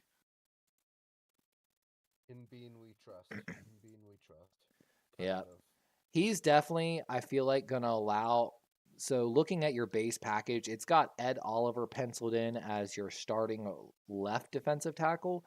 I feel like Carter will be able to play there a lot better than Oliver does, and maybe slide, you know, outside more potentially. And just it's going to give you the ability to allow, I feel like, Von Miller to really get some better matchups. Let me take a look at that nickel package. Yeah, I I feel know. like he's going to fight Oliver for that starting job, to be honest with you. And about Von Miller. I think he'll return to form next year. I think You think because so? similar to the Tre'Davious White thing, yeah, because similar to Tre'Davious White, when he initially came off his ACL tear, White had very low productivity. But then the next year, when he had the full offseason to rest, he like returned to his peak form. That He Pro was Bowl form. balling out, and then obviously, unfortunately, for his Achilles. But like, I think it'll be similar with Von Miller, who I think he was recovering last season. He has a full off season to just rest, fully heal up, and I think he'll be back to a relatively good form this year. That'll be I good. think our Glad to defense hear is going to that. be really strong. Yeah, so I think we'll have a strong defense. Hopefully, our new picks will help bolster that. Hopefully, Allen enjoys his new receiver target, and I think we're in for a good year. I'm optimistic. I'm optimistic. You have pick 28 in the fourth round, and I'm telling you, if you're looking for another wide receiver in this draft, there's a guy, Malik Washington, absolute stud. Jacob Cowing from Arizona could be your new Stephon Diggs. Jacob Cowing, basically 3 years in a row, never had a target pressure rate under 25%. He was literally just a absolute target match nightmare. Basically, just anytime they could get him the ball and let him make a move, they did. He could be a great replacement potentially for Stephon Diggs. Um, Average depth of pick 113, which would line up, I think, with potentially your fourth round pick. So let's see Hey man, here. anything our receiver room with good young talent. And that was the Because draft our approach of the. oh boy, Mhm.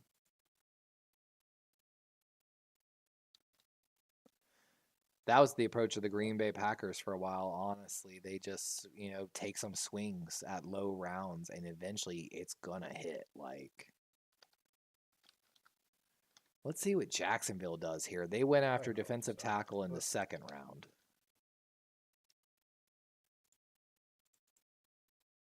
according to ESPN, they need a cornerback, a offensive tackle, and an And edge. which I I don't don't know. really I can't understand the verify edge. any of that because Yeah, I would say they don't need an edge. They'd yeah, have I don't know. I can't verify any of this. Trayvon Walker, who of course was the first overall pick a while ago. They signed Jonathan Allen, of course, to an extension, and then they brought in our Armstead to play one of the defensive tackle positions, and then of course the pick of Mason Smith from LSU in the second round addressed the other part of that interior line. Definitely could probably use a corner here. Yeah, and that's where they go. Yeah, there it is. There it is. That is a great selection. This is one of the guys I featured on my draft special as well. He's definitely rated a little lower on the board, so you could say this is a little bit of a leap. Average depth 113. This guy is a stud, absolute stud. Man coverage zone doesn't matter. He played a lot of slots, so he's going to be a nickel guy coming into the NFL. Which maybe they're trying to move Darnell Savage outside over there. But this guy, just like if you watch the tape, he explodes, comes flying downfield like nobody's business. 6 foot 191, just an absolute nasty corner in the slot. I love this pick. Sorry. Bengals on the clock now with two major needs. We have running back and tight end. It looks like they need. Yeah, let me take a look here. They lost Joe Mixon, right? Yeah, they lost Joe Mixon. Pulling up all their stuff here. Ooh. So they, of course, do need a running back. Time for them to take running back. It could be, man. There's some really good running backs. They already addressed wide receiver, tackle, and defensive tackle in this draft. They could use a corner, I feel like, still. Also could use a linebacker. Maybe this is where we see Wilson come off. But I heard from a lot of people that Peyton Wilson was just taken off draft boards. Wow! Whoa. That's a draft. That's a little bit of a reach. McKinley Jackson, 205th defensive tackle on the board. Really known for being like a run stuffer. 6'2", 325-pound senior. Played all A-gap, which they did, I guess, need an A-gap kind of guy, but they already went to defensive tackle with Chris Jenkins. Maybe they're thinking they're going to let Jenkins play a little more on the outside of the line, but that's an interesting pick. Might have been a huge reach. Again, this is where my draft knowledge is like dead. I don't know who any of these players are anymore. Like Jackson kind of looked good at the combine, but like he's got really short arms too, below 50th percentile arms. But he can't hold up against double teams. So he was predicted to be a nose in a 3-4, but they're definitely bringing him in there into Cincy to try to shore up their run defense, which I think was a little bit of an issue for them last year. And we've got the Steelers on the clock now. I really liked their draft until that pick, to be honest with you. I'm excited this. Suck. They are having a good draft, though. They rebuilt their offensive line with a tackle and a center, added a great route running wide receiver in Roman Wilson, who's also a great run blocker. The run game for Pittsburgh is going to probably next year be back to what they're used to. Let's just put it like that. One of these years they have to finish below 500, right? I know, right? Jalen Warren, the running back, this year because I think actually forced more missed tackles than anybody in his very limited snaps last year. He's sneaky good, and he didn't have a good offensive line, which they, like I said, they already really addressed. This is going to be an interesting pick. Best fit, Brandon Dorless, the edge rusher. Why? They need a defensive end, which I guess Brandon Dorless could fit the left end in a 3-4 scheme, I guess. Dorless is like a tweener. He's 6'3", 290, so not big enough to play inside probably on most defenses, but might be too big to play on the outside. Played mostly B-gap and over the tackles, so he kind of, I feel like, would fit as a 3-4 end.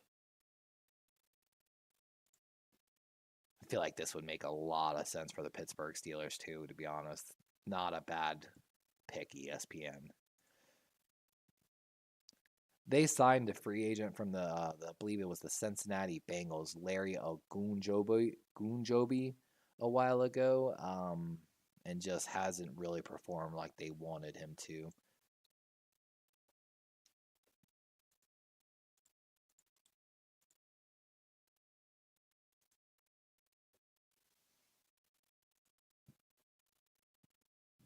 I'm curious. Do you see the Steelers as a potential threat for your Ravens in the coming season? Oh, absolutely. Their pass rush ability with Hayward, Benton, Watt, and Highsmith is one of the best in the league. Joey Porter Jr. is going to continue to develop on the outside for them. And they brought in Dante Jackson in the trade from Carolina, who's hopefully going to have a bounce back year.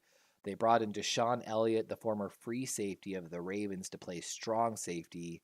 Also, he had a really good year with Miami. And then, of course, brought Patrick Queen, who's going to get to fly behind that defensive line. Wilson and Fields gives them really good flexibility at quarterback, and Pickens is a true X number one wide receiver, with Wilson now going to be their primary slot guy. They've got sneaky good potential if that offense can even perform, even close. Got a really good center in Nate Herbig as well. Fatanu penciled in to start at their left tackle. Ooh, and we talked about this earlier in the draft that they might do that with PQ, and here they are doing it now. We talked about this with their last pick, the 20th pick in the third round. We're like, what if they put Peyton Wilson next to Patrick Queen? And sure enough, they do it with their second third round pick. And Peyton Wilson finally seeing his slide stop. And like I said, that Pittsburgh team is a little scary now, to be honest with you.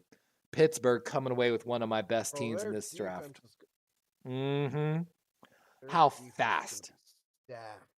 How fast that defense is going to be, too. Because TJ Watt and Highsmith finished as the 5th best and 10th best edge rushers last year. Hayward has been a stud on that defensive line for years. And Keanu Benton, their third round pick last year, was one of the best rookies, defensive linemen taken last year. And he's going to continue to develop. Like I said, the speed of that defense now. And of course, they've got Minka Fitzpatrick as their free safety, who's an absolute stud. The scary part about this draft for the Pittsburgh Steelers, their offense is probably going to take a step forward. They've still got a 4th round and 2 6th rounds coming up, so they're not done. And fuck, dude, absolutely upset that I have to deal with that team. Yeah, and you have to wonder, like, is Russell Wilson gonna maybe improve a little bit? And that's the thing, if he returns to that, exactly. Major. He's got 2 really good wide receivers. Because that was one of his, He's got a good run game, which he didn't have before in Denver. The thing is, like I said, the scary thing is going to be Jalen Warren behind a good O-line, to be honest with you. That's what scares me more than anything. Oh, no. Let's see. Oh! There goes one of my favorite fucking safeties, someone I featured on my draft special, to the LA Rams. Oh, my God. This is a potential Kyle Hamilton kind of pick for the LA Rams. I am blown away right now. Cameron Kitchens, 5'11", 203-pound safety. And of course, they signed Cameron Curl as well from the Washington Commanders. So they've got 2 really good safeties now. This guy had 5 interceptions, has ball skills for days, as they're showing there. Violent player. When they were talking about him at the beginning of the draft or the season, he was predicted to be a 1st round pick guaranteed, and then just had a bunch of really bad mental mistakes playing deep. But so this year, 67.8 PFF grade. Last year, playing more snaps, 90 PFF grade. while having more coverage snaps and playing more in the slot and deep. If he can return to that 2022 form, the LA Rams just nailed a home run pick. I love it. Absolutely love it. Rams could be scary, man. Yeah, what's really scary is Braden Fisk has got really good rushing potential. So they brought in Jared Verse on one side to pair with Byron Young, who's one of the best edge rushing rookies last year.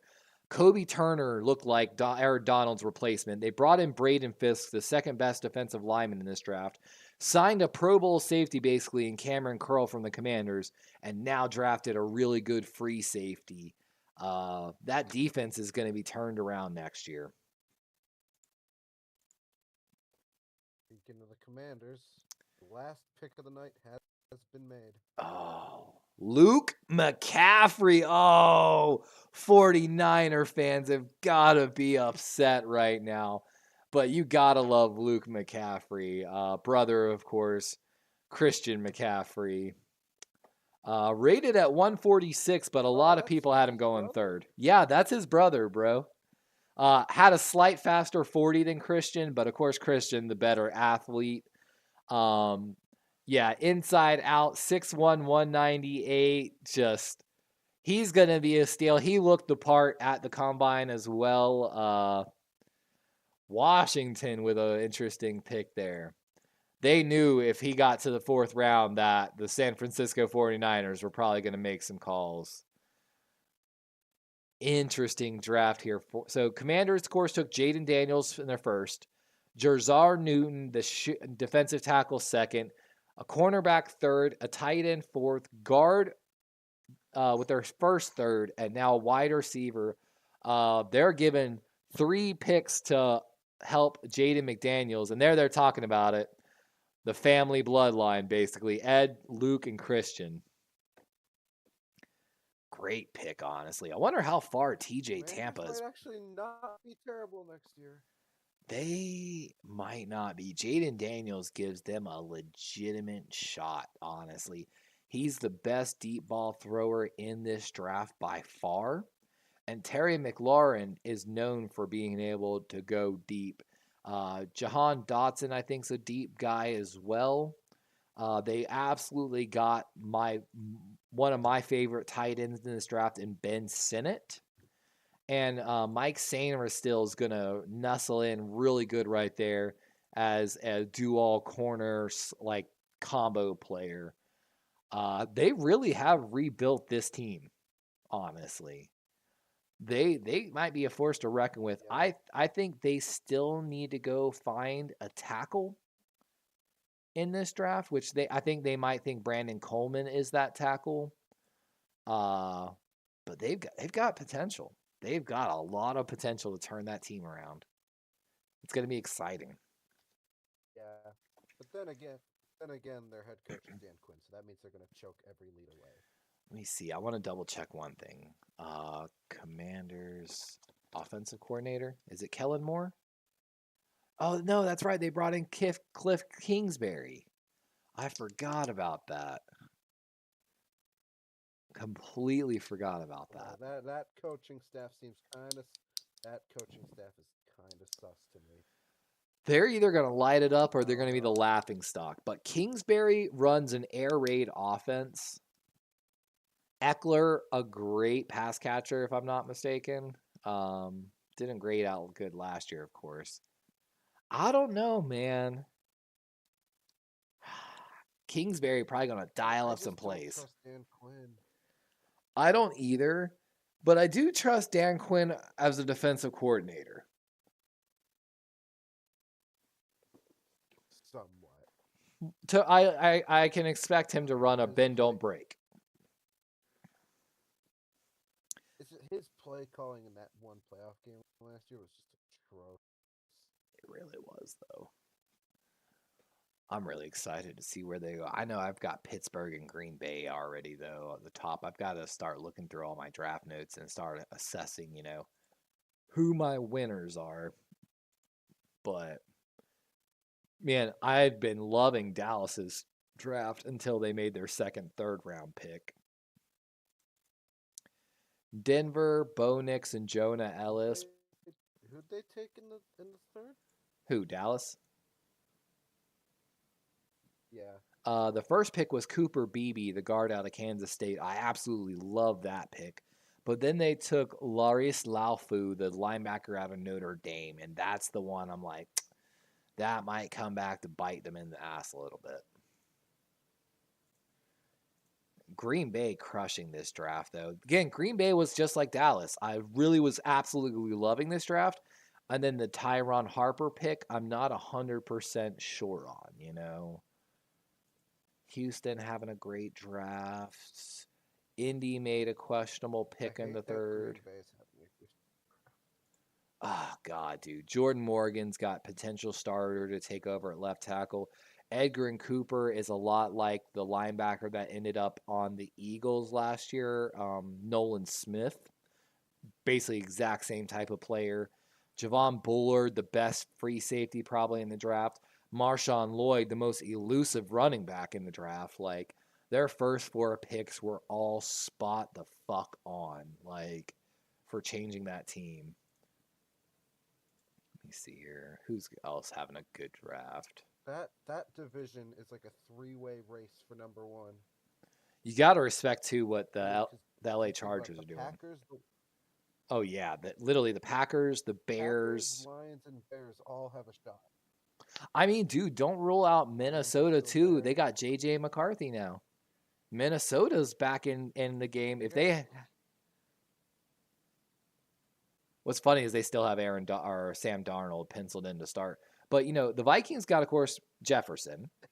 Jordan Addison is still continuing to grow and is an absolute monster. They signed Aaron Jones away from Green Bay. Yeah, like they've got, and then of course depending on how. The head scratcher for me for Minnesota was this. They signed Grenard, the edge rusher from Houston, for like $80 million this season. They then also went and signed Van Grinkle, who was one of the better edge rushers this season from Miami for 2-year, $20 million. So they spent like $90 million on edge in the offseason, and then they trade up to go get Dallas Turner, another edge rusher. Like, don't get me wrong, I love having a ton of edge rushers, but to trade up and go get Turner there, just it feels like someone's not going to find the field that you're paying money for it. Essentially, is how I feel about it. So that was the only thing I'm a little worried about. But with JJ, bro, and that wide receiver and TJ Hawkinson as the tight end there, I think JJ is going to have a field day with Hawkinson, who finished as the third tight end last year in the NFL. McCarthy. Say what? Yeah, depending on how good JJ McCarthy ends up being, like you could totally see the Vikings make a run for it. I mean, like we don't know how good McCarthy's going to be, but he could be the guy. It could get him into the wild card. He really could. Like the NFC North is going to be really competitive next year. I really like the LA Rams draft so far. Honestly, they've had one of my favorite drafts. Jared Verse, Braden Fisk, Blake Corum, and Cameron. Blake Corum, I was a little iffy on. I love him, but I guess Kyron Williams really doesn't have that good of a receiving grade, so that's probably why they brought Corum in. Las Vegas got some head scratchers. A lot of NFL divisions are going to be like. I feel like a lot of the divisions are going to be really competitive next year. We have the NFC North, obviously, the NFC West. Like all of those teams seem pretty good, except the Seahawks. AFC East, it seems going to be a bloodbath. Your division, the AFC North, is always a fun time. Yeah. Like, I think we're in for a good season next year. We really are, though. Like, oh man, I'm looking across the board trying to see if I got any other draft classes I'm really in love with right now.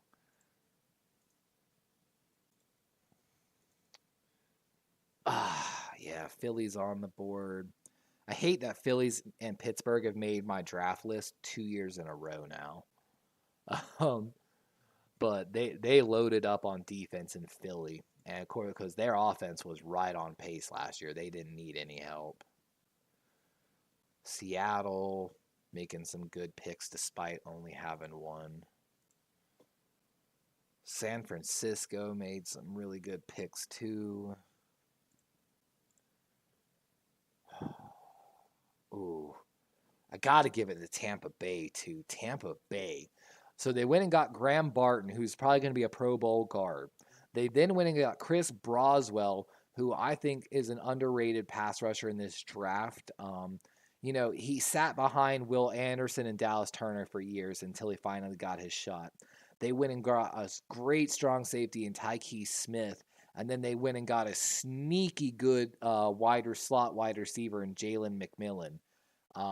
They've had a really good draft so far, to be honest. I feel like the Eagles have had a couple good drafts in a row now. Like They they had a really really good have. one last year, even the year before, I think. Yeah, Washington having a good draft too, man. All the picks they've made have been so fucking solid, and they've got 2 5th-round picks, no 6th rounds. But at the 5th round, there's still going to be some really good players on the board. I feel like it's 6th and 7th. We might start struggling to find some people, but wow, what a draft, honestly, by those teams. I'm making sure I put it on a sticky note here. LA Rams,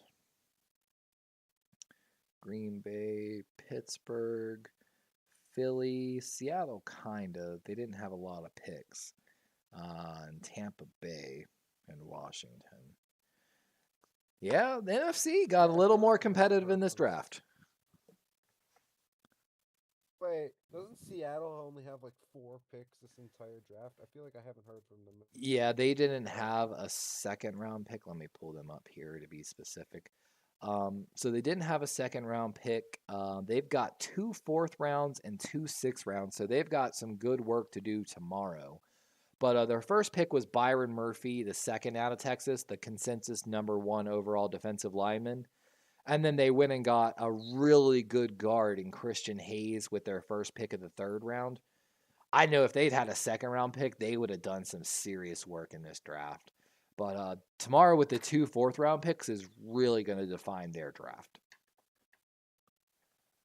But for limited picks, they did a good job. Thinking about their roster right now.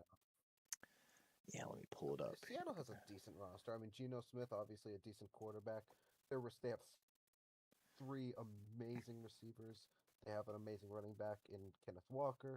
They could still make some noise, I feel like. Yeah, the thing is this. So Geno Smith, their new head coaches. Mike McDonald, I fucking love. And Mike McDonald's already restarted building that defense in a sense. So like you said, Geno Smith, 82.9 PFF grade. The real sneak trade of the offseason was they acquired Sam Howell really quietly from the Washington Commanders. Now, Sam Howell had some turnover issues, which is the exact opposite of Geno Smith, but Geno used to have those same problems as well. But Sam Howell quietly put up like 4,000 yards with the Washington Commanders last year. Like you said, they've got 3 really great wide receivers, Lockett, Metcalf, Jackson Smith, and Jiba. And don't forget, not only behind Kenneth Walker III, they've also got Zach Carbonet, the 3rd-round pick out of UCLA last year, who was one of the best running backs in the class. Looking at their defense, though, they've got, of course, Tariq Woolen, who's looking to have a bounce-back year. Really didn't do so well last year, but he's a huge guy. They've got Devon Witherspoon, who missed the beginning of the season, but finished as the 6th best overall corner in the league. And then on the opposite side, they've got a young guy named Michael Jackson, who was taken in the 2019 draft, another 6'1 corner, finished as the 20th best overall. The real story, though, is when Mike McDonald got there, he cut both the starting safeties and let Bobby Wagner walk. So they still really need safety help, but he already addressed linebacker. He brought in Tyrell Dodson, of course, from the Bills, who you are very familiar with. Who's absolute star in coverage. And then he also signed Jerome Baker, the former starting linebacker from the Miami Dolphins. So he addressed linebacker in free agency. They've got a guy named Boye Mafe who really stepped up last year. They, of course, then acquired Leonard Williams from the Jets. So absolute star interior defensive lineman. And then they've also got a young guy named Nwosu, a second round pick of 2018. So they really only need safeties and interior defensive tackle. And then they, like I said, they went and got Byron Murphy in the first round, who's basically going to be, Mike McDonald was our defensive coordinator. So he looked at Byron Murphy and said, this is a faster Justin Madubuike. Aaron Donald actually said if there was any defensive tackle in this draft class that was close to him, it was Byron Murphy. So you can basically consider Seattle might have got an Aaron Donald, which is terrifying with their corners. Oh. And with Tyrell Dotson behind him. He's anything like Aaron Donald? Exactly. He's anything like Aaron Donald. That's terrifying. Last year, they took a LSU guard named Bradford in the second round, one of my draft special guys. He played at right guard, it looks like, for them, but he's going to be better at left guard. And of course, they then went and took, with their third round pick, the Yukon guard. Oh my gosh, I'm so sorry. I'm blanking on it real quick. Christian Haynes, who's a perennial right guard, so they really just need to address the offensive line and safety now, which they went and got one offensive lineman. So maybe a center or a tackle is what they're looking for, and one safety. So they're in a pretty good position. And of course, I'm not 100%, but I want to say they've still got some cap space to work with. Let me double check here. Okay, actually not so much, only 1.62, so they're kind of lower on the cap space now. They did also sign, though, Lakeland Tomlinson, a guard from the Jets, so might not really be looking for another interior offensive lineman, or maybe they're going to move one of those guys outside. Seattle's, like I said, if they nail these fourth round picks coming up, they're going to be a really good team. And the thing is, they've got the second pick in the fourth round. So they're going to have dealer's choice essentially on this. Let me see here. I feel like a lot of teams, and like everyone in the NFL, I feel like a lot of teams got better. Next season could be anyone's game. Oh, dude, it's really going to be interesting. Like, that's all I have to say. Baltimore getting an edge rusher and a corner and a tackle makes me so fucking ecstatic. That was literally the top 3 needs probably on our entire team. You can maybe edge in wide receiver with that, but we extended Bateman for only $5 million a year average, which is an outstanding deal. And of course, we re-signed Aguilar to be our third guy in that. I love it. I love everything I've seen here from our draft. I'm excited to see tomorrow. Tomorrow we're going to see I think tomorrow we're going to see a huge run on running backs. I think we're going to see a huge run on edge players as well. Austin Booker, Javon Solomon, Mohamed Kamara, probably all going to come off the board tomorrow. Maybe Grayson Murphy as well. I'm seeing like probably in tomorrow's fourth round, 5 to 7 edge rushers coming off pretty quickly. But we've got guys like CJ Tampa, like they're showing there on my stream, best available. Average pick was 52, and we're on pick 101. Like, he has fallen down boards, just like Troy Franklin, the wide receiver from Oregon. Let's see here. I wonder what's causing him to fall down so far. Oh, I know, right? Let me take a look here. So, primarily played on the outside, had a better year last year than this year. I guess struggles a little bit in run defense, better in zone than man, but definitely very interesting that he's falling, just like, and we saw just Iowa and Iowa State corners, Cooper and Tampa are falling down boards. Like, I'm just so confused on them, but they know for a reason. Like, I'm telling you, one of the wide receivers tomorrow to look out for to get drafted, I think is going to be an absolute monster, is Malik Washington. He's out of Virginia. I think he's going to be this year's Tank Dell, to be honest with you. 100%. He's going to go to the Bills. And dude, that's what I'm saying. For tomorrow, if the Bills were looking for a wide receiver, Malik Washington and Jacob Cowing are Stephon Diggs 2.0s. You went and got your Gabe Davis and Keon Coleman. These guys will destroy people from the slot if you let them. I will put money on it. And the best thing, they add really great special teams potential as well. We did let go of Naheem Hines this offseason. Yeah. So I told you I wasn't a fan when y'all made that trade for him. I told you I wasn't a fan of that. Hey, to be fair, Naheem Hines was a really good kick returner. Yeah. When he was healthy. Yep. He wasn't last year. At least the fumble issue never came into fruition like I thought it might. That was my big thing, was I thought he was going to have some fumbling issues on kick return duties. So I'm glad that he didn't for y'all. Yeah, instead it was his replacements that had fumbleitis.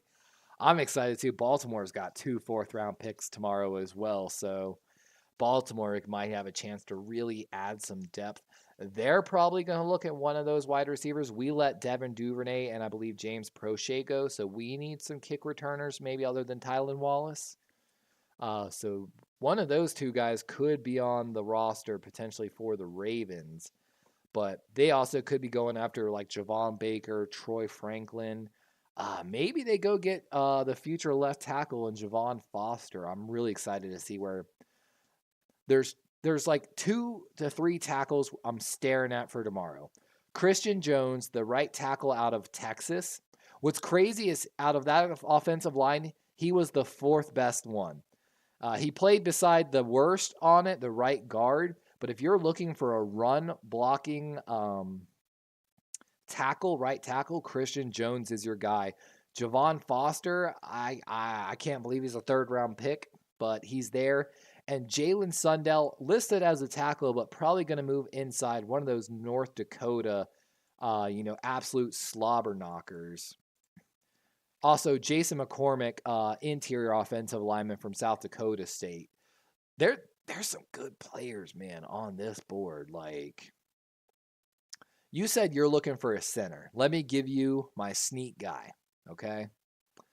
He's listed as one of the last centers, average depth of pick 210, ranked 310 on the big board. His name is Matt Lee. He is a career center for the University of Miami Hurricanes. He played 1,000 snaps last year in his best year out of the 3 with an 82.5 PFF grade. 89 pass blocker, 73 run blocker, even better in true pass situations. He played against Florida State. He played against Clemson. He played against UNC, who has DeJuan Carter, who we saw go earlier in this draft even. Like I said, he is sitting, I don't know why. He's never played less than 12 games in a season for 3 years straight. Gave up 0 sacks in 2 straight seasons. Only gave up 1 hit last year, 0 the year before. Like, seems like he has played outstanding for Miami, and it looks like he's getting overlooked. So if you're looking for a deep steel center in this draft to replace Mitch Morse, that's my guy for you, Matt Lee out of the University of Miami. I'm really interested to see where he goes tomorrow. I'm just happy if the Bills just take either that center or another receiver. I'm happy either way. I want to look here. Next year's going to be a banger. I just know it. God, you have 4 5th-round picks. Holy shit. Wait, we do? Yo, through all the trades that's why I kept saying when you kept making those trades, I'm like, hold on, let them work here, because I've got some guys in this draft that are going to fall between rounds 4 and 5 that I think are going to be fucking starters. And holy shit, 5th, you've got the 6th pick of the 5th round, the 9th pick of the 5th round, the 25th pick of the 5th round, and the 28th pick of the 5th round. Definitely could see y'all maybe packaging the 6th pick in the 5th round with one of the later ones to move up in the 4th potentially. So maybe having like 2 fourth rounds and 3 fifth round picks potentially. Oh, that would be a home run hit for Buffalo. Oh my god. Like the fact that you could Oh. address that many positions, like, oh, I gotta look at Buffalo's roster again. Like if I was Buffalo, how would I attack this? I probably, like I said, would trade up. Let But the fact that you can go get a good center, like, I wonder, can Mason McCormick play center? good. See, there's another really good center in this class named Tanner Bordellini. Um, didn't play as well at center as he did some of the other positions, but he's played all across the line. Really athletic. He looked really good at the combine. He's got a mullet. You gotta love centers with mullets. Oh, I mean, that means he's gonna be a top center in the league. I know, right? Like literally, he's known for being a pass blocker more than a run blocker at center. He had an 80.3 PFF grade at pass blocking last year, but he's kind of played all around the offensive line, which a lot of people like that because it just shows that he knows everyone's things. His one thing why they moved him to center, I guess he has short arms, where of course if you're working at center, you're able to negate that a little bit. If I'm the Buffalo Bills, though, that first pick, I'm taking Malik Washington or Jacob Cowing. After that, you've got Torrance developing. Like I said, I'm going to be looking to take Lee in the. I'd take Lee in the 5th round. So then your offensive line is completely fucking set at that point. You've got your wide receiver. Fuck it, dude. At that point, too, let me see. Buffalo was the second gap style running. Fuck it, dude. I know you've got Cook. I'm taking Estime Jr. from fucking Notre Dame with the next pick. I'm going and looking at edge rusher probably with one of those 5th picks like Javon Solomon or someone. Oh, wait, we need safety help. Hold on. We need to address safety. Even though they brought someone in. I mean, Keaton Oladipo from Oregon State's really big, good safety. I like him. Malik Mustafa is one of the better run stuffing safeties in this class. A lot of people are high on Sion Vaki, but supposedly he's got ideas about changing to running back. Jaden Hicks is a really good coverage safety. Man, Omar Brown, one of my draft steal guys later in this draft. Ooh, there's a lot of different. And of course, there's been a lot of talk about Trey Taylor, the Air Force safety. Super athletic, but of course, it's just one of those ones when you play for, the Air Force, you're not really sure how you're going to go.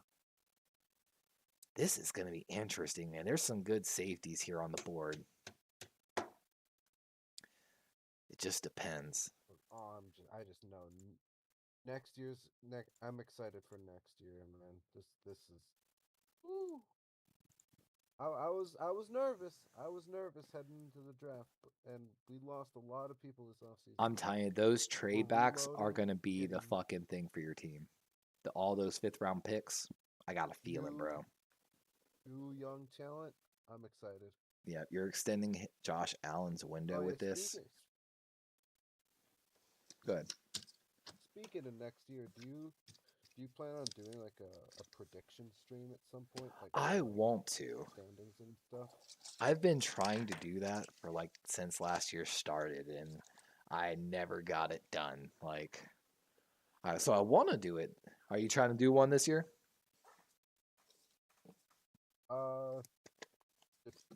It depends. I'm working on stuff. Okay. Let me see if I can see some most picks. Day 3 draft. I want to see if it'll tell me. I was trying to figure out who's got the most amount of picks in tomorrow's.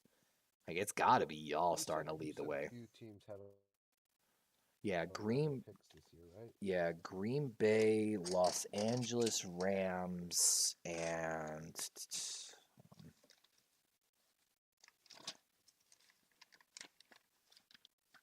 yeah, Arizona, Green Bay, and the LA Rams all had 11 picks. Buffalo had 10, Cincinnati had 10, and San Francisco had 10, which we've seen LA and San Francisco moving all around the boards a little bit. Arizona's been trading left and right too. I think they've traded up a few times though, so they probably sacrificed some of those picks. Well, no, actually, they traded down in the second round. God, how many picks does Arizona have? Hold up.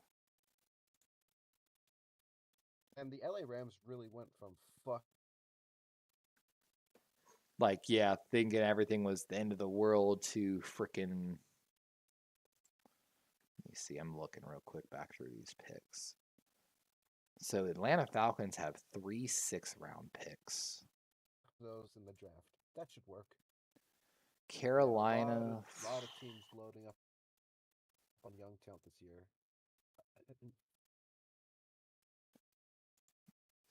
I'm trying to see if anyone's got picks like y'all do tomorrow. Okay, wow. The Denver Broncos have 3 5th-round picks as well for tomorrow. So you and Denver are going to be super active in the 5th round.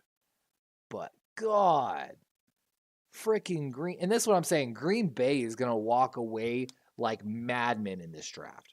So, like I said, they're already at the one of the top of my draft lists for yesterday and today. They've got 1/4, 2/3, and 3/6, and then 2/7. They have so many fucking picks left in this draft.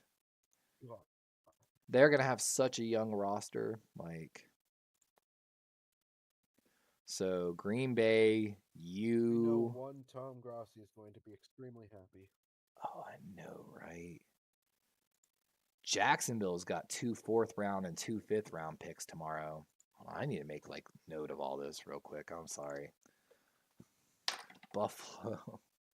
Am I the only one who thinks that Jacksonville just doesn't have it? Houston's gonna be so good, man. 4/5. I can't get over that 4 5th-round picks tomorrow. That is just so freaking mind blowing.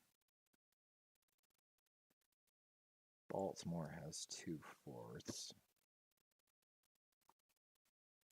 That's really exciting to see, honestly. I'm glad that Baltimore was able to get some extra picks. Let's see who else has got extra picks.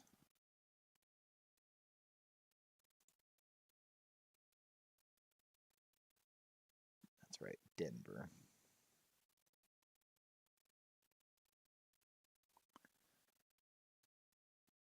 I'm really excited to see what they do.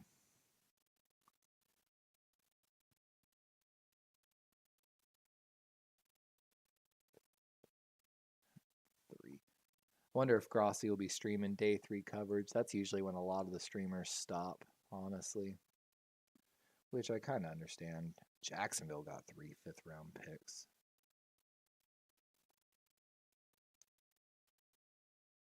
And these teams that have the 3, or I'm sorry, that's Indy. Indy has 3.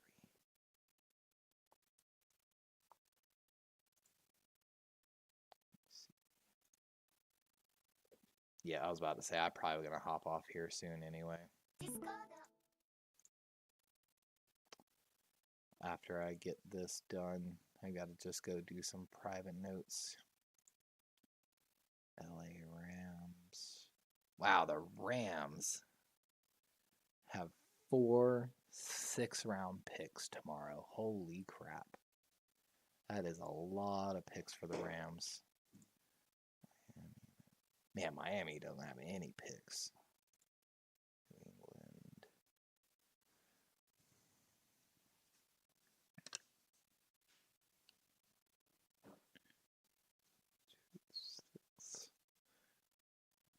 New Orleans.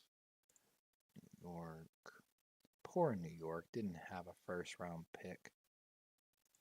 Don't have a lot of picks at all. The Jets. Ooh, New York Jets have. New York Jets have 3 fourth-round picks. Ooh, that's exciting. God, Philly has 3 fourth-round picks too. And 3 fifth-round. What the fuck? They are going to load up, bro. Seattle's got 2 fourths.